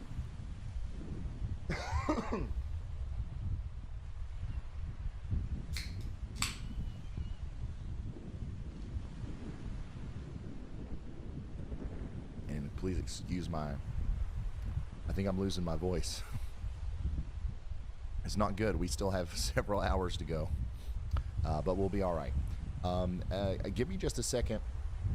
I'm going to take this brief moment to go get myself a water, so I have something to stay hydrated with. We're going to be here, who knows how long, man. I really don't know, but we're going to be here for a long time. So give me just a second. I'm going to go do that. If anybody else wants to talk, I'm leaving the floor open for you. Andy, Riley. Thank you, Ryan. Yep, currently still watching all of the tornado warned storms and possible ones that we have not had warned yet. I have my eyes on the 2 supercells in southeastern Florida that are west of Fort Lauderdale by a good clip along I-75. Looking at a terminal radar there, I can look at the first 200 feet above the surface, and I don't see any low-level rotation with our supercell that is not warned there just to the northwest of Weston, Florida. So still watching those 2 storms, but not seeing any imminent tornado threat with them at the moment. Nonetheless, if you do happen to be along Highway 27 with this tornado warning here in southern Palm Beach County, well to the west of the populated beach areas, then please be taking shelter. An update to the rest of our storms. There is one more tornado ongoing north of Holopah in Florida. That's in northeastern Osceola County. That will head into parts of Orange County, and because there is another cycle of that, a very small tornado now, We may see a warning extended into parts of Orange County that it could include parts of the southeastern Orlando metro. As previously mentioned, I think that the conditions there are much less favorable as you get into the Orlando metro for tornadoes, especially significant ones, to occur. So I think there is a lower chance that this continues there, but I do think that we may see a warning that extends to include some of you guys. So if you know anyone in Orange County, east of Kissimmee and southeast of Orlando towards the Lake Hart area, you can go ahead and tell them that there's a chance they could receive a tornado warning. A If new they haven't tornado gotten it warning already, has which been it does issued. not include them yet. So you have the chance to provide that information that I'm passing along to you. You guys don't know me. I am a meteorologist, so I can pass along all this information. I'm well prepped and trained in radar analysis here. That's why I do what I do with Ryan. But I also have tropical expertise as well. So once we transition fully to the hurricane threat here and all of the water-related impacts as well as wind, then I will be able to help you with analysis of that as well. So I'll be here all day. I appreciate you guys. I also have the chat open. No confirmed tornado warnings means that there are different tiers to our tornado warnings. That is no longer true because we do have a confirmed tornado. A new tornado warning has been issued. But there are tiers to tornado warnings issued by the National Weather Service that tell us that it's radar indicated, meaning there's some rotation, but we don't have evidence of an ongoing tornado. And then we do have evidence of an ongoing tornado, that would make it a confirmed warning. And we can elevate the tier above that to incite that there is more danger in particular with the storm, and we use that to relay. We use that to relay the risk to you guys as well as the exact location and towns that will be impacted, but we always make sure to include every location within a tornado warning polygon. So there's that warning that actually came through for Eastern Orange County. You're welcome for that heads up. Hopefully, I mean, you didn't get too much time because the office, National Weather Service office there was very proactive, very good for them to issue a warning ahead of time. But that was the reason why that warning was issued, so you can tell people you had a heads up from that. You had a heads up on that warning from me. So hopefully, you know, now you start to see the reason why, right? We've done immaculate work so far today. We have a lot more to go. We will be here for another at least 7 or 8 hours towards midnight in the Eastern time zone. So stick with us. Let people know that we're streaming here. Several things I want to cover as we cover the hurricane and landfall. There will be a lot of impacts related to that may be difficult to watch. So I want to make sure everyone is looking out for themselves as well. If you need to take a step away, please do so. It's important for mental health, just as important as the physical health of the people that we want to evacuate, and also we care for their well-being if they're inland and in a flash flood warning or a tornado warning, and that's why we're here. Ooh, okay. So some of the things we may see come up here are extreme wind warnings for the landfalling Hurricane Milton. Extreme wind warnings are issued when 115 mile per hour sustained winds or greater over a period of 1 minute are anticipated. I expect parts of Sarasota and Manatee counties in Florida, possibly even into the western part of Charlotte County in Florida, depending on the exact landfall area, will receive an extreme wind warning. And that is for those sustained winds of over 115 miles per hour that are possible, especially with gusts that are higher than that. We do see that with major hurricane landfalls. Those will be issued within an hour of the expected landfall. So within about 3 hours from now, when you see our landfall timer come back up, it's currently underneath my webcam here, but when Ryan gets back, he'll show you that landfall timer, so you can always reference that on our stream. So an extreme wind warning will be a part of the landfalling hurricane that we have to deal with here. When you see that come through, we'll describe it, but we're a few hours out from that. The other part is where exactly storm surge will occur. As the hurricane makes landfall here, storm surge will occur on both the northern and southern side of the hurricane as it pushes water in altogether. However, once the hurricane makes landfall, we'll definitely see, the further north you go, more offshore winds that push the water back from the beaches. It'll push the water back from the beaches on the northern side because all the winds are blowing the water offshore. On the southern side, we will continue to see winds blow the water onshore. further inland to the storm surge estimates that we have predicted from the National Hurricane Center. What storm surge means is that is the elevation above ground level, sea level. It is dependent on the topography, the geography of where you're at, as to who will see that storm surge. And that's why some of the graphics will show you that have storm surge on them are very complex with a bunch of different pixels of color everywhere. That's the topography of the area. So just a few things to cover before we get closer to landfall, what you can anticipate to happen. Hopefully that A new helps. tornado warning Good, Ryan? has been issued. Yes, thank you. Thank you so much. Meteorologist Andy Hill. We're back here. We are on hour 4 of our coverage. And we just covered, I don't know, 100 tornado warnings or something. And we just got a new one just now. And we're going to immediately go in there and talk about that one. We also have to talk about, before I left, you know, we had no confirmed tornado warnings. One warning has been upgraded.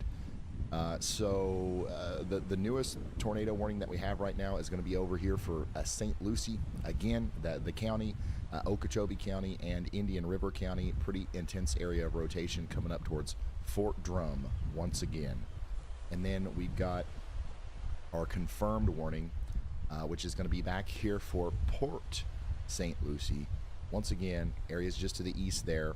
This is going to be for Martin and St. Lucie counties near North River Shores. Take shelter now if you're in Stuart Sewell's Point, North River Shores, or Ocean Breeze Park. We have a public confirmed tornado here, which is a pretty dangerous situation. So go ahead, Riley. Hey Ryan, I was just going to add on to what Andy was saying about storm surge. It's not only the west coast of Florida that's going to be dealing with storm surge. After we see this thing make its way across Florida, on the back side of that, the northern side of the hurricane will be dealing with a widespread area of 3 to 5 foot storm surge as well. So those of you who are on the coast on the east side of Florida, take a look at those. A new National tornado Hurricane Center warning graphics has been to issued. Make sure that you're not in a risk area as well. Absolutely. Thank you, Riley. Let me show you that graphic, by the way, for anybody that hasn't seen it yet. A new tornado warning has been issued. Here we go.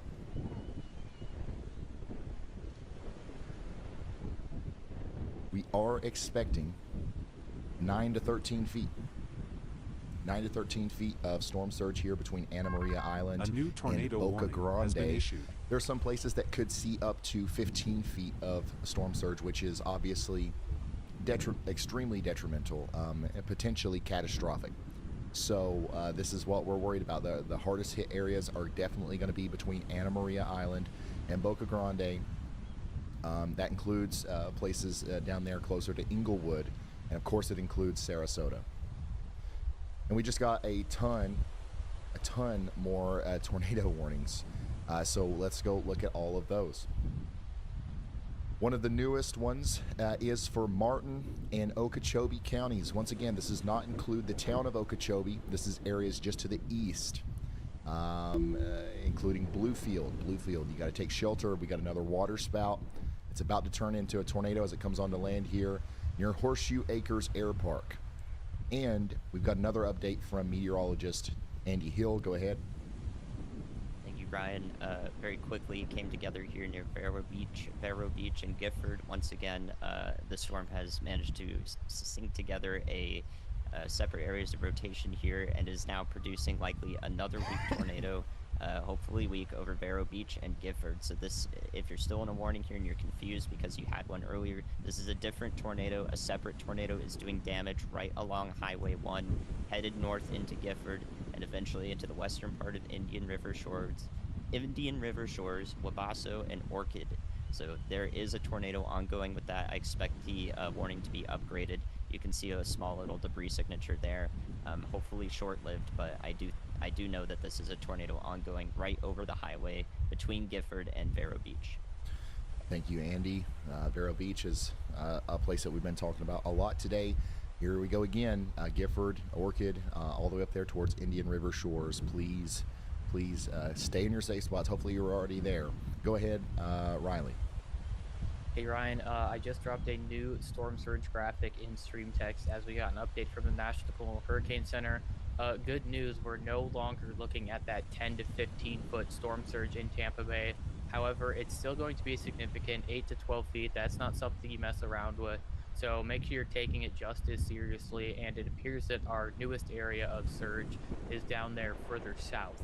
So that's a good thing because the worst of it is going to be avoiding the most populated areas. But still, if you're anywhere on that map and you're in the red, the pink, or the orange, you do not want to be anywhere near any body of water, which could become or could expand its boundaries out even more, because it's going to happen. It's just a matter of time. Thank you, Riley. Go ahead, Elijah. Oh, okay. I don't know how that keeps happening. All right, so if you're just now tuning in, we've got a tornado warning that we're keeping an eye on here near Gifford, Florida, moving up towards Indian River Shores and Winter Beach. Please get to your safe spot if you haven't gotten there yet. We got another tornado warning now. A new tornado warning has been issued. This one's for Palm Beach County, Florida.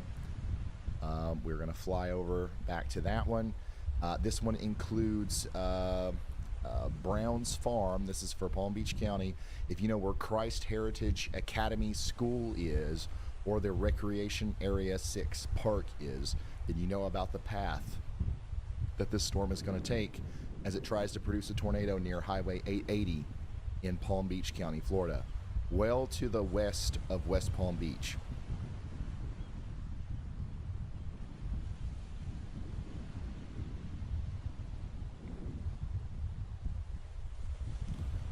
Never underestimate storm surge flooding. We're expecting up to 13 feet storm surge today in some of the hardest hit areas. Lots of people are watching, are from or know someone from around Sarasota. That looks like it's going to be the hardest hit area right now, or one of them.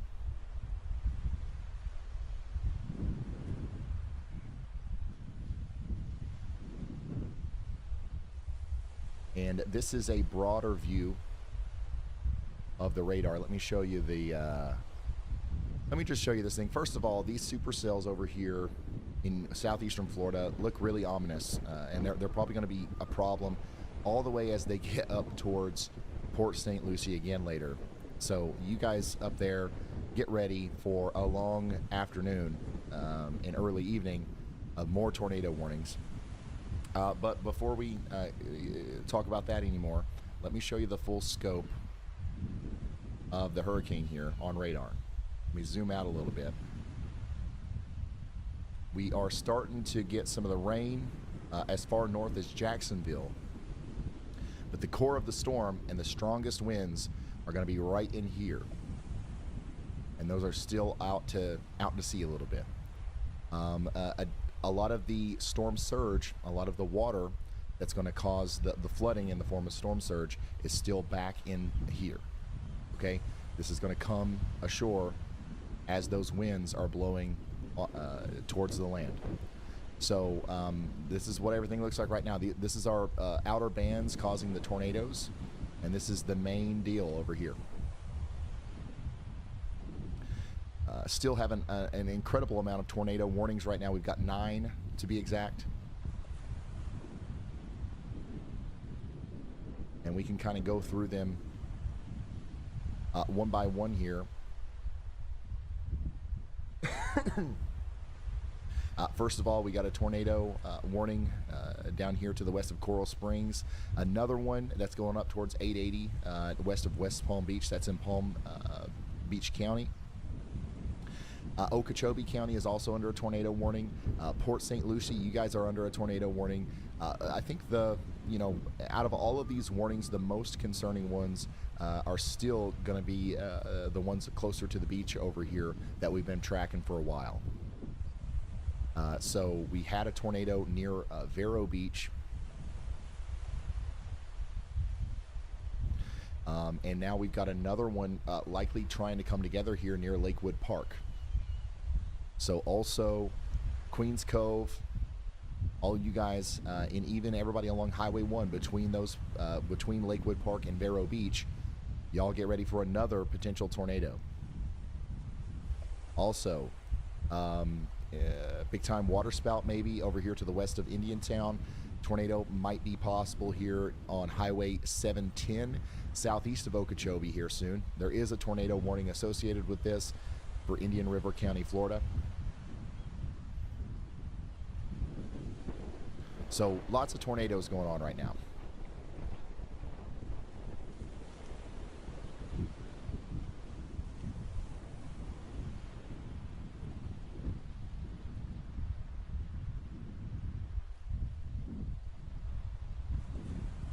We've got 86,000 people without power right now in Florida. That number is going to go up.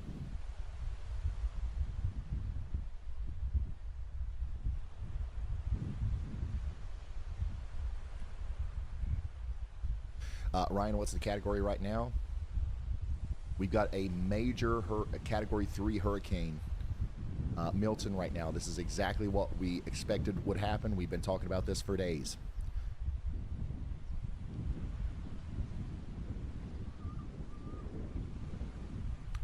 Go ahead, Andy. Thanks, Ryan. Yeah, the storm you were just pointing out now has a deeper correlation coefficient drop right over Lakewood Park and Viking, Florida, and that's going to head right up Highway 1 into the Vero Beach area. Once again, there's another tornado now to your south that is moving up north along the highway, paralleling it just west, so you can estimate the neighborhoods in the line of sight for this tornado ongoing here. A good early call by Ryan, but now we definitely have an ongoing tornado doing some damage to populated areas here. Thank you so much, Andy.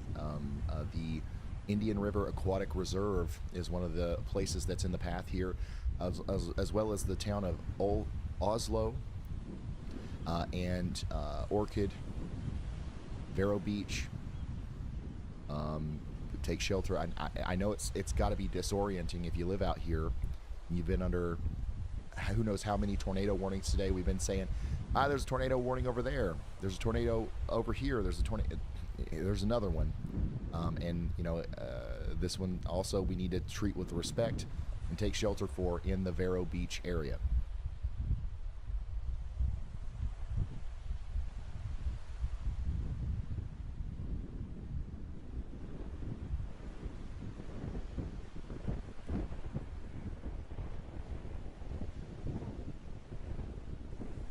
Storm surge from Milton is also beginning to be felt in the Naples area of Florida.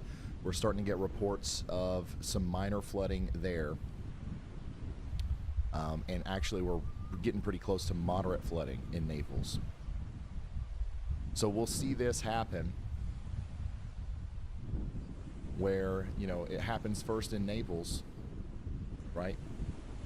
And then next Cape Coral, and then Inglewood, and then slowly up the line we'll see more areas start to report flooding as a result of the storm surge coming in.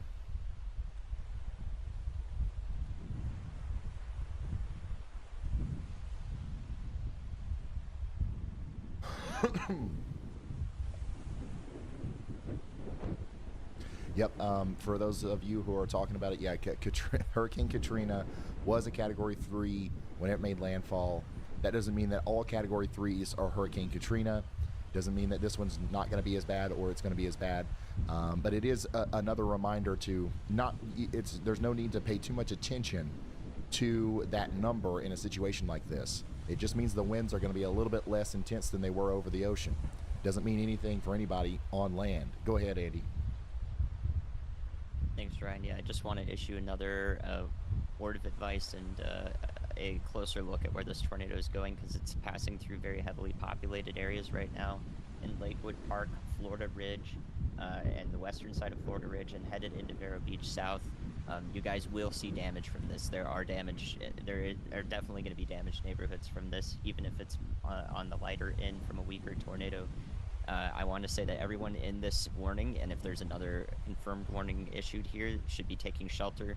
I do think there's a chance that this cell can do what we've seen already today, where this tornado detaches from the storm, maybe moves off to the west a little bit through parts of South Vero Beach, whereas a new one may form right on the beach, closer to South Beach, along Highway A1A. I believe this is like a barrier island, so closer to Humiston Beach Park and those areas, right where it connects across the highway, across the islands there on the Merrill P. Barber Bridge.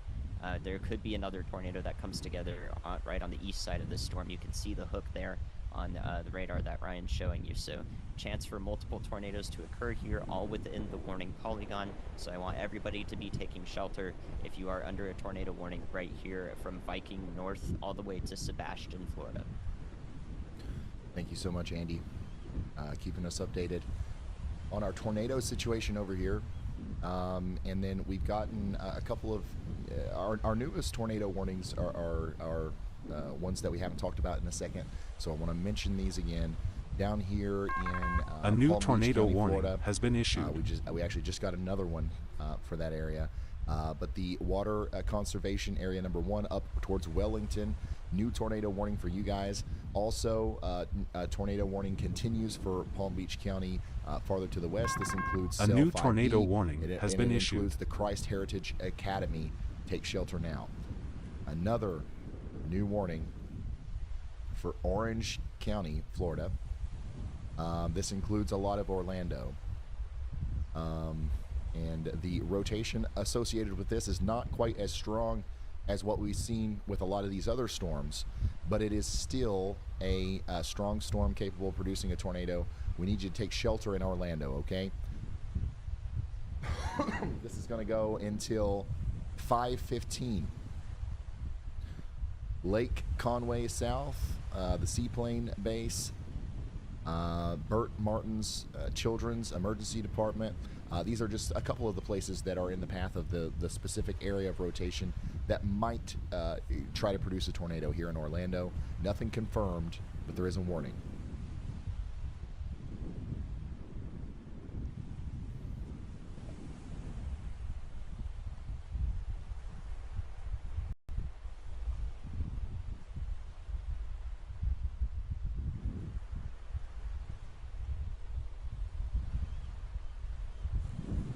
Yeah, we're not even.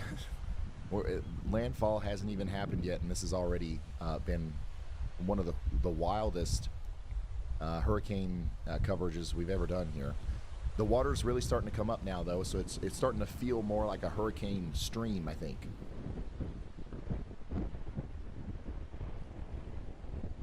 This water's risen quite a bit in the past little bit.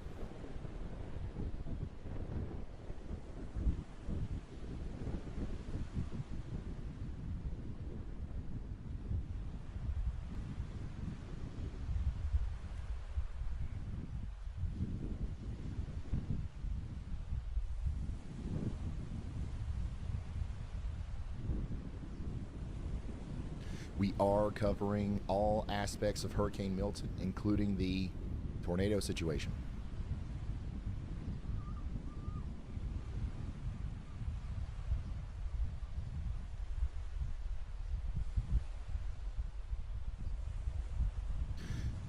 Fort Myers, I think that the tornado threat for you has let up a little bit. I don't think we have to worry too much about that in the near term.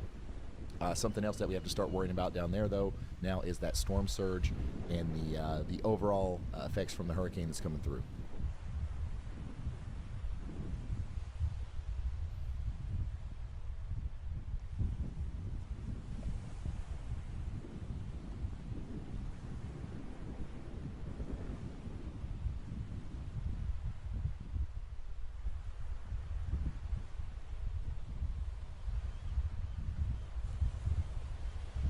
Why does there's just there's a little discrepancy with the track. It hasn't updated completely yet. That'll sort itself out here in a moment.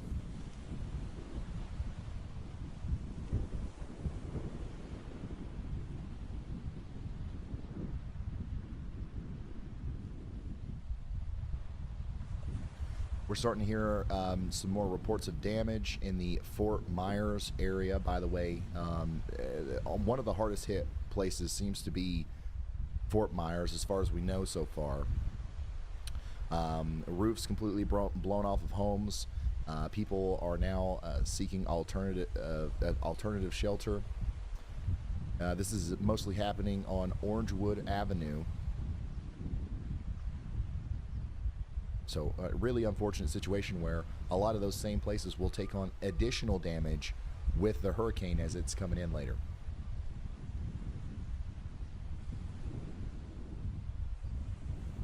And yes, we do have a shed camera. And the water is starting to rise here as well. As you can see, it's starting to overtake the path a little bit there.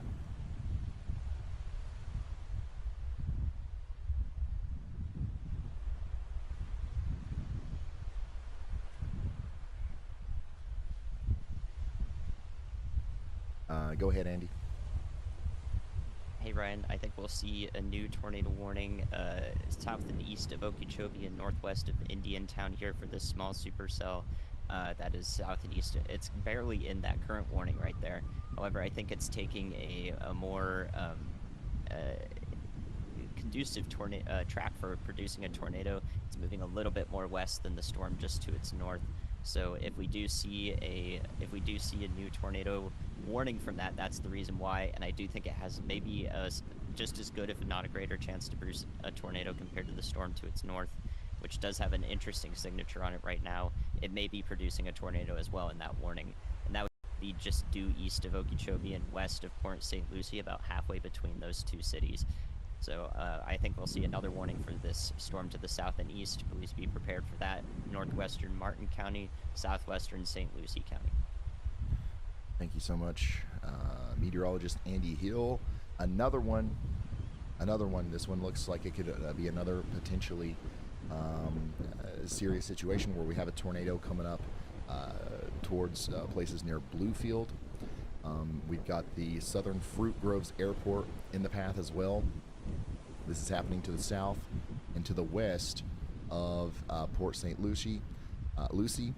And then we also have another area of rotation and a tornado warning that we're keeping an eye on south and west of Westlake, moving up towards the J.W. Corbett Wildlife Management Area. And then we've got another tornado warning that we're watching well off to the west of Delray Beach in the water conservation area. This is moving up towards Wellington. You guys are under a tornado warning as well in Martin County, Florida.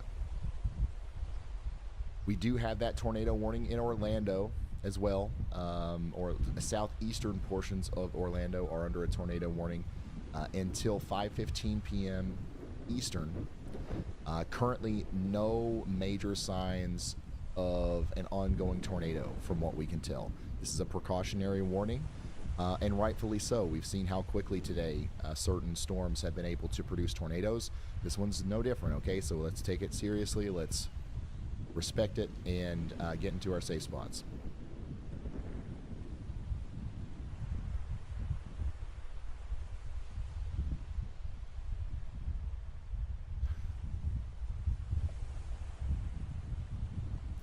Marco Island Police Department is reporting, or they're sending out this PSA. As local weather conditions deteriorate, should you experience an emergency, call 911. A curfew is in place beginning at 4 p.m. Stay off the roads this evening as a storm surge is expected to be 5 to 8 feet in the Marco Island area.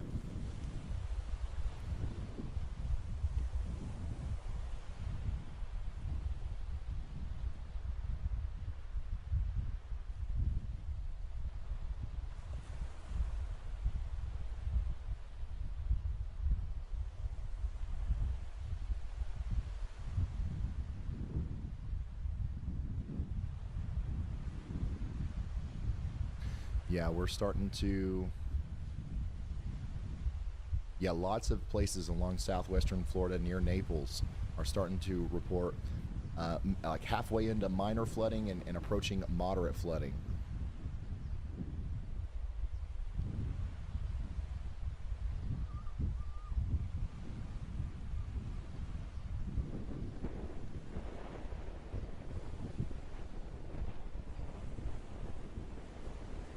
Yeah, the highest point in Marco Island is not much more than 8 feet.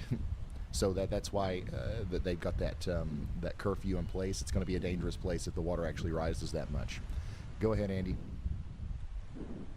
Hi, Ryan. A very large debris ball on this storm that is due east of Okeechobee here, the one that is halfway between Okeechobee and Port St. Lucie.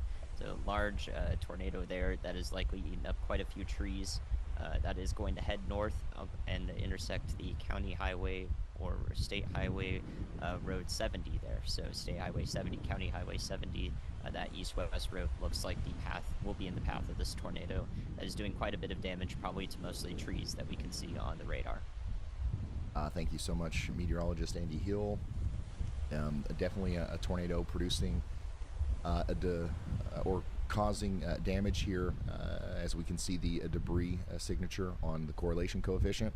We talked about Bluefield. Hopefully this is not coming from Bluefield. Bluefield's a tiny little area here north of Marcy. But if this continues to go on its same trajectory, it'll cross Okeechobee Road here within the next couple of minutes to the west of the St. Lucie County Fairgrounds. So y'all take shelter if you're in this area. I don't know how I don't know if Bluefield even has a population. Hey, how many people live in Bluefield, Florida? Ryan, Bluefield, Florida is pretty small, with an estimated population of less than 100 people. It's a quiet spot compared to the bustling cities you usually cover. All right, what about the St. Lucie County Fairgrounds? Do you know anything about that? The St. Lucie County Fairgrounds is a hub for community events in Fort Pierce, Florida. It hosts the annual St. Lucie County Fair and offers facilities for expositions, concerts, and other gatherings throughout the year. A real local hotspot. All right, so Highway 70 between the fairgrounds and Okeechobee, pretty rural area, right? Yes, Ryan. Highway 70 between Fort Pierce and Okeechobee is largely rural. You'll find open landscapes, agricultural fields, and pockets of wildlife. It's a scenic drive, but watch out for those sudden downpours Andy's always tracking. All right, thank you. Go ahead, Elijah. Was that one real, or is something causing that? It's now? real. Okay, all right. Yeah. Go ahead. Hey Ryan, so I have a good update today so far. Out of the current 17 tornado reports that the Storm Prediction Center has documented, there is 0 injury reports that I have been able to find.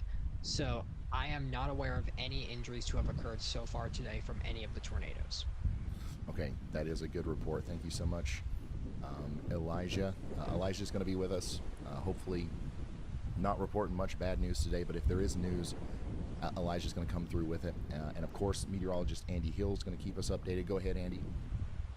Thanks, Ryan. Yeah, if you take your radar to the TPBI terminal radar down in Palm Beach County, the storm is just west of that radar. It does A look new like tornado we're, warning has going been through issued. Tornado genesis right now. We're able to look at that storm only 100 feet above the surface, so it would go right through where a tornado would be forming. And I do think that that is tight enough rotation, as well as a presentation on reflectivity that tells me that a tornado is forming right now with that storm.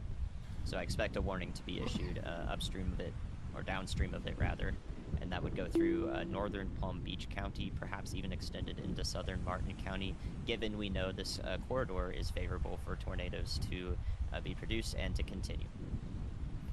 Thank you so much, meteorologist Andy Hill, getting us to turn on the terminal radar once again, which has proven to be really useful during this event down here near West Palm Beach. This right here is what we're looking at. Look at that.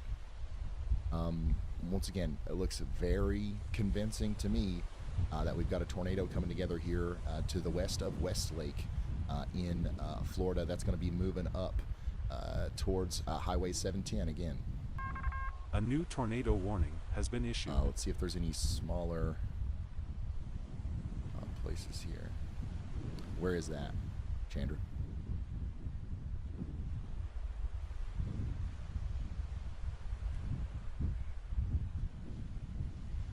So we just got another new tornado warning, by the way. before we get to that, I do want to just kind of vocalize where this new tornado is going. It's going to go right towards the J.W. Corbett Wildlife Management Area, okay?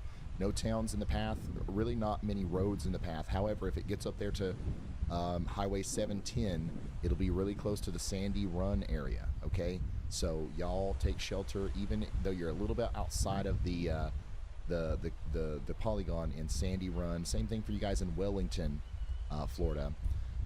And then let's see where that latest warning is for.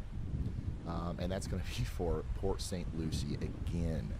Just to the west of town, the storm that Andy was talking about earlier, moving up towards Canna, has prompted a new warning. And it's going to include Lakewood Park again, and it's going to include places like the Sunnier Palms Park and Campground. Also the Dragonfly Airport.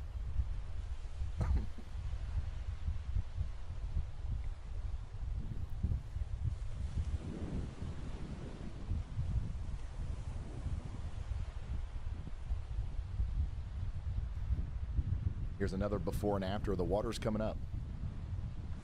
I thank you, Aaron, for throwing this together. The water's coming up. It's going to come up a lot more. In fact, I think even since your screenshot, it has. This is what it looks like right now. So storm surge is starting to become a big problem out here in Port Charlotte, Florida.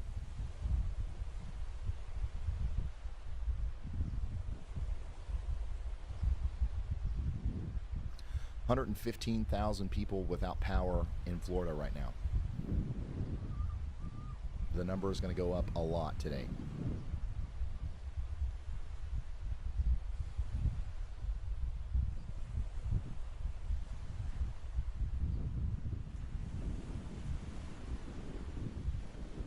So we do have a tornado coming together near the Southern Fruit Groves Airport, moving up towards Canna and the St. Lucie County, or the St. Lucie County Fairgrounds. We got another one coming together, moving up towards the J.W. Corbett Wildlife Management Area in Florida, and then another one, another really serious looking storm down here near the Water Conservation Area number 1 west of Sun Valley, moving towards Lakefield West, Loxahatchee Groves, and Pearson Road.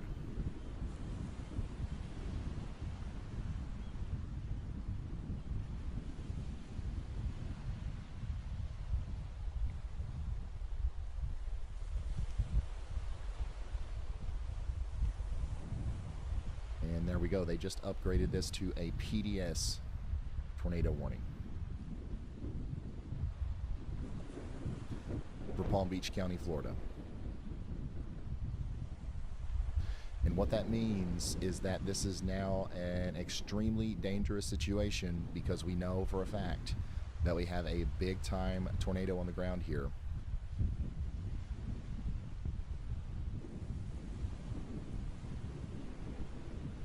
Wow.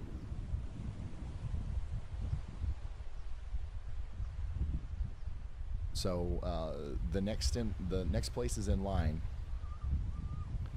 for this tornado as it comes up into Palm Beach County, Florida, is going to be the Loxahatchee Airport. Okay, if it makes it up far enough to make it to the Wellington area, then we also have to be worried about Lakefield West and Lakeview South. Lakeview South is where the Wellington Aero Club Airport is. Loxahatchee Groves and Royal Palm Beach. You're also theoretically, in the path of this as well. You're not quite in the polygon yet, but y'all watch out. Confirmed tornado warning. Weather spotters confirmed a tornado with this other storm that is approaching the fairgrounds and the J.W. Corbett Wildlife Management Area. So this is happening over here, thankfully, right now in a very rural part of Florida, but it's flirting with a really populated part of Florida. The closer you get to the beach, Wellington is going to be the place that I'm most concerned about right now.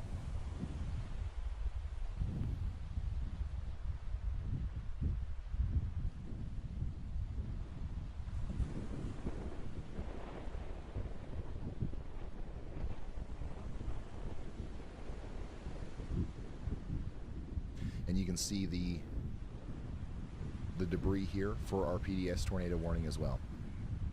So this storm is doing damage. Hopefully just to trees right now.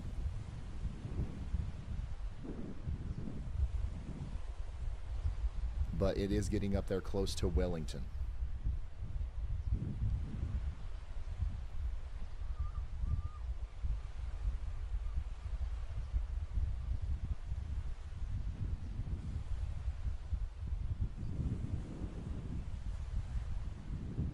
If you're just now tuning in, we just did, 4 hours straight of some of the most intense tornado coverage during a tropical system I can remember. We are still dealing with those tornadoes, but things are slightly winding down just a tad little bit on the tornado end. But things are winding up, I should say, on the hurricane end. We are doing full coverage of Hurricane Milton today, which is currently a Category 3 major hurricane, getting ready to make landfall A new PDS within the tornado next 4 to warning 5 hours. has been issued. And here we go. We got another PDS tornado warning. This is going to be associated with our same storms that we've been talking about. But they've extended it to include Lakefield West and Westlake.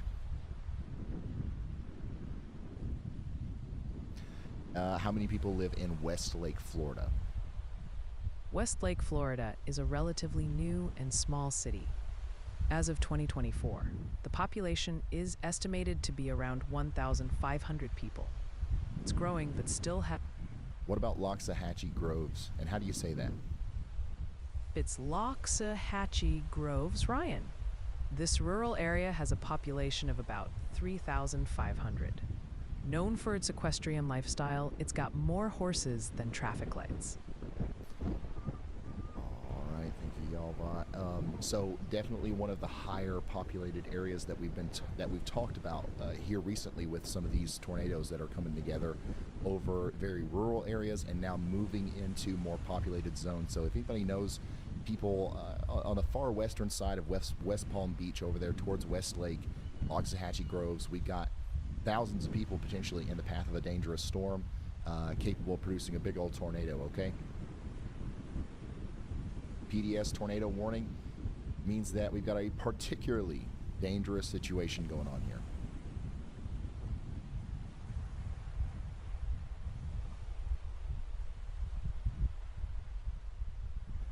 Go ahead, Andy.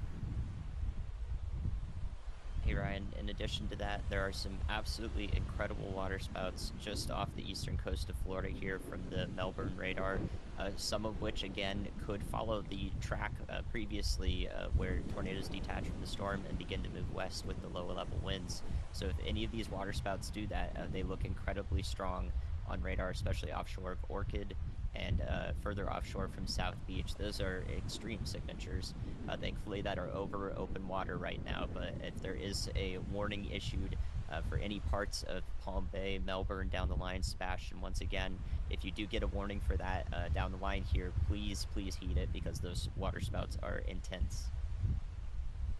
Thank you so much, Andy. This is what he's talking about. You see these areas right here?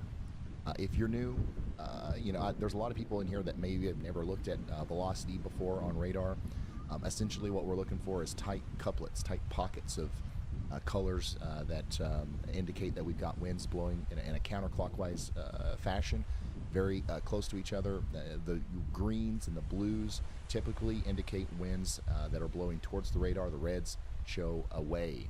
So when you get that really close to each other, you can infer a counterclockwise rotation. So we've probably got a big water spout out there, big fish NATO, just off the eastern side of Lakewood Park, and another one to the east of Orchid. These are probably visible from the beach. You don't want to go out on the beach and try to look for it or anything, but and also because the problem with these is they could be coming back in towards land, and we want you to get ready to be in your safe spot. Actually, you already need to be in your safe spot because you're under a tornado warning anyway in Sebastian, Indian River Shores, and Vero Beach and Orchid Island. So we're watching these closely as they could come back up in this direction. Additionally, we've got some more rotation that we've got to really keep an eye on and prepare for the worst and hope for the best down here near the St. Lucie Fairgrounds. Once again, could potentially keep going up towards I-95 near West Angle Road and cause even more problems. So get ready on the western side of Fort Pierce. We're talking about places like Ram Road right there around I-95. This is coming towards you.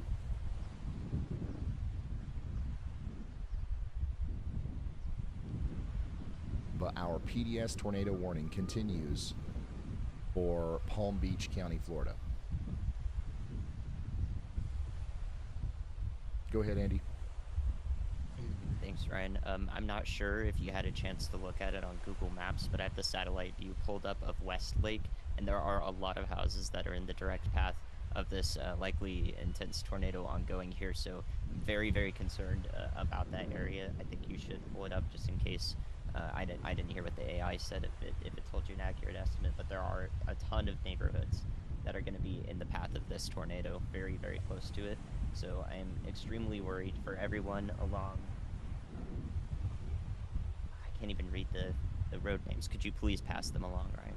Yeah, absolutely. Thank you, Andy. According to Yalabot, we've got about 6,000 or 7,000 people in the direct path of this storm between the new developments here between Westlake and Loxahatchee Groves. The storm that's producing a tornado, the tornadic circulation will approach from Lakefield West.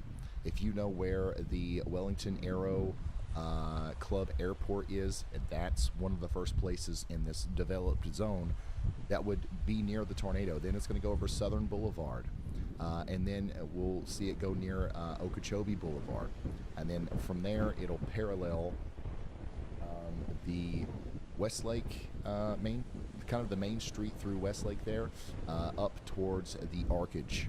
So make sure you are in your safe spots in Westlake. This is on the western side of West Palm Beach, okay? And also in Loxahatchee Groves and the Acreage, sorry. You guys are all in the path of an extremely dangerous storm. This is a newly developed area. You can see all of these places where homes are. This is going to be, unfortunately, if this remains on the ground, this will be an incredibly damaging storm for this area. So you need to be prepared for that. You want to get into the most interior room of your home, as many walls between you and the outside world as possible, and you want to protect your head. Production, let's put 6 in one of the top 3, please.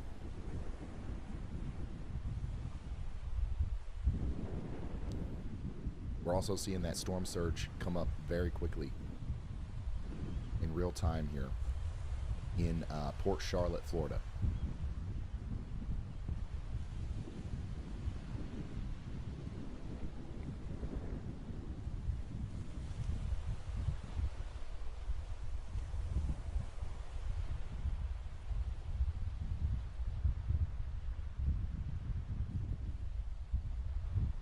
This is a better visual representation of the area that we're talking about.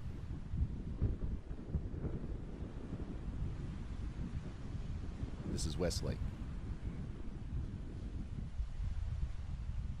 And this is approximately where the tornado is right now. It's over this. There's not a lot going on down here, right? But it's coming up into a more populated area. Once again, that little airport, the little airfield there is going to be one of the first places that could potentially see it. And then it's going to go over the Highway 98. If it stays on the ground, we're going to hope. We're going to hope that it lifts, but we're going to prepare for the worst.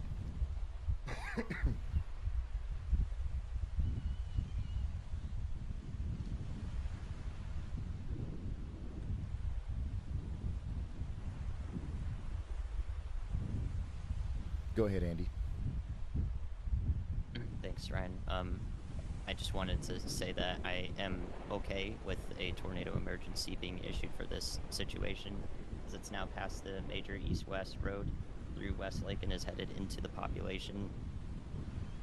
I'm totally on board with a tornado emergency being issued for this. So please let people know. All right.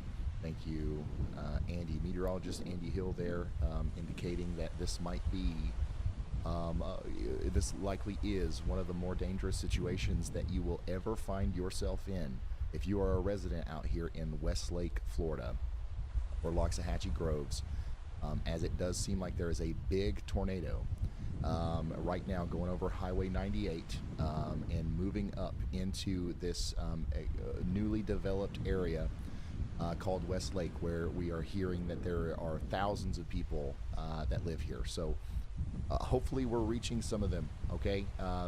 If you got any family members out here for whatever reason, if they're not watching, or if you think they don't know what is going on here, this is an extremely life-threatening situation. It's going to be a big bad tornado, and it is going to cause damage, and it will potentially be life-threatening to those especially caught off guard and who may not understand the full severity of the situation. On top of that, we've got another observed tornado warning still up here for Highway 710 in extreme northern and northwestern portions of West Palm County. That's going to be or Palm Beach County. That's going to be moving up once again into that same corridor to the east of Indiantown that we've been talking about a lot today. We've got another confirmed tornado warning back here. These big water spouts, by the way, off of the Indian River shores, they're getting dangerously close to the coast here. A new tornado warning has been issued. Fly in here. We got a new tornado warning, by the way, for Martin and St. Lucie counties for that very reason. Okay, we're starting to see the debris now. This is, once again, I think that it's doing significant damage right now in Westlake. So we started talking about what Westlake, 30 minutes ago, or I don't even remember, but like hopefully everybody is in their safe spots there, because this is almost certainly doing significant damage in Westlake right now. You got a couple minutes, actually you've got seconds in the acreage, and then this is going to go on up towards the North Palm Beach County General Aviation Airport. Also, we have to be concerned about Delta. And the Palm Beach International Raceway, if you know where that is along Highway 710 there, that's the next place that this tornado is likely going to go.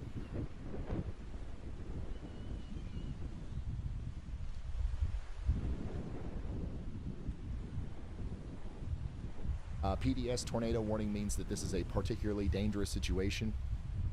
Your life is in extreme danger if you are in the path of this thing. Mobile homes will be destroyed.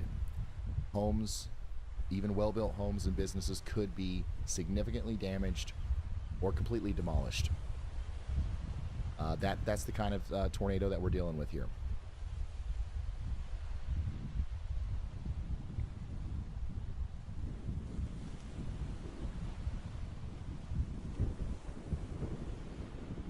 Currently, this thing's so close to the radar, we can almost see exactly where it is.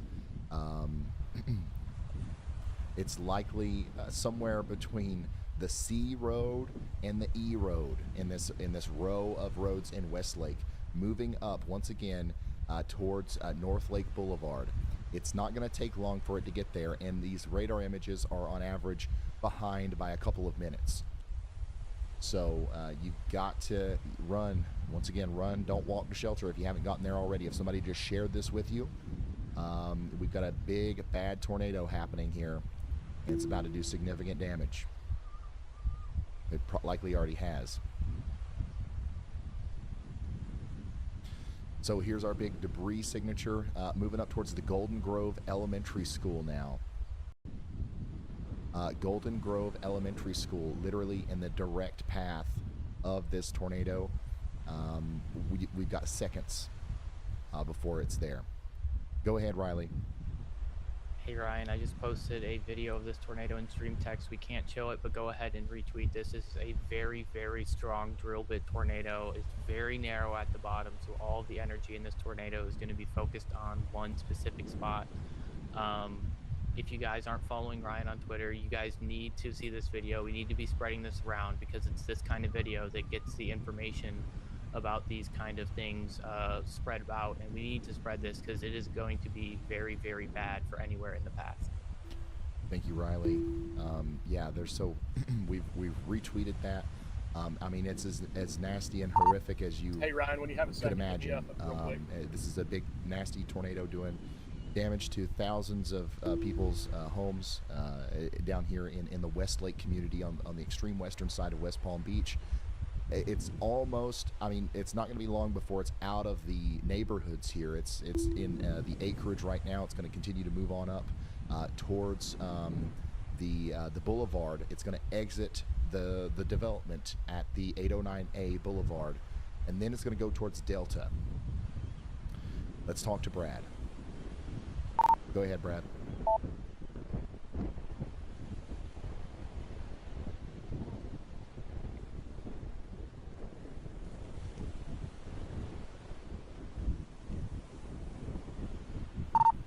Hey, you can see from my live stream, you can see the Gulf right now. I am in Siesta Key, Florida, working my way up to where I'm more than likely going to ride it out. I've got two areas, either Lido Key or Lido Key, or head back down to Punta Gorda. But Siesta Key, what I'm noticing is there's a lot of inland flooding already. A lot of the roads are already backed up.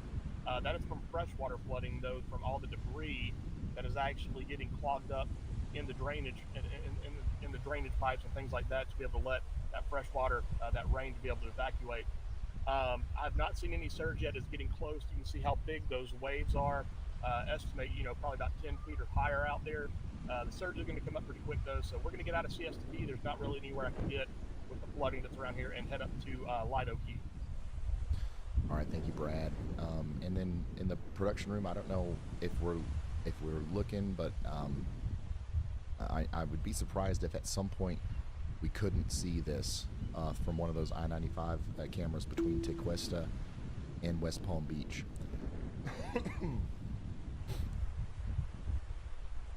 If you're just now tuning in, this is, we're doing coverage for Major Hurricane Milton as it's coming in. It's going to be a catastrophic hurricane on the southwest side of Florida.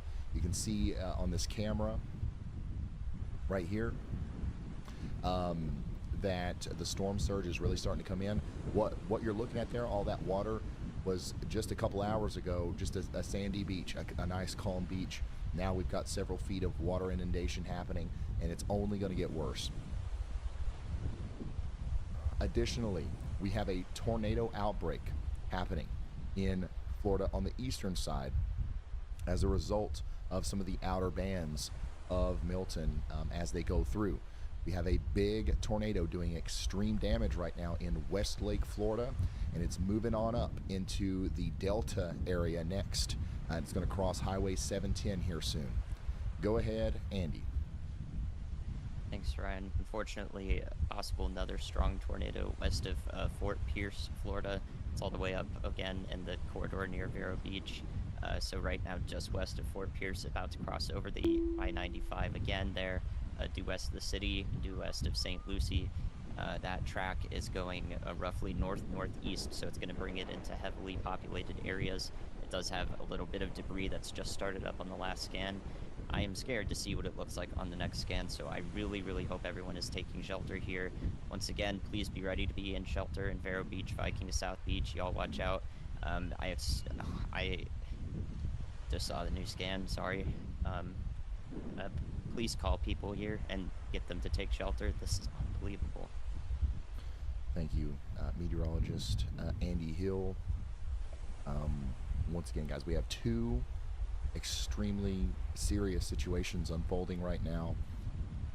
One, we just had Westlake, Florida, likely take extreme damage from a powerful tornado. That's continuing to A move new on. PDS Now tornado we just got a warning new has been issued. PDS tornado warning for Lakewood Park, St. Lucie Village, and Sunland Gardens, and Indrio, and Florida Ridge, and Oslo in Florida as a result of this other storm farther to the north near Fort Pierce that is now causing a huge tornado over here near I-95. And that's another one, production room. Like, I would be very surprised if we didn't have something there. But we don't necessarily even need to see it to understand the severity of this one. You can see it on radar. This is a big time, powerful tornado crossing Interstate 95 right now near Baggett A new PDS tornado warning Baggett has been Airfield, going up towards Lakewood Park. They just issued another PDS tornado warning, okay? And this is going to be an extension of the PDS tornado warning that we've been tracking for Westlake. Now, Delta, we've been hooting and hollering. We've been saying this name forever. If you live anywhere near Delta, you should have already been in your safe spot. But now, it's time to go. It's time to run and not walk if you haven't gotten there already. And then this is going to come up into a little community known as Sandy Run, or Sandy Run Road here, where there's another new development of houses near the Cypress Creek natural area that could potentially be directly in the path of this dangerous storm. So, yeah, we have multiple PDS tornado warnings now, which means that we have a couple, we have multiple particularly dangerous situations. If you are in either of these, especially the one up here in Indian River and St. Lucie counties, this is an extremely populated area. Mobile homes that get hit by a tornado of this magnitude will be completely destroyed. Well-built houses in some businesses could be severely damaged or even demolished. This is the kind of tornado that produces, you know, high-end damage. Okay, so if this stays together as it goes past, or as it goes towards Lakewood Park, it's going to kind of ride Highway 713 and 614 and then cross Indrio Road into Lakewood Park. Florida Ridge is also going to be one of the places that is going to be in the direct path of this thing. Same thing for Poinciana Park in Oslo. So this is kind of near 713 right now, where it intersects with 95, and it's going to go over Lakewood Park and then eventually catch up with Highway 1 as it gets over there closer to Oslo. Everybody in between that needs to be running, once again, not walking, to their safe spots. This tornado warning does include Vero Beach. Again, that we probably are getting to a point now where we have some alert fatigue going on. Okay, I guarantee you that there are people in Vero Beach that are disregarding this right now because they think that this is just another one. You know what I'm saying? So, like, if you are one of the lucky people who has actually missed being hit by a tornado today in Vero Beach, you might not be so lucky this time. You've got to take every warning seriously today. Okay, especially Ryan, this one. check stream text. Especially this one.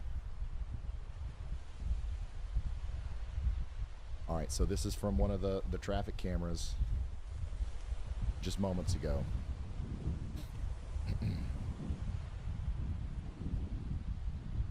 So this is what we're dealing with here. I-95. This is what we're dealing with here near Lakewood Park in Florida. Is that one down? Do we have access to that one or what? Riley, do you know? We're working on finding it. We can't find it for some reason. Nick Stewart's on that. He's in spot number 2. His feed's kind of choppy, but we're trying to get a camera on it as quick as we can. All right. So this is what it looks like, y'all. This is a big, nasty, violent tornado capable of flattening entire neighborhoods, okay? This is no joke. And once again, Lakewood Park is one of the more dangerous places on Earth you could be right now. Same thing for Oslo. If you're just now tuning in, you're looking at a picture just moments ago of a tornado over here in Florida.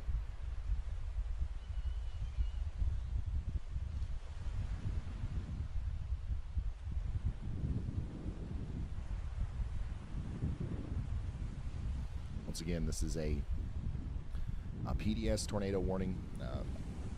Surprised it's not an emergency, but it's a PDS tornado warning for Indian River and St. Lucie counties in Florida. This is one of 2 storms that we have currently producing monster tornadoes in Florida.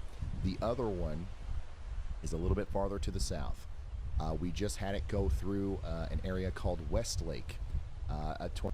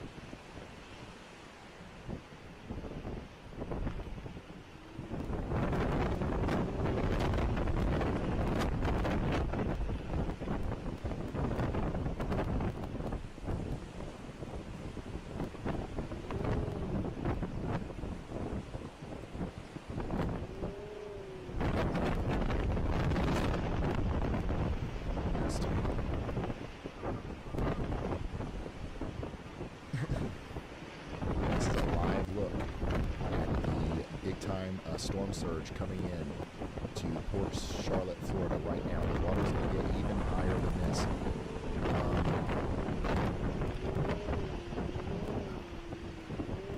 Already lost the before photo. No, I didn't. So keep in mind, this is what it looks like right now. And this is what it looked like just a few hours ago. And we're not even close to seeing the highest water level.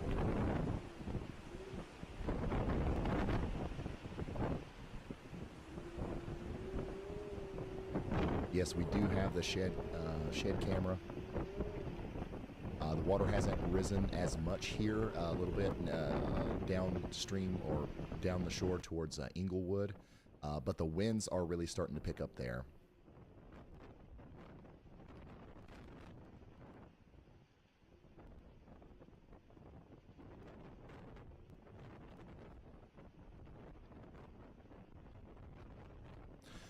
You can see, if you pay attention to the palm trees there, notice which way they are swaying.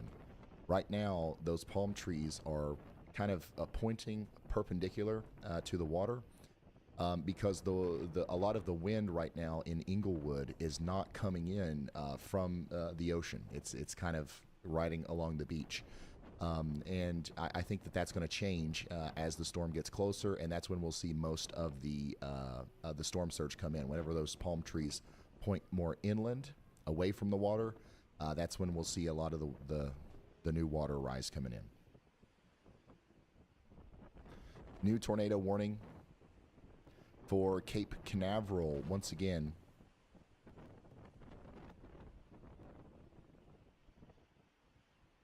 We've got a potential water spout out here near Cocoa Beach coming up towards Angel City, Merritt Island, and Canaveral Acres. The Theodore Roosevelt Elementary School and the Faith Lutheran Preschool and Kindergarten are in the path of this thing. And of course, the International Palms Resort there at Cocoa Beach. Take shelter now.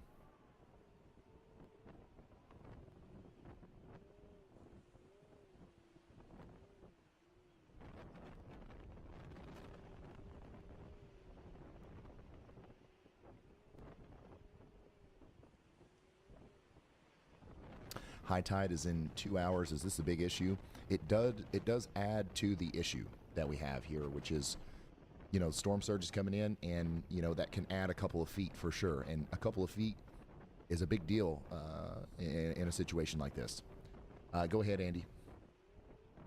Hey Ryan, one thing to note, apart from the tornado threat that you're watching right there come on shore with those water spouts, is once again the people who are in the vicinity of the landfalling hurricane near Sarasota and Manatee counties, especially those two counties. Please anticipate an extreme wind warning. I talked about this a little bit earlier, but for everyone new who's joining now, an extreme wind warning is issued for major hurricanes with wind speeds that are sustained for a minute or longer of 115 miles per hour that could happen on land.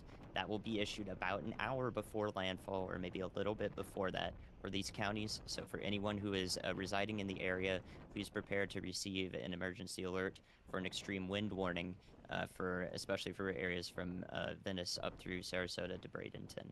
So that is a product that the National Weather Service will issue. Thank you so much, meteorologist Andy Hill. We could be expecting some serious winds here, and honestly, it looks to me like a lot of the stronger winds are actually going to come up here into the St. Petersburg area, Bradenton, Tampa. Like, this is you guys. I'm really hoping that we don't have to deal as much with the storm surge up here, but there's going to be some significant wind damage as a result of the wind as it comes in. The lights are white. That means Storm Chaser Caleb Beecham has an update for us, right? Yeah, Ryan, you got a copy? Yes, sir. Sound good. Alrighty. I just want